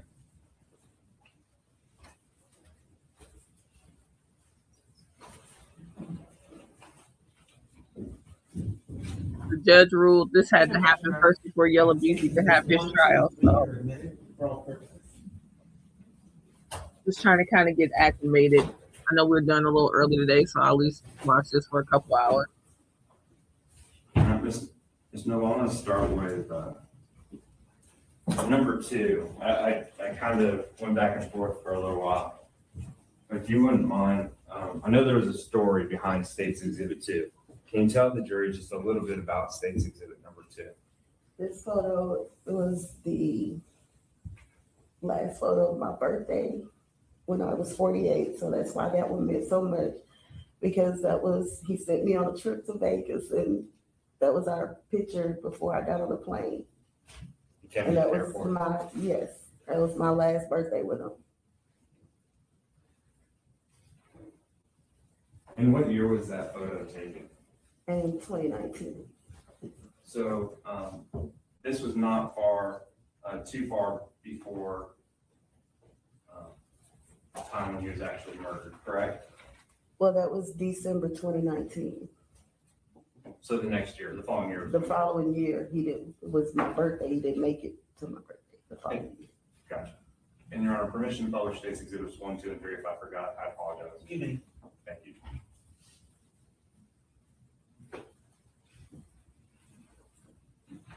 State's Exhibit number 1, and I know it's kind of hard, but look all the way up there. When was this photo taken? That one was taken in 2019 as well, of him and the kids. That was 2019 as well. And are these his babies? Those are his kids. Okay. And just, if you wouldn't mind, would you mind sharing who they are? The boy that's Trayvon there, that's his oldest. This is Malaysia Nicole. That's the next one, and the baby is Malia Nicole. So Malaysia on the far left. Yes. Okay. And how old are they now? They are 7, 8, and 9.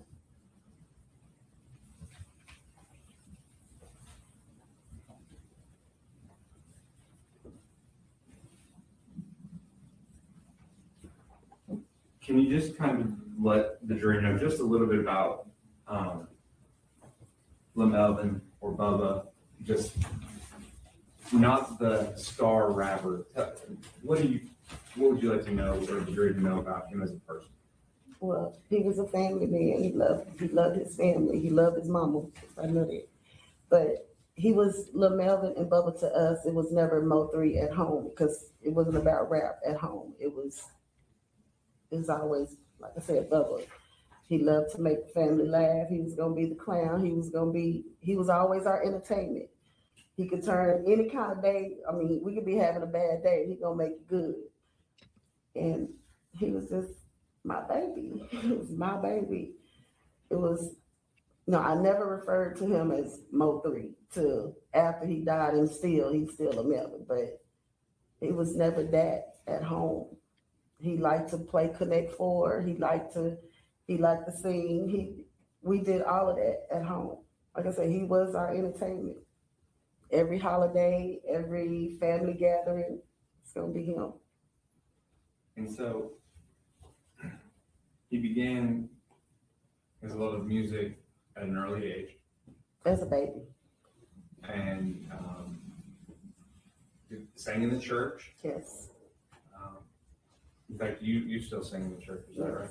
I was a choir director, and so my kids, when nobody else wanted to sing, my kids had to sing. And have a choice. And as he got older, is that when he found a love and a passion for rapping? Like I say, he always did it. He always did the music. He just, I say, it saw fit for him to, make it, because, everybody around us wanted to rap and sing, and he made it. In our eyes, he made it. And your ex-husband, Melvin Sr., both of y'all sang, is that correct? Yes. So in State's Exhibit number 3, is this a photo of your son, Melvin Noble, performing? Yes. And the name Mo3, I know a lot of people pronounce it wrong, or say it wrong, or spell it wrong, but where does Mo3 come from? His dad used to be called Triple L Cool Bell. Triple L Cool Melvin.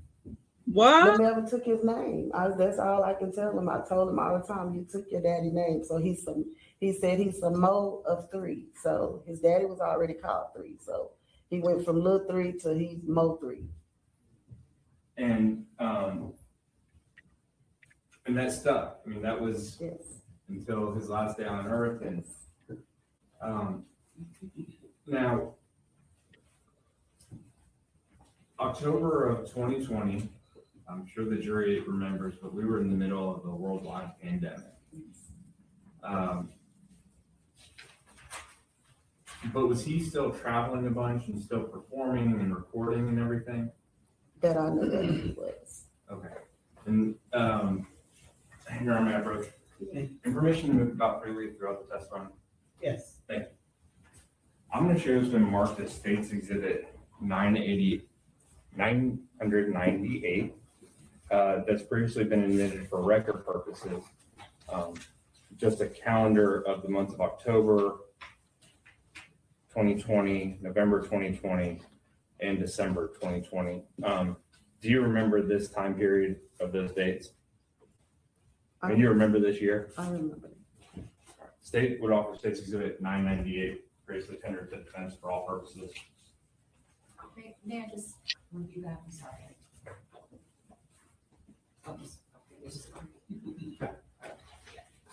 No objection. State's Exhibit 998 is admitted for all purposes. And Your Honor, State would offer State's Exhibit 999 for demonstrative purposes only.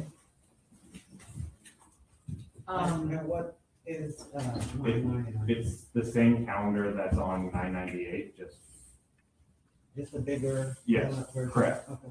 And there appears to be things on there that maybe can be removed at some points. It's not just blank. I don't know what's under there. There's nothing in there. That's all correct. Okay. All right, then I don't have objection to 999.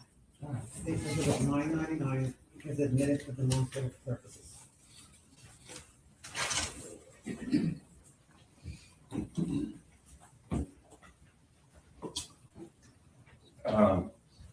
Now, back in November of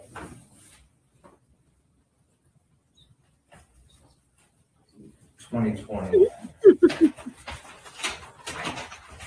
Yeah, I'm just showing you a smaller photo here of State's Exhibit 2 that we've already published. You see that? I'm gonna put that over here on State's Exhibit 999. Just a smaller picture for now of the family. Yeah, Your Honor, I'm so sorry. Can we just scoot it back so that we can see what's being placed on there? Will the jury be able to see what's on it from that far back? Okay.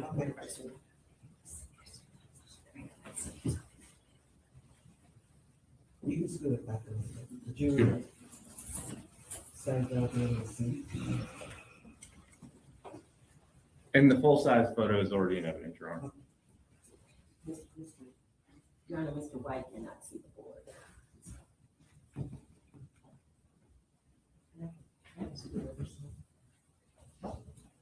Are you able to fit it over there by the door? I'll try.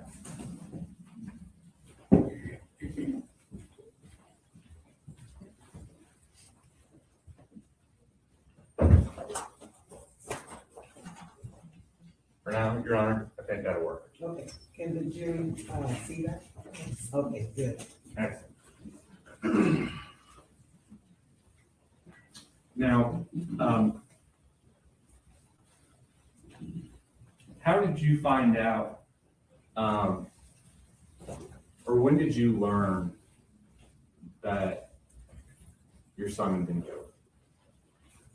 Well, my baby boy called me. He called me and told me that he had been shot. I then went to the hospital, and after being there about 2 hours, they came and told me that he didn't make it. November 11th of 2020. November 11th, 2020. Sorry. And so approximately what time did you? It was about, I say about 11, maybe about between 11:45 and 12 noon. Okay. And just again, what had you learned at that moment? Did you know if he was alive or? No, when I got the call, no, I didn't know. Okay. And when you received this call, where did you go? I went to, I think we were at the Methodist Hospital here in Dallas. And when you arrived there, was there anybody else there with you? I came by myself, but the hospital was full of people. But yeah, I was there, I went by myself, but the hospital was full of people already. Okay. When you say full of people because he had been shot? Yes. Okay. And when you arrived at the hospital, were you able to go back and see him, or what happened when you first When I first got to the hospital, I went in, I asked for him, they put me in a room, they told me to wait on the doctor. So I was waiting on the doctor. And like I said, it forever about 2 hours. And when the detectives and everybody came back, then they came in to tell me that he didn't make it. And was that a couple hours after? That was a couple hours after I got there. I had been there a couple hours. Now, on November 11th, when you got that call, were you surprised that he was even in town, or did you know if he was in town or out of town? I knew he was coming back that day. He had left. He told me he was going to California. He left, and I knew he was coming back that day, but I didn't know he was already back. And when you say already back, did you later find out that he actually came back in town on November 10th? Yes, after he died. After he died.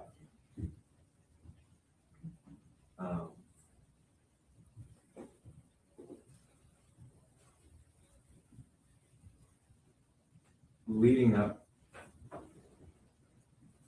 to November 11th, had you ever had any concerns about his safety or anything like that? I didn't like that because I didn't know, I'm old, so I'm not listening to rap. And so I didn't know, again, when he's at home with us, he's not the rapper. He's not Mo3 the rapper. He's LaMel. He Bubba. So we didn't have to worry about none of that at home. And I know you've heard a lot that's gone on in the years since. Is that fair? Yes. But as a mother, that wasn't something that you were privy to or knew about. Mm-hmm.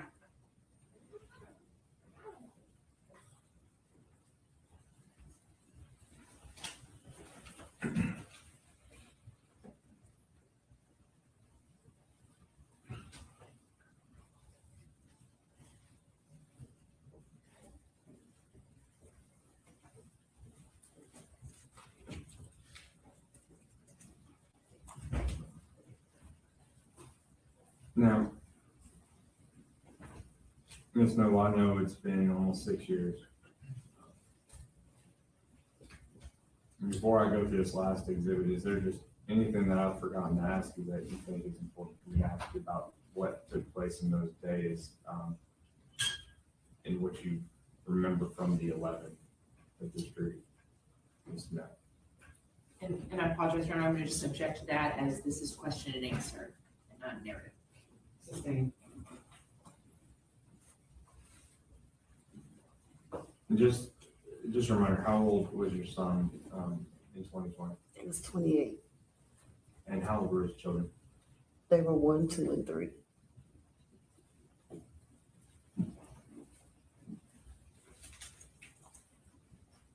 Ms. Noble, give a... Your Honor, may we approach briefly? Fisherman.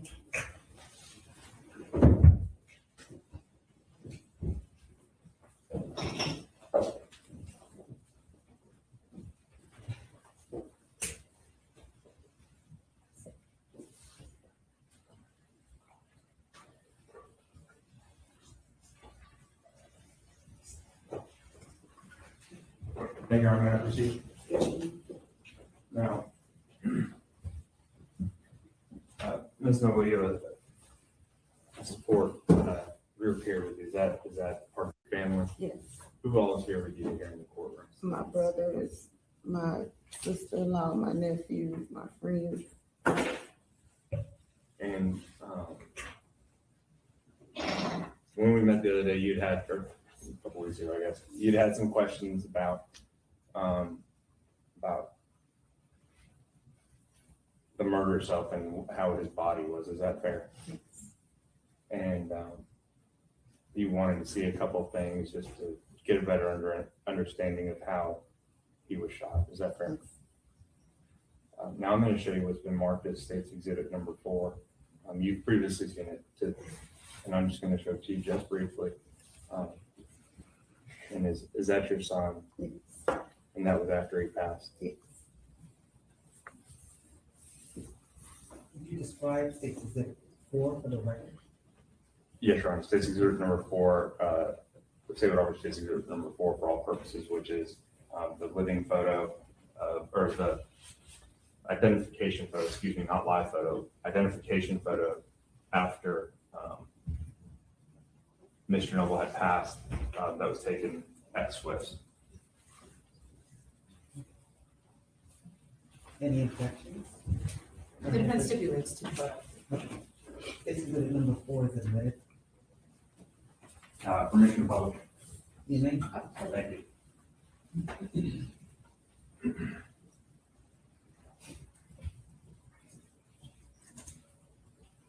And Your Honor, I'll be publishing that through the medical examiner who testifies later. That's fine, later on. Yes, Your Honor. Not with Ms. Noble on the stand. All right, thank you, Ms. Noble. Password. Defense? Thank you. Good morning, Ms. Noble. My name is Bree West. I'm going to just ask you a few questions. If there's anything that I ask you that you don't understand or is confusing, just ask me to rephrase it or repeat it. Is that okay? Okay. So Melvin Noble is your son. Yes. And he, obviously you guys were very close, it sounds like. Is that right? Yes. Clearly you loved him. You talked about all the different family things that you did at home. Is that right? Yes. And how he would spend time with you and at your home and play games and things like that. Is that right? Yes. And then I also heard you say that Melvin was a different You gonna person cross when the he was at mama? home. Is that correct?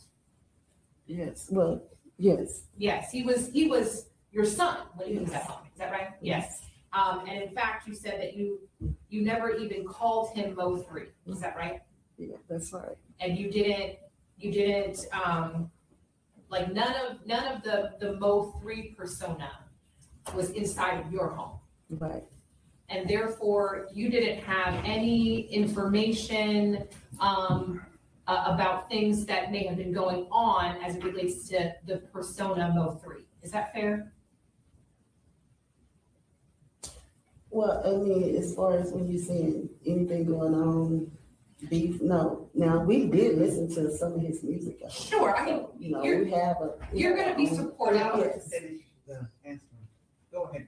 Yes, I mean, we did, like I said, so you're saying not knowing anything about the Mo3. Yes, we And- listened to his music at. And let me certain, but pause. not like, Let me stop you just 1 second. I think that I didn't ask a good question. Of course, I assume and believe that you would have supported your son's career. Is that right? And that you would have bought his music, listened to his The fact music. that she's doing you this know, sitting all of the down is things. crazy. That right? Okay. I'm talking about Mo3, the performer and the persona. That person, what I understood you to say, wasn't somebody that you spent time with. Is that right? You spent time because with, he wasn't rapping at home with us. He right? wasn't at home performing for us rapping. He did that when he was little, not when he became Mo3 the rapper. No, he wasn't doing that at home with us. Okay. And so when he became Mo3 the rapper, would you agree with me that Mo3 the rapper was a persona that he put out into the world? Yes. And that he did, he grew that persona on social media. Would you agree with that? Yes. And that he grew it through performing and sort of online. Is that fair? Yes. And that because that persona was separate from you, you didn't necessarily know a lot of the things that the persona had going on. Is that fair? Yes. In terms of any, sort of any issues that the persona Mo3 had going on. Is that fair? Yes. Correct. For example, you know, were you aware? I'm gonna object. She said she had no awareness of the persona or anything going on with the persona. So I think going into 4 examples of them, she said she doesn't. She already answered it.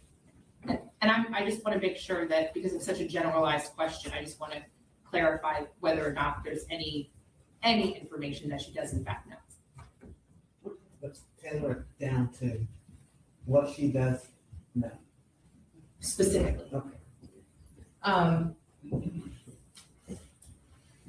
So you perhaps didn't know about the issues or the problems or the instigation or whatever it is that Mo3, the artist, had. Is that what I heard you say? Correct. Okay. But you are aware that there was some conflict and some tension between him and his manager, Rainwater. Is that right? I don't know what you're talking about right there. Okay. What you mean? That there were issues between him and his manager, Rainwater, that have extended into issues that you have with his ex-manager, Rainwater. I'm gonna object for relevance, What? Your Honor. I don't know how this is relevant at all to anything, Margaret.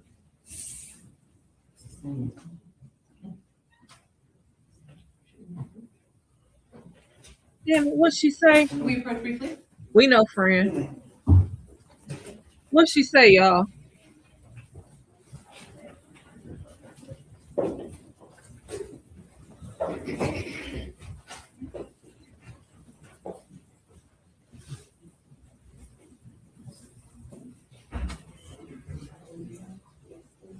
Rainwater, the manager.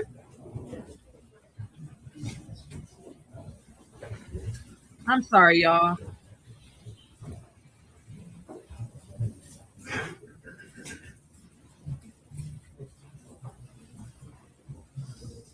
Yeah, Rainwater is a manager. I see some stuff about Rainwater coming up.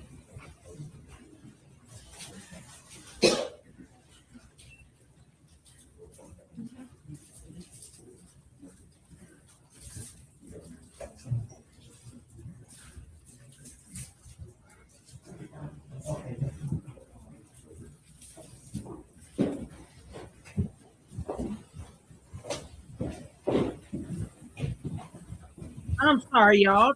Kayla had a damn ultrasound. And so what you're saying is, But I felt bad. ma'am, that the difficulties that your son had with Go Yayo, Brandon Rainwater, Trap Boy Freddy, Beto, Gunna Music, the issues and the beefs and the problems that he had with all of those people, you're not aware of, is what you're saying? No, I didn't know any of those people until he died, except Rainwater. Okay. And so what you now know is that there were disagreements with a bunch of different people and the persona make Mo3 and the performer Mo3. Again, he wasn't here, so I still don't really know what's to be true and what's not to be true, because again, before he died, I knew none of those people. I knew none of nobody before he died. And my question is that what you now have learned is that with the performer Mo3, there were conflicts and issues with a bunch of different people. I've seen that on social media. And so before, and you don't know anybody named Keywan White, is that right? I did not know. And you don't know, you weren't present on the highway on November 11th. You don't know anything that led up to November 11th, is that right? You don't know anything that was existing between any of those Rainwater, any of those people and the persona Mo3 prior to that, is that right? Rain and Mel didn't have an issue that I know of, so I don't know what you're asking. You saying that what's the question again? Because they didn't have an issue as far as I know of. Right, and I guess that's my question, that you weren't aware of that. No. Okay, but you don't know that there wasn't an issue. Right. Right. And so are you aware that? Your Honor, I'm gonna object again because witness is only here to ID her son and what she knew about that day. She's testified multiple times that she's not aware of any of these people or any of these personas.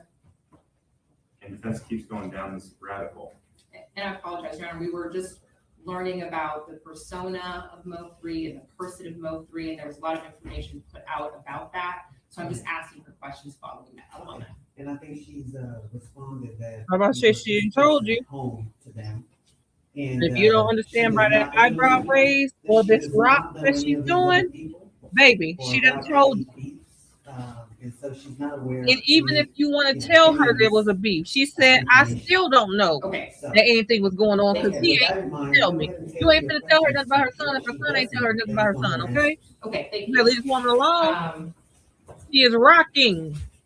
What I heard you testify to is that you learned that Melvin Noble had come back, that he was in LA prior to November 11th, is that right? Yes. And that you believed that he was in LA at least all the way through November 11th, is that right? Well, I knew he was coming back November 11th. Or yes, thank you for correcting me, coming back November 11th, you knew that. Yes. But you later learned that he had come back before November 11th, is that right? After he died. And do you know who he was traveling with when he was in LA? Him and Rain. Okay. And Rain. Do you know whether or not Mr. Rainwater traveled back with him? I don't know. Do you know whether or not he was present with him I don't know. anytime? I don't know. Okay, and the only thing is, this young lady has to write down everything that we're saying. Okay. And so that's why it's different. I don't want to talk over you, and I don't want you to talk over me.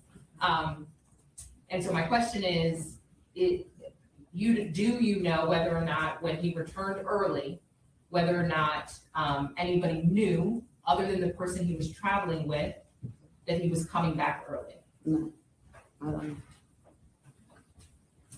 You said that you did listen to his music. Is that right? Yes, the part is when he wasn't cussing. Okay. So a lot of his music did have cuss words in it. Is that fair? Yes. Okay. And so are you aware of Say it, Mac Juice. Content and the things that he was rapping about in his music? Now, but before he died, no, I didn't know, because a lot of it I listened to after. And so are you aware that his rap songs are talking about sort of money and shootings and drugs and all of that kind of thing? Okay. And what you're saying is that part of Mo3 you didn't know. No. But you are not saying that that's not a part of Mo3 that existed since he rapped about it. That's not him with me. Okay.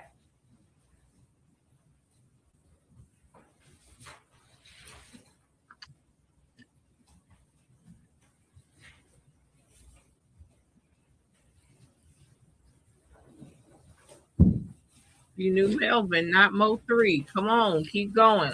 And I think you already answered this, but I want to make sure that you're saying that you're not aware of any conflicts that he had with anyone. I don't know. Okay, and I just want to make sure that I understood that. And so you don't know anything about conflict with the Marquise Conway? That you didn't know that? I mean, maybe after the fact, but you didn't know that at the time, is that right? Correct. And so you Ooh, don't I know thought any you of the changed her relationships or name. the connections between any people? Objection, Your Honor, ask and answer. Sustained.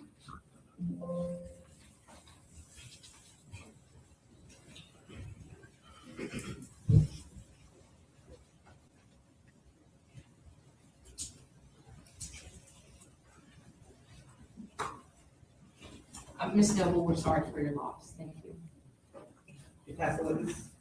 Yes. And state, Nothing further from the state, Your Honor. This witness found to be excused. state defense, No, Your Honor, we'd like that.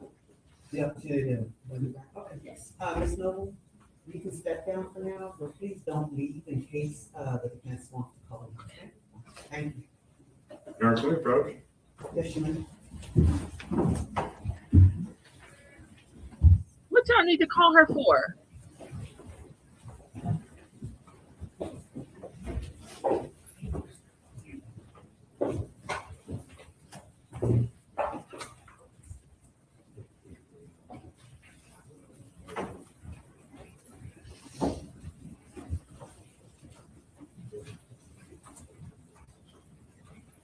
Oh, this is gonna be crazy. And you know this woman got to come back for a whole nother trial, probably starting very soon after this.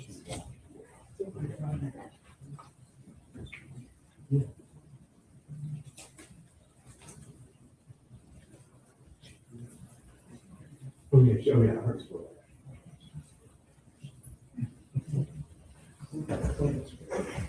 Y'all can go back to your seats, please.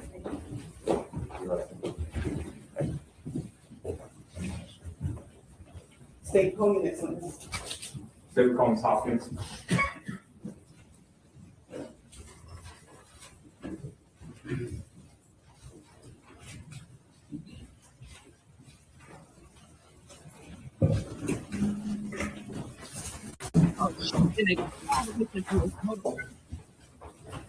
Ms. Hopkins, please raise your hand for me. Do you swear that the testimony you're about to give will be the truth, the whole truth, and nothing but the truth to help you God? Please. Thank you. Good morning. Good morning. Could you please introduce yourself and spell your last name for the court reporter? Yes, Tamitha Hopkins, Hopkins. And Ms. Hopkins, Spell your first name, please. Tamitha, Tamatha. Thank you. and Ms. Hopkins, is it fair you don't particularly want to be here today? That's correct. But you've been subpoenaed and we've met, I think, twice now. Is that fair? That's fair.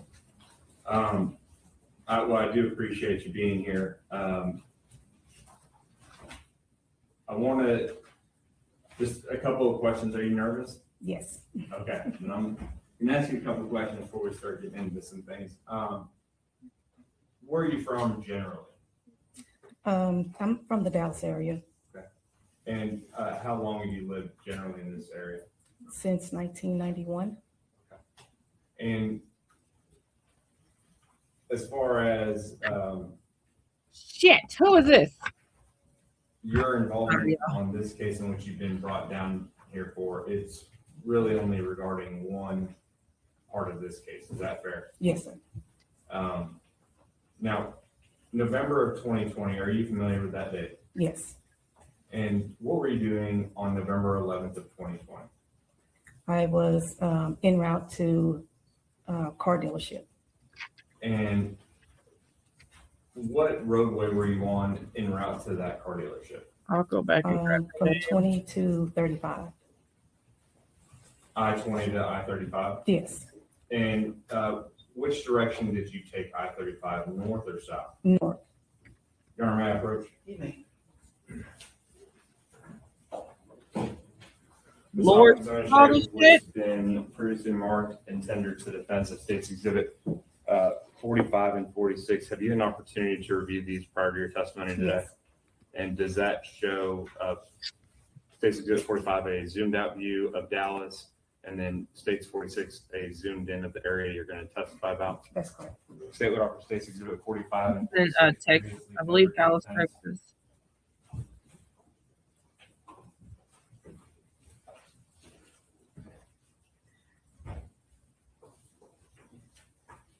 No objection. All right, this is exhibits 45 and 46 are minute for all purposes. Permission to publish on it. You may.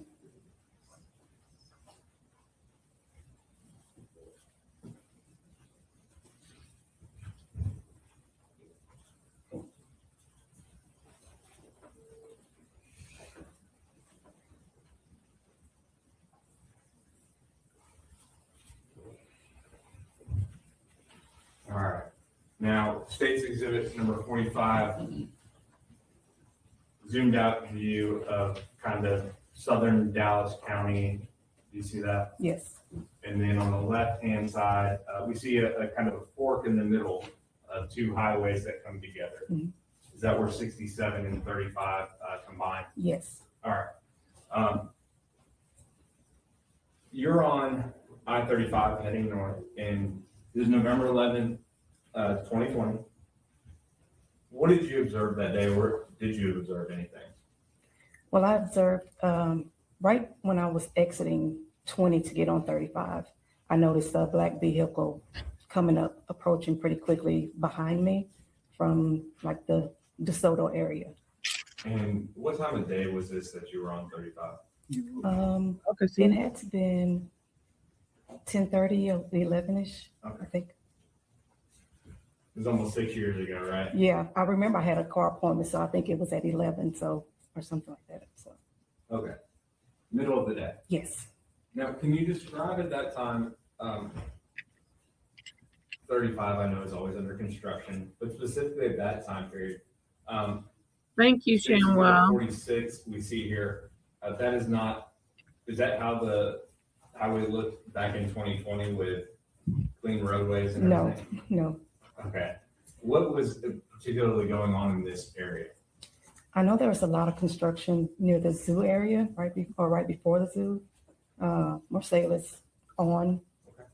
And so right here in the middle of State's Exhibit 46, we see Clarendon running from the left-hand side of the screen to the right-hand side of the screen. Does that sound right? Yes. And as you were driving north approaching Clarendon, you see a black car in your rearview mirror, and describe for the jury what you saw it doing. And I would Well- just, I'm so sorry, ma'am, excuse me, I would just object to the leading. Sustained. What did you see the black car doing? Well, I noticed the black car right as I got on 35.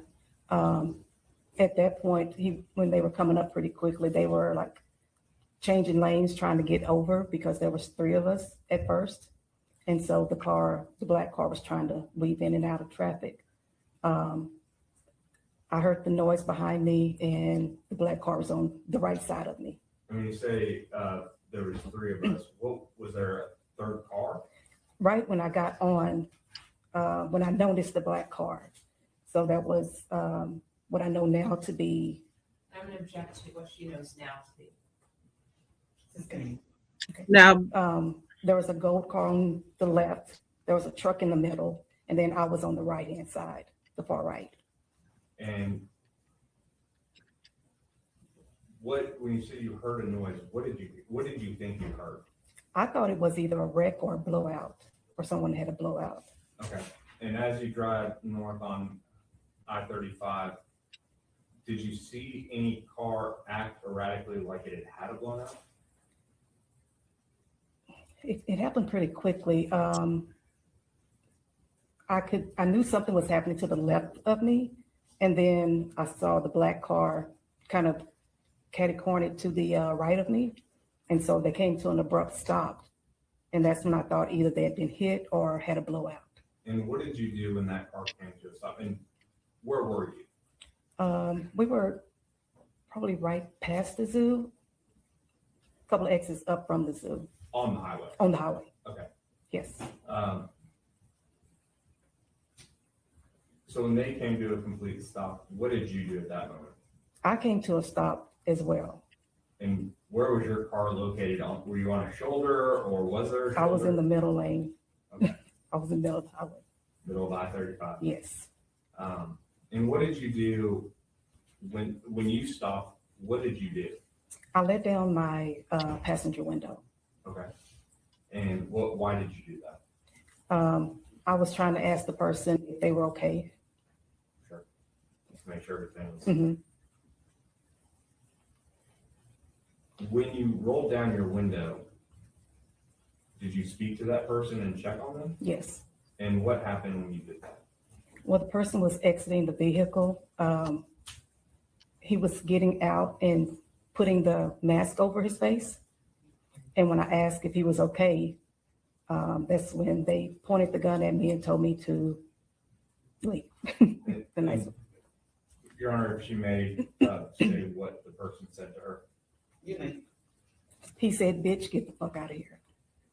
And did you see him? He had a mask, and did you notice anything else that he had? He also had a gun. Now, have you ever identified anybody or been asked to identify anybody in this case? No.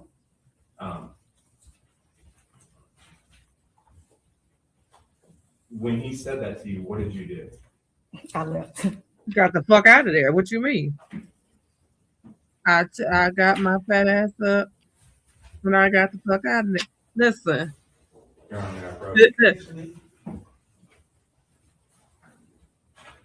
Because baby, the mask, I wouldn't have gave a shit what was going on with it once I started seeing them put on a mask. I'd have got the hell out of there. Now, we've met previously and we've gone over some exhibits. Is that fair? That's fair. State's exhibit number 44, do you recognize, or let me start with this. State's exhibit 43, do you recognize that? Yes, And is this the 911 call that you made? yes, State's exhibit 44, does this show what was going on the highway that day when you were driving? yes. Gone, gone. Baby, gone, gone, gone. Do you hear me? Yes, sir. State's exhibit 748, 749, And I'm not gonna and lie. 750. That shows you it's still good people in this world. Do those And this is why come it ain't. from what's in State's Because exhibit baby, 7? you just stopped on the Excuse freeway. me, do those come I'll from call what's in somebody State's for you exhibit and tell them you stopped. 44?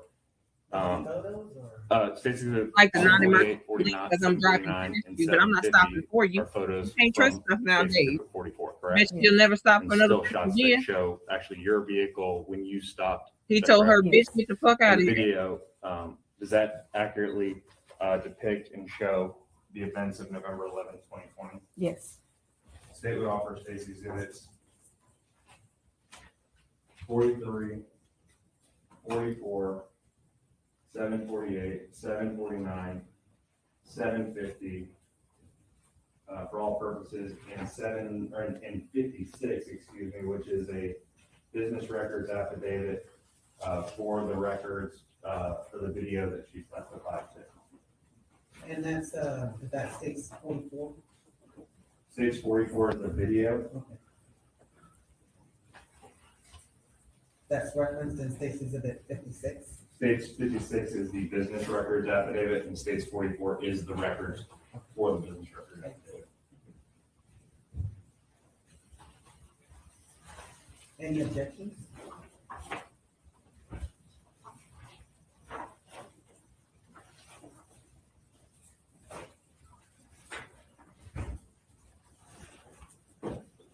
May I take the witness on board and briefly? You may? May I approach the witness? Yes. I just want to show you a few of these photos. Oh, Can you point out where you are? I believe that's me there leaving. This one This one, and this one yes, and this one? correct. Okay. What type of vehicle was that? It's a BMW. Okay, thank you.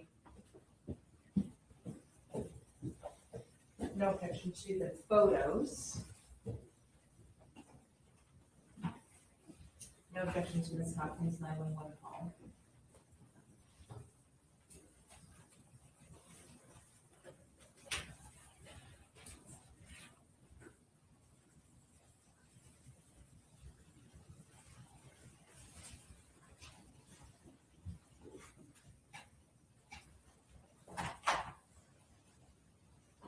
No objection to the video.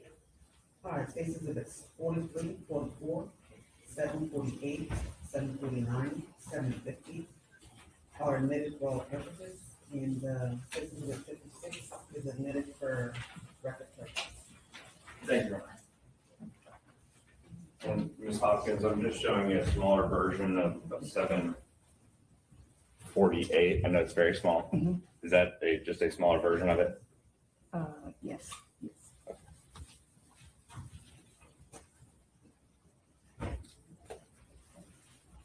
Permission to publish these exhibits, Your Honor? Thank you.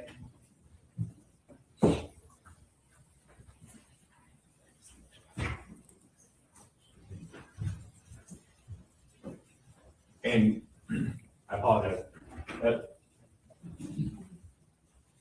How soon did you call 911? Probably just a few seconds after I left the scene.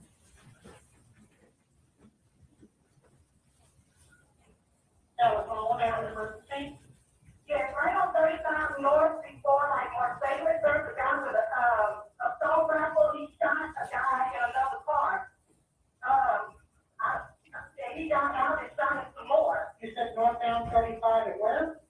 Almost to, past Marcellus. Past Marcellus? Yes, past Marcellus, right between Marcellus and 8th Street. I'm sorry, I don't know exactly where, but this is on the freeway of 35, correct? Yes, black Hispanic that have a weapon? He was a black male, light skin. He had on a sweater with a hoodie on it. It wasn't a hoodie, but sort of like a ski-cap, but I could see his face. His face was only covered up to like his chin. And when I thought the guy had a blowout, and I pulled up on side him, and he got out with his gun, and he told me to get the fuck away, bitch, and he pointed the gun.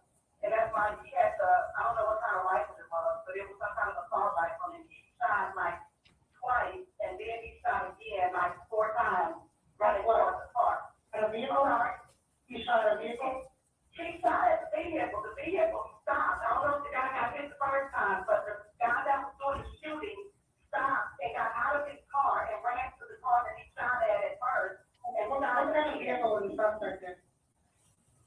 It was a black, I want to say it was a Camaro, a black Camaro, and the suspect, the victim was in like a tan 4-door sedan. I don't know what kind it was, but they were both right on side of me. Okay, was on the left side of the freeway? On the suspect was on the far left, the fast lane, and the black sports car. He came up behind us really fast, and he was zigzagging in and out to get to that car. And then he pulled up on side of it in the right lane next to us and shot him. And the car kind of spun out in front of me. That's why I thought he had a blowout. And I thought the guy was trying to stop and help him, but he wasn't. He was shooting at us. And he said it was just before Marcellus, correct? Yeah, it was between Marcellus and 8th Street. I don't know exactly. I just know that I came up on 8th Street when I called you guys. Okay. Did you guess his age, the suspect? He was probably between, I would say he's between 26 and maybe 30, 32. Okay, height, weight, anything like that can help out? He was probably around, I want to say 5'8". Like I said, he was light skinned. He had on dark clothing. He was probably around maybe 180, maybe 180. Okay. He was slim built, but he wasn't skinny dude, but he wasn't a big guy either. And the vehicle, the Camaro, did it look like a newer model, older model? It was a newer model. She said he put on a ski mask as he was. He got a license plate, did you? I didn't. I didn't get any of a license plate. No, you're doing your job. She did a lot. She did a lot of information. Thank you. And can I have a name? Tabitha Hopkins. Tabitha? T-A-M-A-C-H-A. And your phone number is the 972. Ms. Hopkins, I'm gonna stop it right there. Just. I would love to know how big he is, how tall he is, and we already know he likes it here. State's Exhibit 44, that's been previously admitted, which is going to be the dash cam video, and you've watched this, correct? Yes.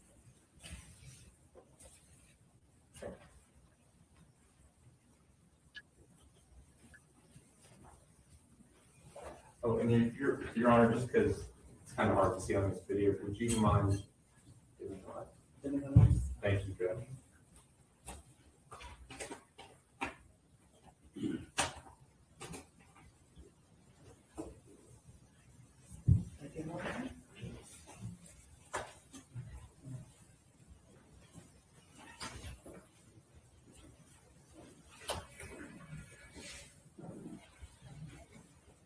And Your Honor, again, just for the record, this is State's Exhibit 44.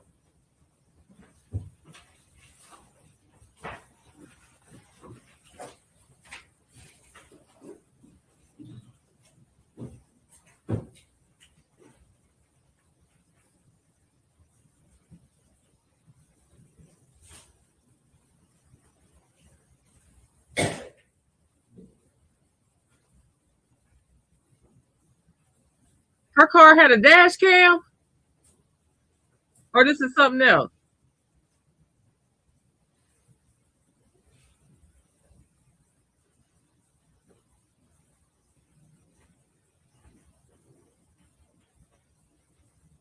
Baby.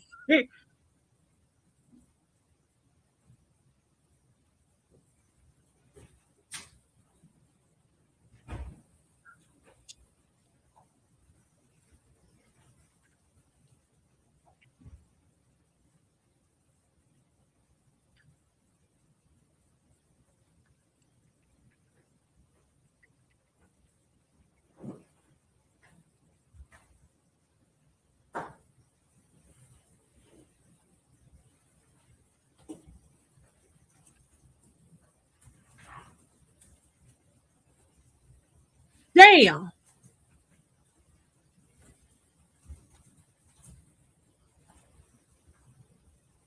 And I'm gonna pause right here, if I can. There appears to be, no, last one, in about 1 minute, I believe, where we see the box truck and then an orange cone on the far left and a silver car. Is that your silver BMW? Yes. And then the two cars that are in front of you, are those the two? Oh, that's somebody else's dash cam. Yes. Okay. The one on the left, which one was that? That's the tan car that I called in on. Okay. And the other car would, and that car was, This to notate for the jury. if you could, if you could point just above you, or, oh, yeah, you can actually circle it on that screen. Thank you, Judge, I forgot. Would you mind circling on that first where you're at? Yes. Okay, that's fine, that works. And then the tan car that was in front of you?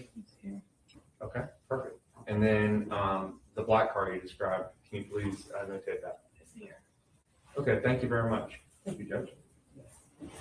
You also use the hollow notation, the pencil, and not necessarily Okay. color out the evidence. Very good, thank you, Judge.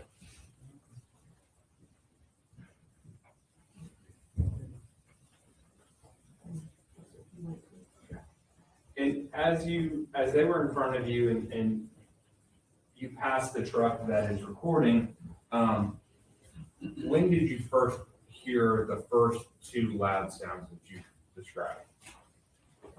It was shortly after this is when I heard the noise. Okay.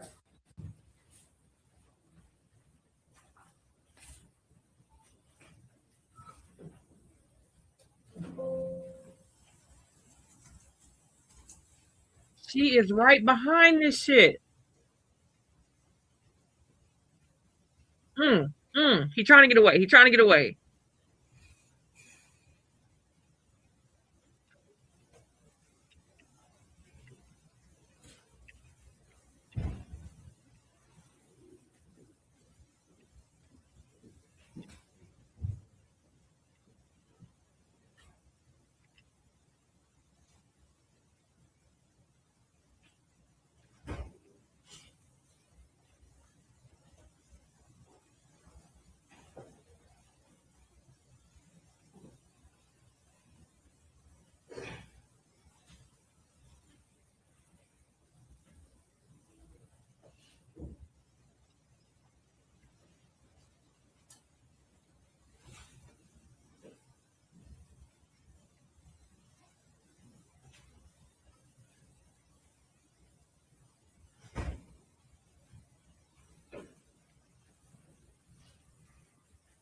Now, Ms. Hopkins, I'm going to run it just a tad. At the moment we see in this video the gold or tan car stop and the driver get out. Where are you located and where is the black car located? I am over in the far left, and the black car is next to me on the right. Okay, and you testified earlier about the interaction you had with the driver of that vehicle. Yes. Is this the moment right here where that interaction takes place? Roughly, yes. In the next couple seconds Yes. after our press play. And I will press play here in a second.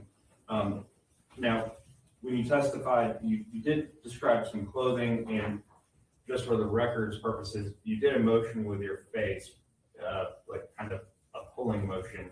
Yes. And did you, I can't remember, did you say you were putting on a ski mask? Yes.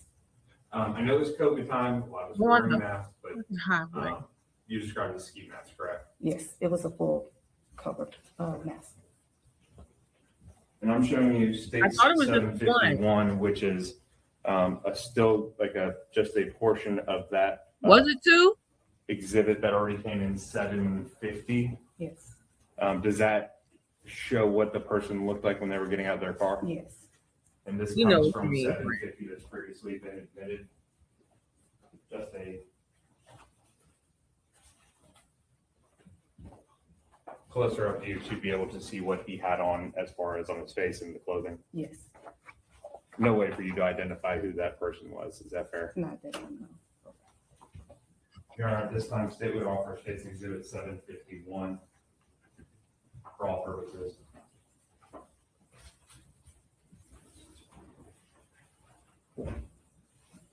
Your Honor, we would just object to 751 being a duplicate of a previous exhibit. The objection is overruled. State's Exhibit 71 is admitted. 751, Your Honor. 751. Yes, Your Honor. Thank you. Permission to publish? You may. And Ms. Hopkins, again, you described the individuals having what type of firearm?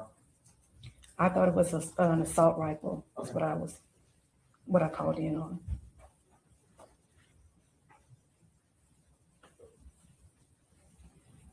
Do you remember if the weather was cold enough that day to be wearing a ski mask? No. It was not? No, it was not. And so, I'm going to press play Did you here. publish the alternate terms? Yes, Your Honor, I did. Thank I forgot it first. And so I'm going to press play here, and that shows the beginning interaction, and then what do you do after that interaction? I take off at that point and call 911.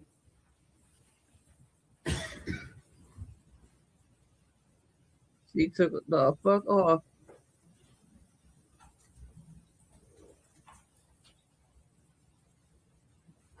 Dang, if he had to be going to the passenger side to get his you know what. Ms. Hopkins, have you ever seen anything like Yes, this? friend, that's the belief that the rapper Yella Beezy paid him for What was this. going through your The mind Yella Beezy's trial is next. once you realized it wasn't blunt? What was going through your mind? Well, I was frightened. I thought that maybe the assailant thought that I saw his face enough to recognize with the gun pointed toward me. I didn't know if I was going to get shot or not. Afterwards, I kind of got my bearings and then, called 911. But shock. Sure. Again, we've talked about this. You never have had. to play more of the video? No, Your Honor. Sorry about that.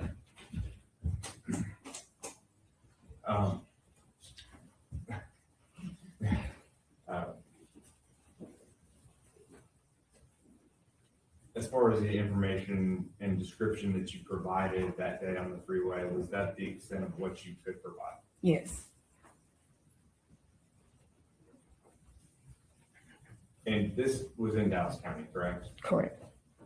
And that's in the state of Texas. Yes.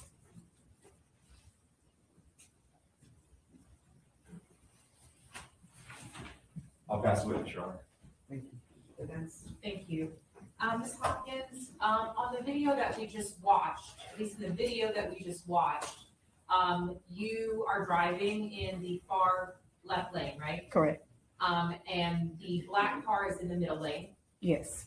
And that black car stops is what we saw, right? Yes. And it appears that you stop, is that correct? That's correct. And you're there for a few seconds and then you continue to drive, is that right? That's right. And in the video that we just watched, you drove off before the person in the black car got out. Before right? he got all the way out, yes. Okay, so you're saying that the car he was putting on a mask, opening the door, pointing a gun at you, and yelling at you. And then you drove all of this sort of at the same time, but then you drove off and then he got out, is what you're saying? He got out enough to, as I said, he was putting his mask on when he was getting out of the car. Okay, could you see inside the car? No, Okay, so you don't know who else was in the car? I don't know if anybody else was in the car. Okay, so you don't know if anybody else was, but you don't know that there wasn't because you couldn't see inside the car. That's correct. Okay, because you ultimately were just driving on your way somewhere on this day. Yes, And you said that in the video, once the two cars passed the box truck, they were in front of you now. You said that that's when you first heard the loud pop. yes. Okay, and then you continued to drive, is that right? After the pop, yes. After the pop. And then what you saw behind you was this gold car. I saw the black car first. Okay, I noticed the black car first. once you stopped, did you see the gold car or the tan car? No, Okay. Did you see the person in the tan car, what he was doing? no, Did you see whether or not he had gotten a gun? no, Did you know whether or not there was anybody coming out of the passenger side with the gun of the gold car? of the gold car? No, Of the black car? no, Do you know whether or not there was any other shooting? any additional shooting? Yes. And from I think you said that you heard a couple of more shots before. As I was driving off, yes. Okay. Do you know if there was any more shots after that? Not that I heard. Okay. You got the fuck Is out that there. because you were obviously driven off at that point? That's correct. Okay. And you didn't know anything about the person in the black car, No, right? And you don't know who that person is, right? no, And you don't know who else was in the car. I do not. And you don't know anything about the person that was in the tan car. No, You don't know anything about whether those people even knew each other. no, You don't know whether or not there was any surrounding circumstances that precipitated this. no, You don't know whether or not the gold car initiated anything. no, You just came upon a scene and just whatever it is that you described is what you described in the time frame that you saw it. that's correct. And the whole time, how long do you think that was? From the time I saw the black car or just from that interaction? From the, I guess what you described like a popping sound, That's correct. from like the popping sound. It happened so quickly. Did you really get on 15 these seconds? No, it's probably longer than 15 seconds. Maybe 20, 30 seconds. 20 It or was 30, less than a minute. less than a minute, 20 or Yes. 30 seconds. And you said that the person in the black car had on a mask, Was right? putting on a mask. Was putting on a mask. Correct. But you couldn't see anything about their face, is that right? I could see from their nose down. Okay, and you said that you couldn't, I think you had stated earlier that you couldn't see whether or not there was markings or tattoos or anything on their face. No, I don't think anyone asked me that. Okay, and you described them having on dark colored clothing, is that right? That's right. Okay, and when you say dark colored clothing, were you talking about top and bottom?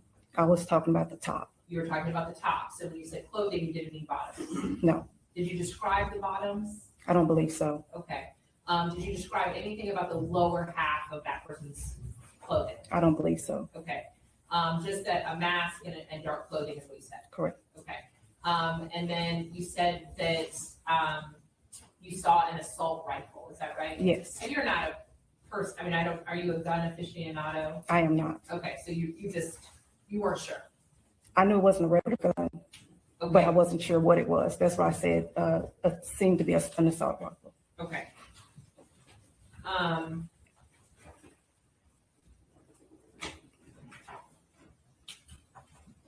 You said that you were subpoenaed to be here. Yes, Who subpoenaed you? the prosecution. Okay. And you said that there was a lot of construction going on the highway on this day, Correct. and this was in November, is that Yes. right? Mhm. Of 2020? Yes, Okay. And so it was not warm outside, is that right? It was not warm outside. And you described that that car in the video, in the foreground of the video, as just a tan four-door sedan. Yes, But that car also came up next to you or on the other side of you. In other words, it was close to you as well.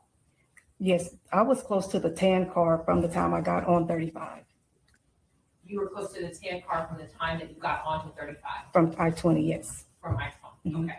So was the tan car on I-20 with you The tan car was on 35 already, already? Yes. Okay. And as you were merging, correct, you came together with the tan car? yes. Okay. Do you know where the tan car was coming from? I do not. Okay. Do you know where the black car was coming from? I could see as far back as Wintergreen on 35. I noticed that's where I noticed them that far back. Okay, so the black car was coming all the way from Wintergreen and 35? Yes.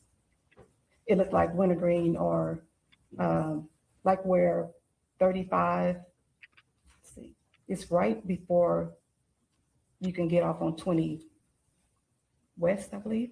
Okay, so it's before or after the I-20 entrance? Before, So before I-20 and 35 come together, Mhm. you're saying you could see back past that, once I got on 35, okay? yes, And that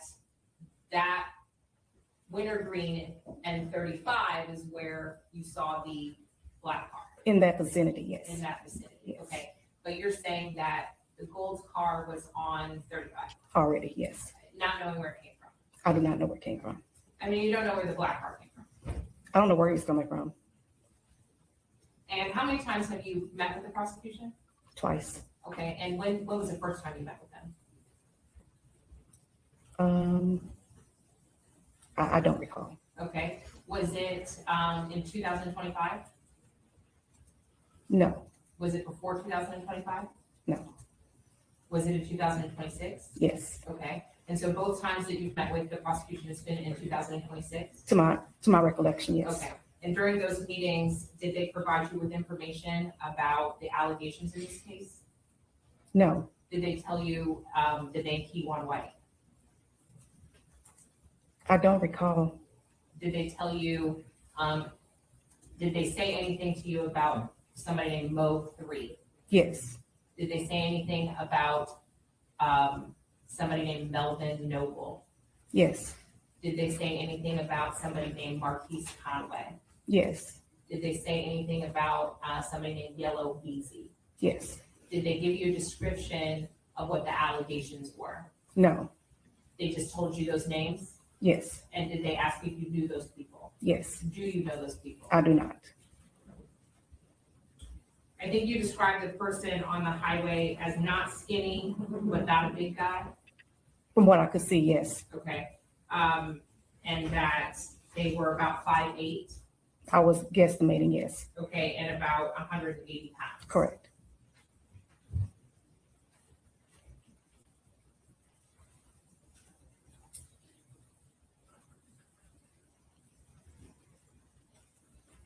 And just finally, you don't have any idea why the shooting occurred. I do not.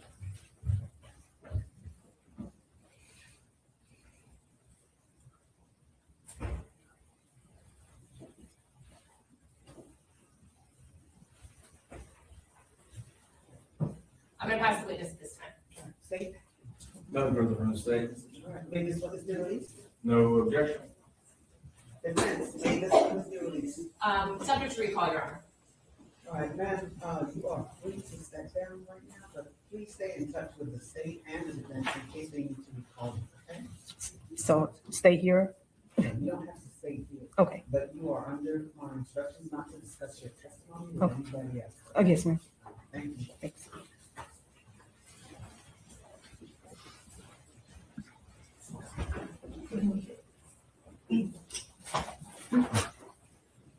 Ladies and gentlemen, would y'all like a short break?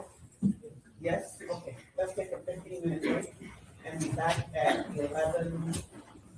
11:30. All rise.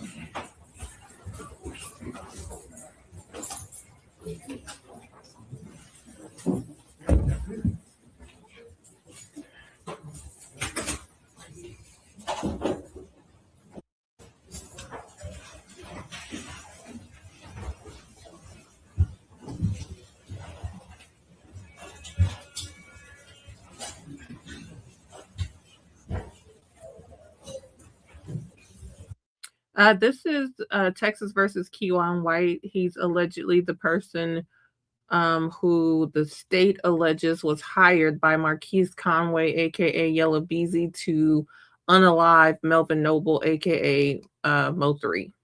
For that on the record will reflect that the defendant present for the security state present, the jurors are present and seated. State call your next one. State calls Tracy Kaplan.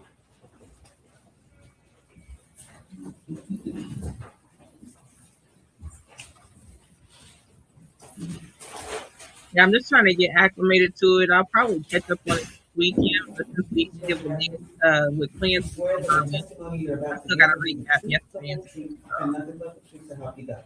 Yes, I do. Thank you.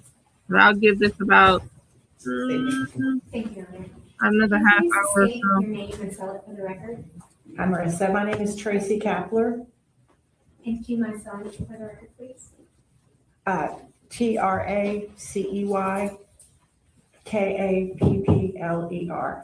Thank you. You doing okay today? I'm doing good. Good.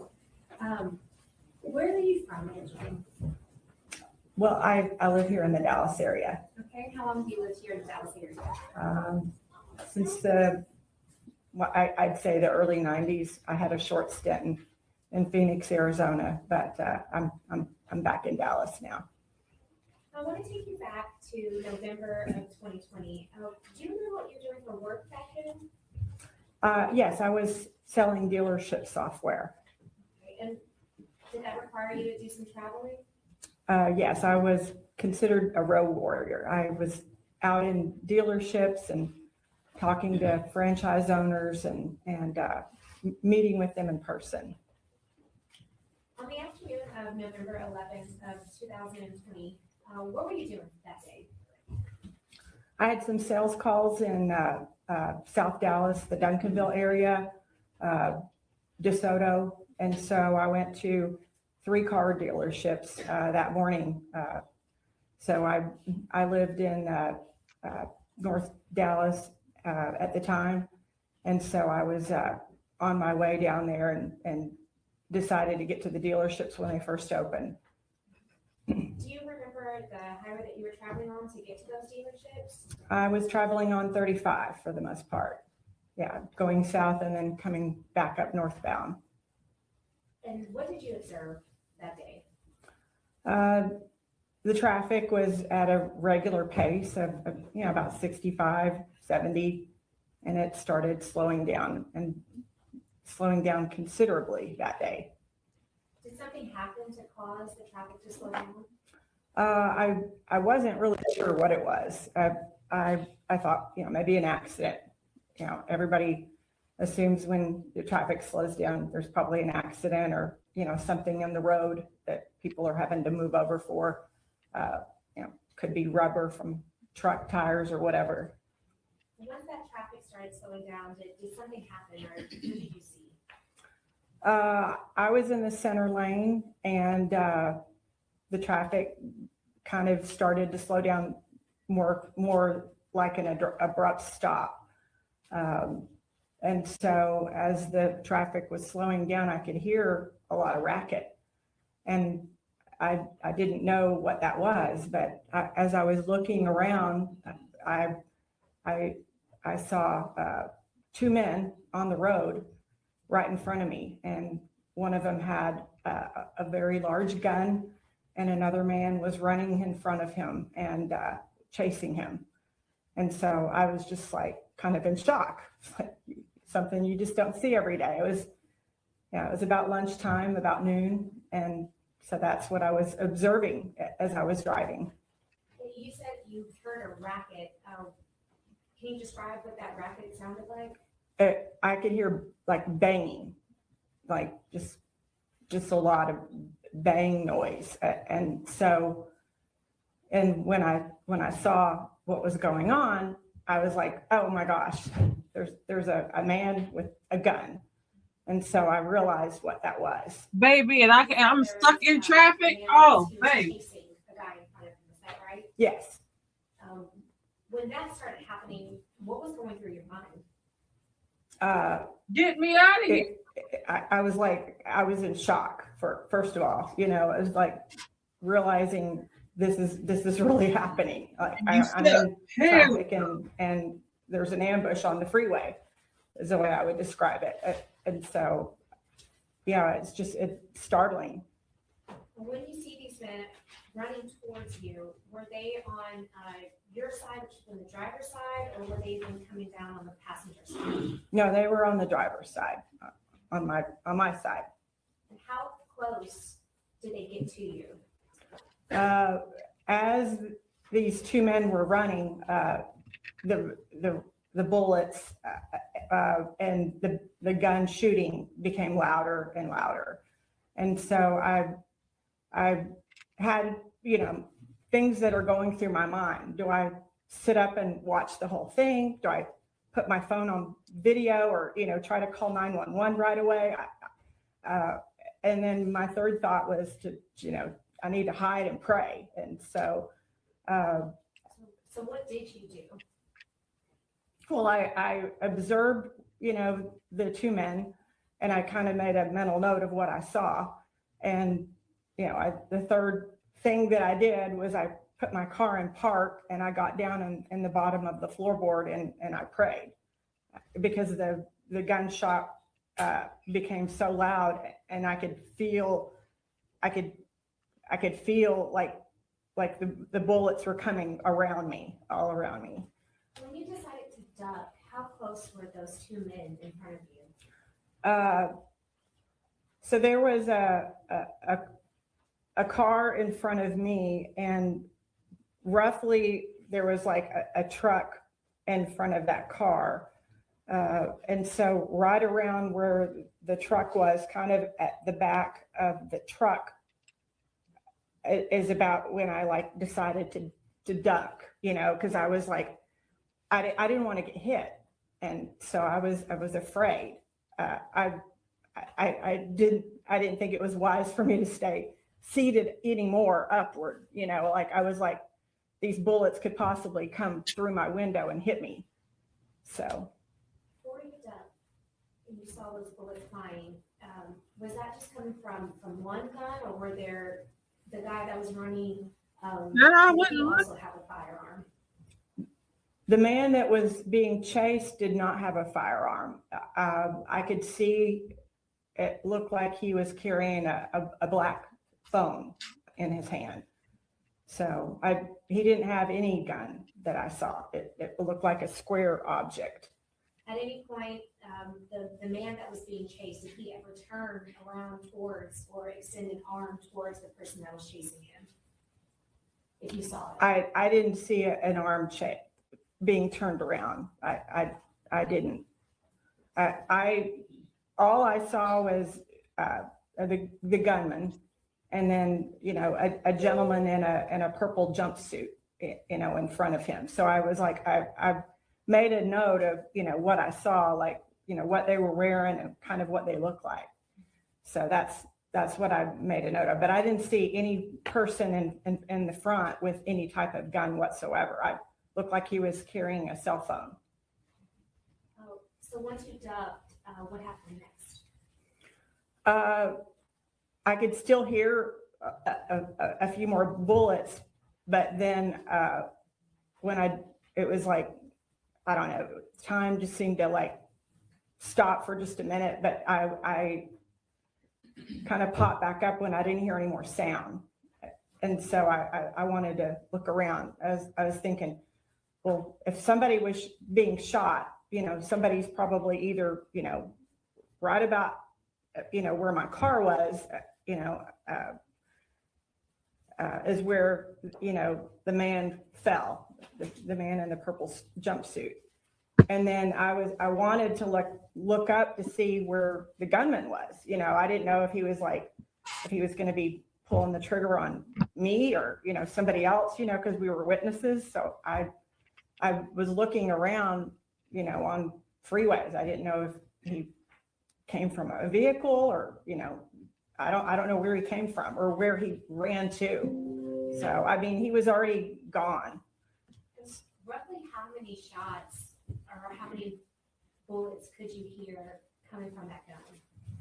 I don't know. I actually heard that they recovered about 44 shots. I don't know, but I heard, I don't know. I don't, yes. When the parties say objection, you need to. Oh, okay, okay, And I'll give my ruling. okay. and you can- Sorry about that. That's okay. Okay. All right. As the jury disregard Disregard what? her statement, that she was objected to hearsay, she can still talk. Okay, the jury will disregard what the witness said about what she heard.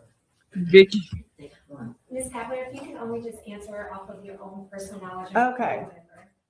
Okay, so you asked me about how many bullets I heard or what How many shots? did you hear? Was it one? Was it a couple? Was it many? I heard many. I didn't count the number of shots. This particular, I think, gun was, I don't know what guns are, but the guns, yes. As I said, when the attorney stands up to make an objection, you need to pause. Okay, okay, sorry. Objection, no response. Sustained. So you said that there were many. There were many shots, yes. Yes. What happened when you popped up again once the shots stopped coming? The man in the purple jumpsuit was moving. He was moving from side to side. He was behind a car wheel, like in the back, like he had fallen over. And so he was moving. And then the man in front of me in the car got out, and he was like in blue scrubs. So he must have put his car in park or whatever. And Objection to narrative, Your Honor. Sustained. You said there was a man that was, he was parked in the car in front of you. He was Yes. wearing blue scrubs, is that right? yes, What happened when he got out of the car? he went over to the man on the road and began performing life resuscitation. He was, pumping his chest and doing what he could. He was in blue scrubs. Did you get out of your car at any point? I did eventually. I got out because I wanted to make a mental note of what I saw.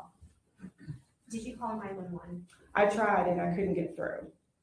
I tried before I got out of my car, I tried to call 911 and I couldn't get through. And did you have your phone with you that day? I did. Did you do anything with your phone that day? I took a few quick shots of my surroundings, of what I saw in front of me, not to post them on social media, but to make a mental note. I saw shell cases around my car.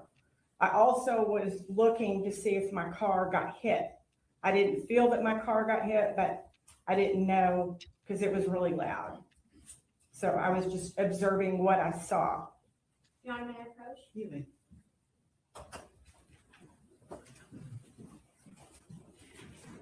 Ms. Kaplan, we've met before, is that right? Yes. And these images that you see, you're looking at State's Exhibit 47. Let me say something. If I call 911 Yes. Do you recognize these? and 911 busy, And I'm also handing baby, you State's Exhibit 49. my which next is a stop is disc. the Do headquarters. you remember that there were some photos on this disc that you took? Yes. Oh, dear And when God. you I took a can't photo, imagine. what kind of phone do you have? I have an iPhone. Sometimes when you take a photo, does it captions live photos? Is that Yes. right? And what's a live photo? A live photo on an iPhone, when it's taken, you could see like repetitive images, almost like a short video.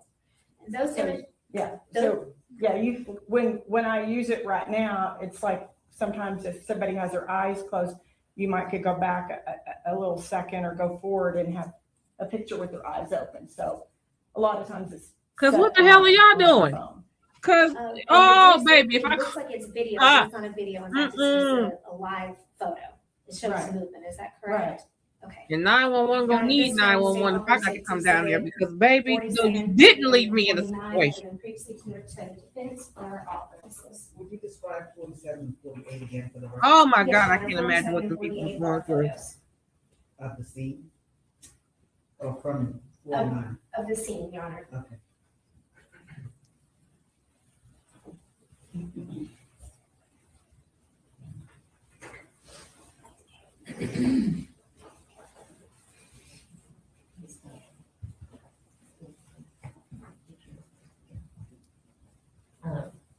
Yeah, we're going to object to States Exhibit 47, 48 with best evidence rule and prejudicial, more prejudicial and appropriate. Let's see, 47, 48.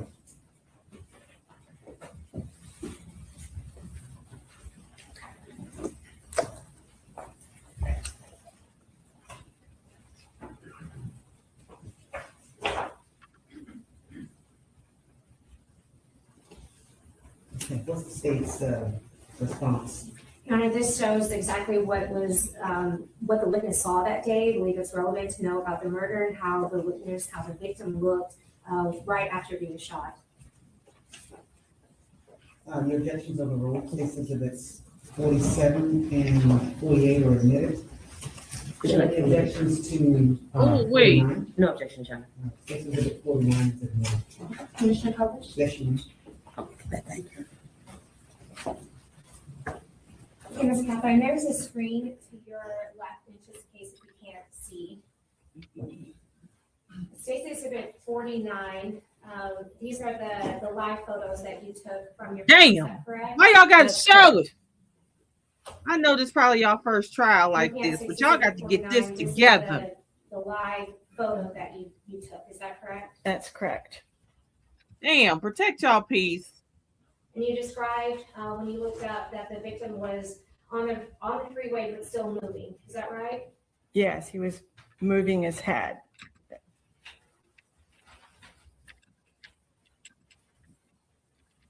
Well, this image, you said that there was a man with blue scrubs that got out of his car that was directly in front of you. Is that right? That's correct. Is this that man that was trying to perform life-saving measures for? Yes, that was the man that I saw. And the first photo, that was his car. You said the first photo, ma'am? Yep. Well, the other photo where the car was next I to hope his mom the is man not on the there. road, that was his car in front of me.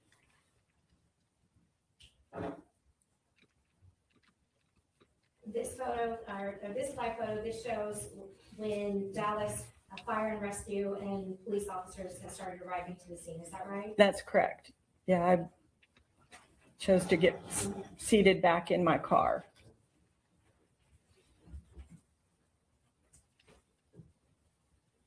This image, this will just show what you saw and what you observed that afternoon. Is that right? That's correct.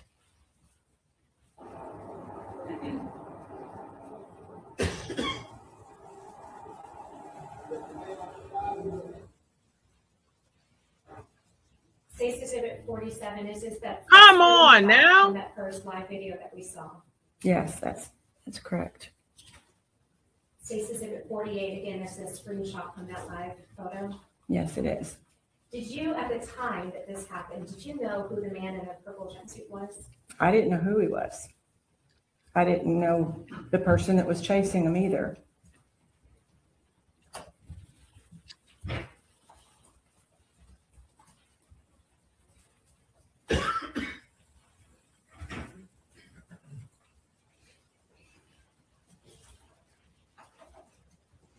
Come on now. News just gonna fuck everybody up for lunch. Jesus. Thank you, Ms. Kaplan. I'll pass it on to you. This is Captain. A couple of quick questions. When you were on the freeway, do you I need to leave the recall picture whether up. you entered the freeway to get on 35 heading north?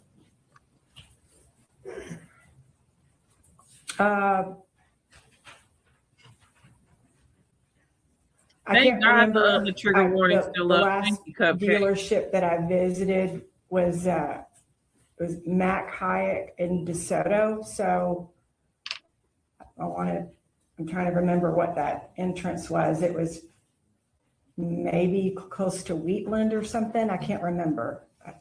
And approximately, are you familiar with 35 north? Yes, I am. And that was close to the zoo where that incident occurred. Okay. And you were close to the zoo, and is that when you first saw By the time you saw them, were the two men out of the car? Nancy and them are back in their I saw two men out of the car. Okay, so you don't Cars know conference. what cars, or you would be speculating to know what cars each man got out of. I did not know that day, no. And were you, I suppose when you're taking these pictures, as we look at State's Exhibit 48, your car is behind these pictures, is that correct? Your car's no longer, it's not put in these pictures. Can you see your car in these pictures? Not that picture. Okay. No, there was I think another picture, you could see the front of my car. Okay. And you said when you saw, when this happened, you were behind the Kroger truck, is that clear? If there was in the picture, it looks like there was, the man from the scrubs had his car. There was the guy in the green shirt with the truck, like the F-150. And I think there was another, a big semi in front of it. If that was the Kroger truck you're referring to, I guess so. Okay. I don't know what truck that was. Okay. I don't remember that day. Okay, all right. Maurice would have cleaned his damn screen too. Yeah. Going through what your three options were. Should I stop and look? Should I call 911 or should I get down on the floorboard? And you decided to get down on the floorboard. Is that correct? I hid because the bullets were, the noise was getting louder. Okay. And do you recall saying that it was about 4 or 5 gunshots that you heard that day? There was a lot more than 4 or 5.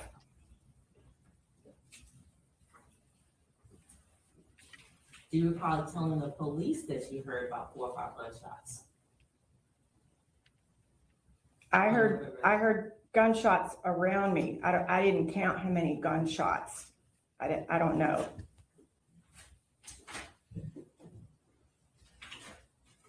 And you heard gunshots around you, but you were not looking as the gunshots were going because you were on the floorboard, right? I looked for a while. Okay. As I saw what was coming down on the freeway. I saw a little bit before I decided to get in my floorboard. And is it fair to say the man that had the rifle or the gun had on a mask? I don't know if it was a mask. To me, when I was seeing it, it looked like a dark hoodie with the hood up, and like the hoodie was zipped up. I didn't know if it was a mask. My recollection when I'm talking about this, to me it looked like a hoodie. And you never identified anybody in this case, have you, as a person with a firearm, right? I haven't identified anybody. No, this is my first time to talk about this, other than the detective who asked me about it.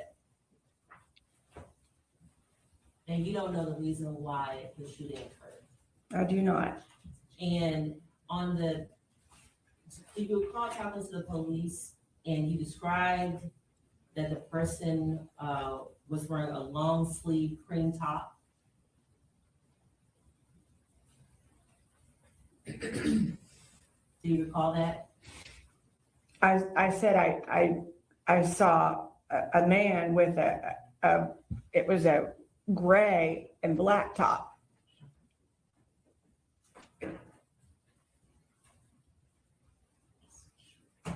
Young man, first witness. You may. I don't know how you gonna get up. If there are any exhibits that have already been tendered, they need to. I don't care what she said. She captured it. Cause baby, I'd have told you it was the ghost with the most and one of his little friends had had me in a situation like that on the damn freeway and I can't get away. There was some questions out on the scene. Okay, did you ever go to the detective's office and talk to anyone? No, the detectives came to me. Okay, and I'm going to ask you just to refresh your memory. You can't read from there, but looking at this sheet of paper, does it refresh your memory? Your Honor, I have object to improper impeachment. I'm not sure what the witness is looking at to refresh my memory. Well, let me ask you this. Do you recall giving a statement to the police of what the shooter was wearing? I said the shooter, I could remember a couple of things. I could remember seeing the shooter had pants on where I could see his underwear. I could see some gray, like from the bottom. And I said, I have a recollection of a darker top. So. Would it surprise you that you told the officer that the shooter had on a long sleeve cream top? That would surprise me. I don't care. She took the picture and it's on dash cam. You didn't give a written statement in this case, did you? I did not give a written statement.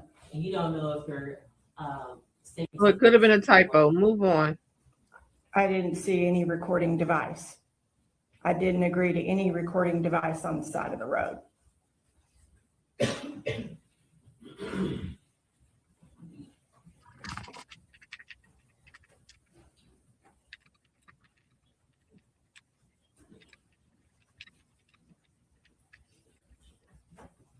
And did you know the gentleman that was that the doctor was performing life resuscitation? There was a doctor on the I didn't even know he was a doctor until we were waiting to give our statements. Did you know the gentleman that had been shot? I did not know the gentleman who had been shot. And did you meet with the prosecutor on this case? Prior to testimony, did you meet with the prosecutor on this case? Are you talking about the DA and, Yes. and investigators? Yes, I had a meeting with the investigators. How many times have you met with them? I met one time with the investigator, and then I had another meeting about a week or so ago, maybe 2 weeks ago. And did they give you anything to read to refresh your memory? I didn't have anything to read.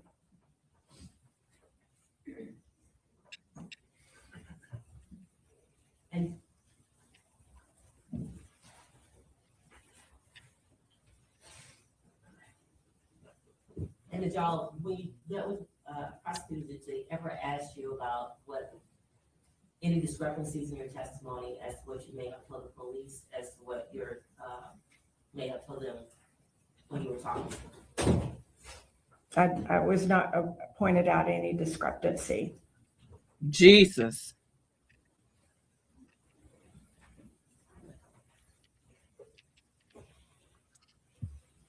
I said the man had a light face. But that's all I said.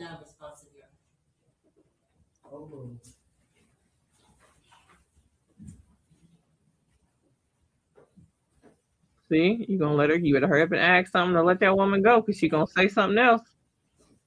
Go ahead. Where the fire, where the This ain't the hill, Mac Jude. and the person that was shot, did you know where they? Somebody else said that too, Brittany. Did you see them get on the freeway at all? I didn't see him get on the freeway. Okay. No, they were, the people were coming from north. They were running southbound because I was going northbound on 35. And do you know anything about their relationship at that time? Tiffany. I have no recollection of You on white. I don't know anything about those two men. The alleged popper from 03.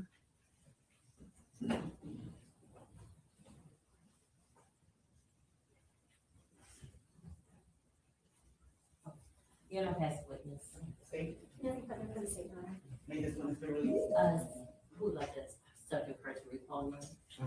Why are you subjecting everybody to recall? But stay in touch with the state and the defense in case either party needs to recall. Okay, thank you. Thank you. Thanks, Marissa. State, call your next witness. State would call DFR Gallardo.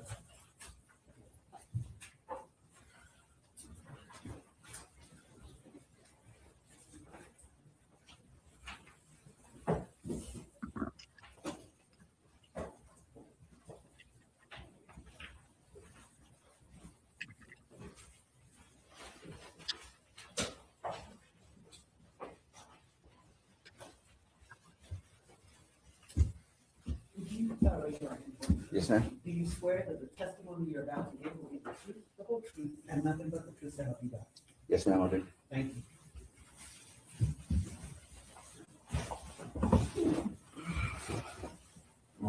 Morning. I guess just now afternoon. I know you're in your class A's, but could you please introduce yourself for this jury and spell your first and last name for the court report? My name's Ricardo Gallardo, Ricardo. Last name Gallardo, Gallardo, and I am a fire rescue officer, paramedic for Dallas Fire Rescue. Gallardo, correct? Yes, sir. All right. If I butchered, I'm sorry. Oh, you're fine. All right, so you're with DFR, or Dallas Fire and Rescue, Yes, sir. DFR for short. Correct. You nervous? A little bit. You ever testified before? Never, first time. All right. Well, I just want to kind of go just briefly through your training and experience with DFR. How long have you been employed with DFR? 15 years now. And as far as training to become, what is your official role with DFR? I guess let's start there. I'm a fire rescue officer, and I also perform paramedic duties or advanced life safety. And is that part of the training that have both of those qualifications? Yes, sir. Can you just walk the jury through some of your training and experience to become a fire rescue officer as well as the paramedic status? Fire rescue, just pretty much a fire academy, fire training, teaches you, what to do on the fire engine, fire truck. As far as the paramedic training and doing more medical calls, life threatening calls, and some that are not so life threatening, you go through a few months or several months of paramedic school, clinicals, and various tests to get certifications to become a paramedic. And do y'all continue training throughout your 15 years? Have you continued to take training to keep yourself up to date? Yes, we do quarterly training and probably a little bit more than that throughout the year to keep up with our skills. Okay. And on November 11, 2020, do you remember that day? I do remember most of the day, but if you were to tell me that was a day, I wouldn't have known that was the exact dates, I guess. Do you remember or do you recall an incident responding to an individual who'd been shot on the freeway I-35? Yes, I do. Your Honor, may I approach? Now I'm going to show you what's previously been published as State's Exhibit 48.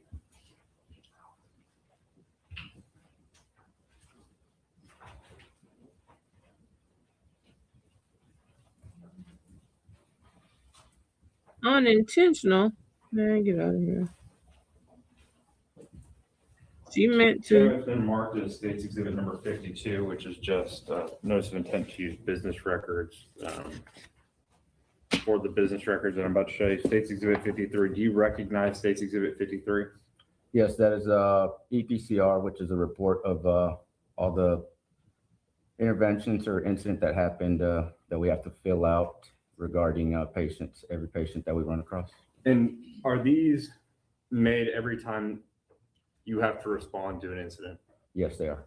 And are these made at or near the time of the actual incident that you've responded to? Yes. And does this incident, or is the incident that you responded to out on the highway reflected within State's Exhibit 53? Yes, sir. State would offer State's Exhibit 52 for record purposes and State's Exhibit 53 for all purposes previously tendered to the defense counsel.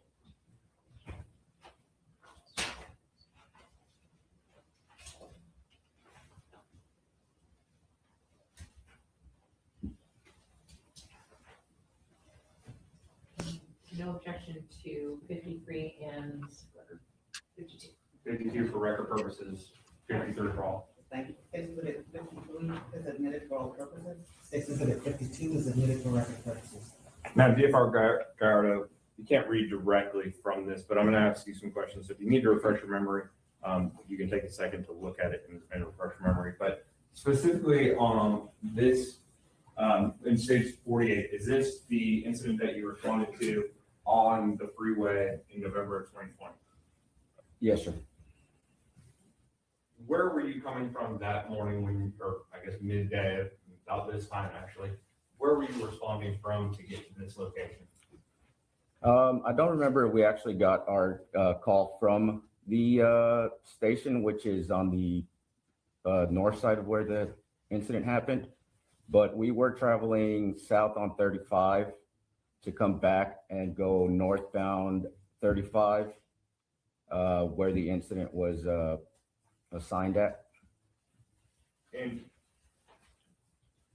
how would you describe y'all's ability? Well, let's go through this first, I guess. In a situation where DFR are responding to where somebody has been shot, who or how many, who and how many people get dispatched to a location like that? You get an engine and an ambulance, which would be on an engine is a 4-man crew. An ambulance would be a 2-man crew. You get that just so you can have more hands and a little bit more help. Because it is a serious call. And that's general protocol on DFR for shooting that an engine would respond, a 4-man crew on that engine, 2-man crew on the ambulance. Correct. And are all of those individuals, both on the engine as well as the ambulance, are they all trained as paramedics as well? You would have at least two of the 4 would be paramedics as well. Okay. So 2 paramedics on the ambulance, 2 paramedics on the engine. Correct. Now, when you responded out there, was it easy to get to the location where the victim was at? No, as we were going southbound on 35, we noticed the traffic was bottleneck and it was standstill traffic. So when we turned around, we knew we had to go up an exit, and I was on the ambulance that day. We turned around and went against traffic to come back towards where the incident was. So you went northbound in the southbound lane? Or did you go No, southbound? we went southbound in the northbound 35 lanes. And at that time, I believe there was construction. Is that fair? Honestly, I don't remember the construction just because there was so much traffic and it was already standstill. But from my time being in that area, there was plenty of construction going on throughout those years. Sure. And once you arrived, what did you observe initially when you arrived on the scene? Was here in States Exhibit 48, it appears to be somebody wearing scrubs, trying to do life-saving measures. What did you observe as far as the victim and what was going on with the victim when you arrived on the scene? When the rescue arrived on scene, the fire engine had already been on scene before us. So they're the ones that radioed us in and said it was safe for us to come against traffic to get there. So when we got there, we had some of our members already performing CPR or trying to put pads for a monitor on the victim. I did not see this picture or this gentleman in scrubs performing any kind of life-saving activity on this gentleman. There was a previous ambulance there that I believe was a private agency, and they had their stuff on the ground or on the street trying to help. But as soon as we got there, DFR took control of the situation. We took out our own equipment and started loading the gentleman onto a stretcher and into the ambulance. Sure. And I think we've all probably seen them on the roadway, some of these private ambulances. They are separate and apart from Dallas Fire and Rescue. Correct. And so when you arrive on the scene like that, is it your preference to use your instrumentation, your stuff, as opposed to somebody else's? Absolutely. And why would that be?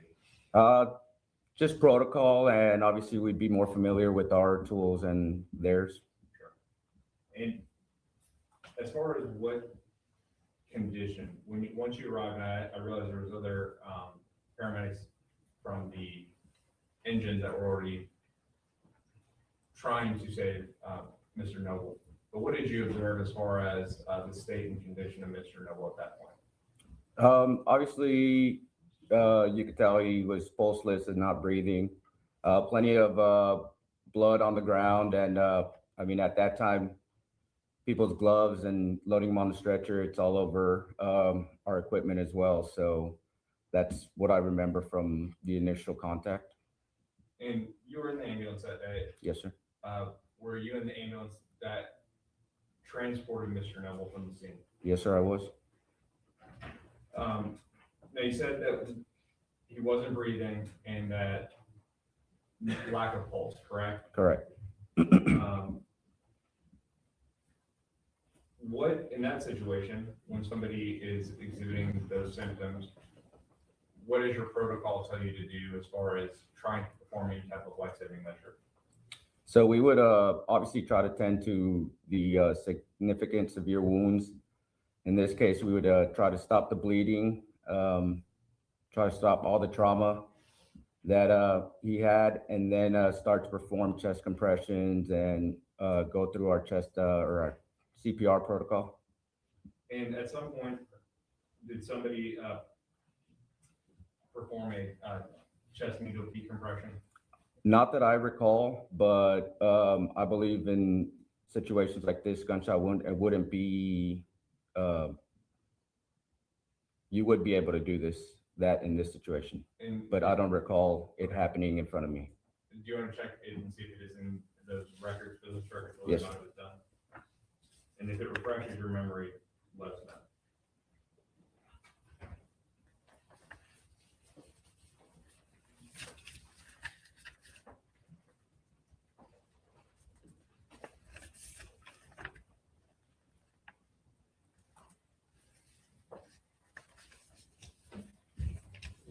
Not one more. Don't show no more damn pictures of that man.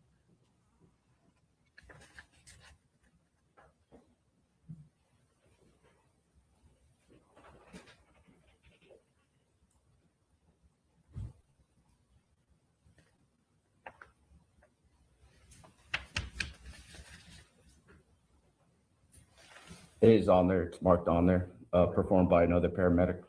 And what would the purpose be of a chest needle decompression? So usually when you get trauma like this to your body, you get some air in the chest cavity that compresses against your heart and prohibits it from working the way it does, or it's supposed to. So the needle decompression would pretty much pop that air pocket and relieve the pressure from the heart. And what would it do in terms of internal breathing? It would relieve, like I said, mainly it's for relieving the pressure and help with breathing because it would be more of a collapsed lung issue. So if you had internal bleeding pressing down on your lungs, would that be a situation that could help? Correct. Once you were able to, do you recall approximately what time you were able to arrive to actually get to the scene? No, I don't. I know it was right before lunchtime, pretty much at the station. And once he was placed, or once you're there, is he then placed on a stretcher? How does that take place? Where do you go from here? When we got there, we came down with our equipment. Our members that were already, performing chest compressions and all that. So we bring a backboard to be able to load them onto the stretcher easier, put them on a stretcher and take them to the back of our ambulance where we have most of our equipment, or it's easier for us to work as a team. And in situations like this, where it's out and open in the public, we don't want to really perform life-saving in front of everybody or the public, or too many people on the road. Probably not a safe place either. Correct, especially with all the traffic. Correct. Also, more tools inside the ambulance. Correct. Now, once you get inside the ambulance, what measures did y'all take outside of just CPR, chest compressions? We try to get IV established on these members so we can replenish the fluids that they've lost, in this case, blood. So we try to keep them alive with that, and also try to breathe for them since they're not able to breathe on their own. And what about sodium bicarb? Sodium bicarb, yes, sir. What do y'all do with that? We give it to them just to reverse certain symptoms that they might have. And explain that if you can to the jury. Pretty much in this case, if he's losing too much oxygen and he has bad oxygen in his body, in layman's term, we would give him that to reverse his O2 sats pretty much. Because at this point, again, no pulse, no breathing. Correct. Once you have him in the back, he's on the backboard, on the stretcher, into the back of the ambulance. Y'all start doing this, and then where do you go from there? At this point, the hospital is really close to us, so we are taking them to Methodist Hospital. And do you continue to, again, attempt to,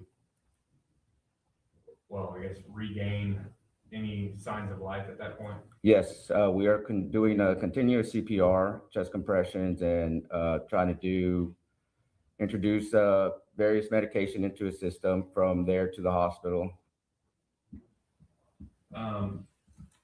During the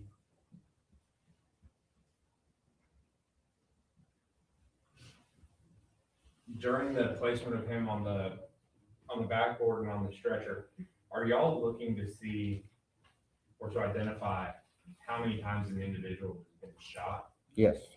And did y'all do that in this case? Yes.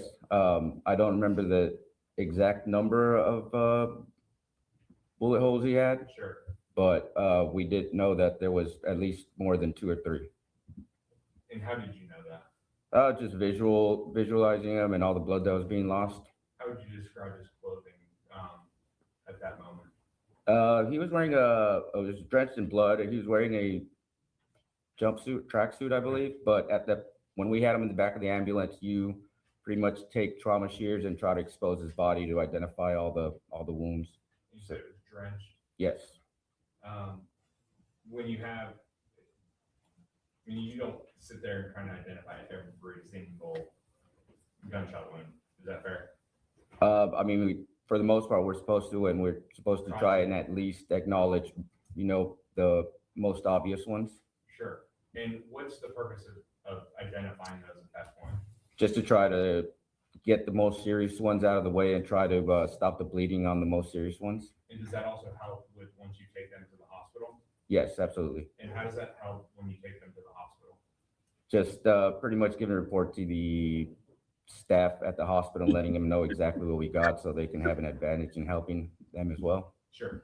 Trying to have as much information to provide to the ER once he arrives. Absolutely. Now, during your transfer, were you ever able to restore any sign of life, any vitals, pulse, oxygen, anything like that? No, sir. Did he show any sign of life once you arrived on scene to the time that you dropped him off at the hospital? No, sir. And just, I'm assuming it's been marked as State's Exhibit 54. Methodist, was that the hospital that y'all ended up taking him to? Yes, That sound right? Yes, sir. So State's Exhibit 54 is just a notice of intent to use business records. State's Exhibit 55, which are the Methodist medical records for Melvin Noble. We'd offer State's Exhibit 54 for record purposes only, Your Honor, and State's Exhibit 55, Melvin Noble's hospital records for all purposes.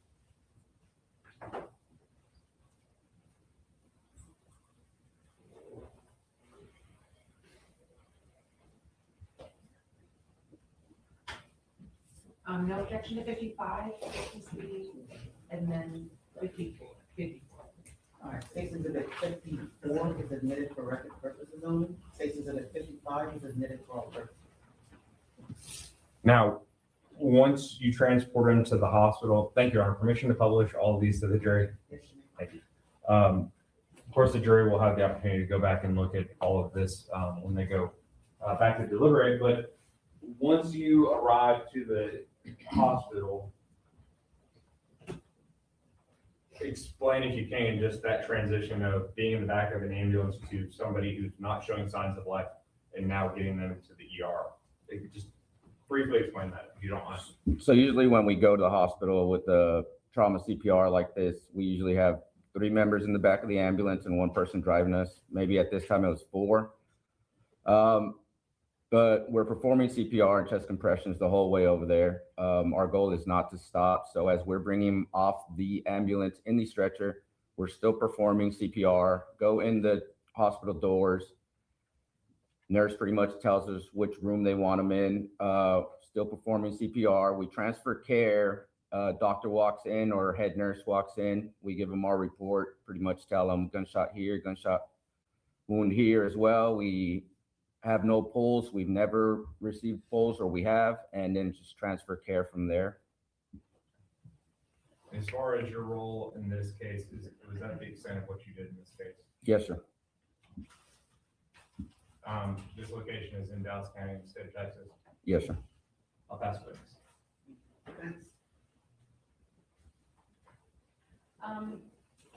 Sir, how should I refer to you? Sergeant or lieutenant? No, just fire rescue officer. Okay, fine. Or paramedic.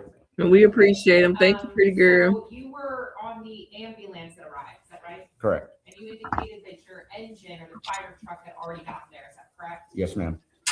And that you guys came after the fire truck? Yes. Okay, and when you arrived, there were 2 people in your ambulance? Yes, ma'am. And when you got there, it had taken you a while to get there, is that right? Correct. You said there was a private agency ambulance, is that correct? Yes, private ambulance. A private ambulance. And so how do private ambulances get on scene? I think they were just on the road at that time, and I'm so sorry to interrupt you. I don't want to interrupt you. I'm sorry. I want to make sure I can make sure that I'm being clear with my questions. Yes, ma'am. So do you know how a private ambulance was performing any function before you arrived? You know how or why they were there? I don't know that they were actually performing any function. I know that they brought down their equipment.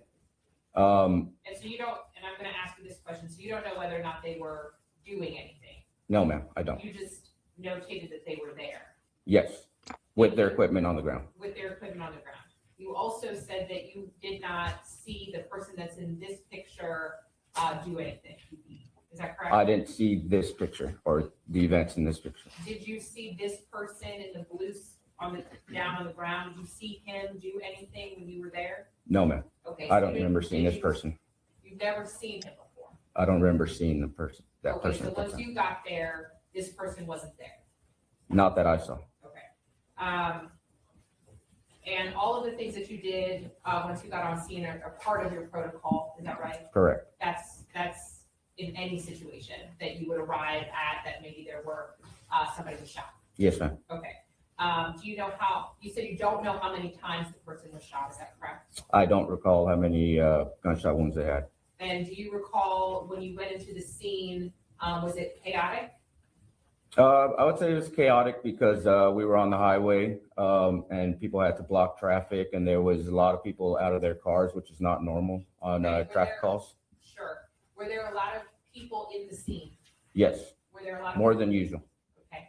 And I'm so sorry. I don't want to talk over you, but I don't want you to talk over me. Oh, I'm either, sorry. Okay. And the only reason is because this young lady has to take down everything that we're saying. Absolutely. Okay? Were there a lot of people walking through the scene? Not when I got there. Our crew that was initially there had as well. I mean, nobody was around us at that time. So from the point that I got there was nobody walking around where the patient was and we were. Okay, so you don't know what was going on before you arrived, right? Correct. Was there law enforcement there? I'm not sure if there was law enforcement there yet or not. I don't remember that part. Were there law enforcement on the scene when you arrived? I don't remember that. So you, and I don't, the question is, was there law enforcement? And I think your answer was you don't remember. Correct. Okay, so you don't remember whether or not the scene had been secured by law enforcement? Right. You don't remember whether or not it had been blocked off by law It enforcement? had not been blocked off with tape or anything by law enforcement when we got there. And there were people that, at least prior to you getting there, were driving through the scene? I mean, the traffic was blocked completely. So Okay. there was no driving, no cars going by us when we were there. As you were trying to get him on the stretcher, is that Correct. right? When you left, had the police arrived yet? I don't know. I was in the back of the ambulance, unable to look outside. Okay, so you don't know whether or not, even at that point, the scene had been secured. Right, You don't know whether or not any of the evidence had been collected. right, You don't know whether or not anything had been preserved. right. Do you know anything about how this person came to be shot? No. Do you know anything about who this person was? Oh, no, not at the time. Did you have any information about the car that this person was in? No, ma'am. Do you know anything about another car? No, Do you know anything about a third car? no, ma'am. Do you know anything about multiple people? No. So you don't know anything about anything? That's argumentative. May I rephrase? You don't know anything about what occurred? You talking about now or at the time? I'm talking about at the time only. At the time, no. Obviously, we knew it was a victim that had gunshot wounds, and that's what we were tending to. Okay, and I want to make sure that this is clear. Everything that you testified to today, is that from what you know back then, or are you testifying about things that you've learned since? Things that I saw with my own eyes when I showed up on scene. So you're testifying about things that you knew back then? Yes, ma'am. Not things that you've learned since? No, ma'am. Okay. And then have you met with the prosecutors in this case? I have How many times? once. And when was that? Sometime this year, maybe a couple months ago, a few months Okay. ago. And did they tell you anything about the allegations here today? Can you explain allegations? What do you mean by the allegations? Did they tell you anything about the fact there was a trial going on? Oh, yes. Somebody's accused of something? Yes. Okay. What did they tell you about it? There's a shooting going on, and there's a trial going on murder. Okay, sorry. Did they give you any details about who anybody was involved? No, ma'am. I'll pass the witness at this time. Steve? Nothing further from the state, Your Honor. All right, need this witness to be released? No objections. Defense? No objection. All right, thank you, sir. You're free to leave. Thank you. All right, guys, that's it for me Ladies and today. gentlemen, it's 12:32 now. Let's take a 1-hour lunch break. They went to We'll be back at lunch. 1:32. Remember, you are still under my instruction.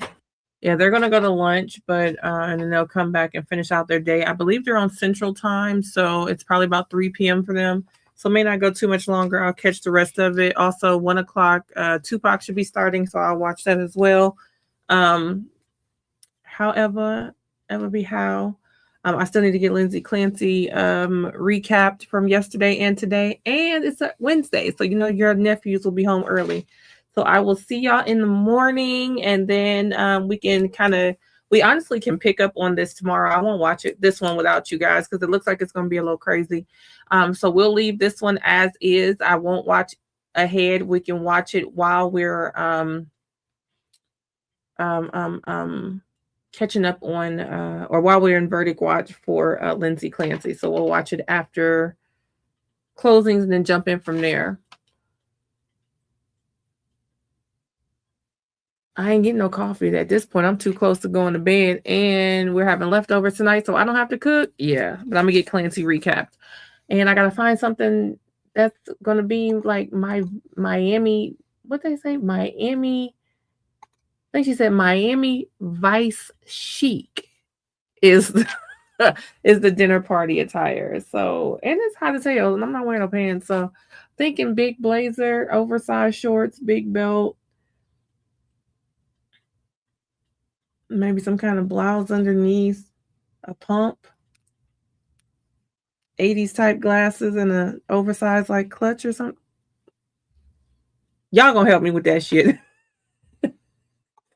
All right, let me go ahead and get myself together before Prince Hakeem and Simi get home. Oh, Joffrey Joe Fur gonna have me running.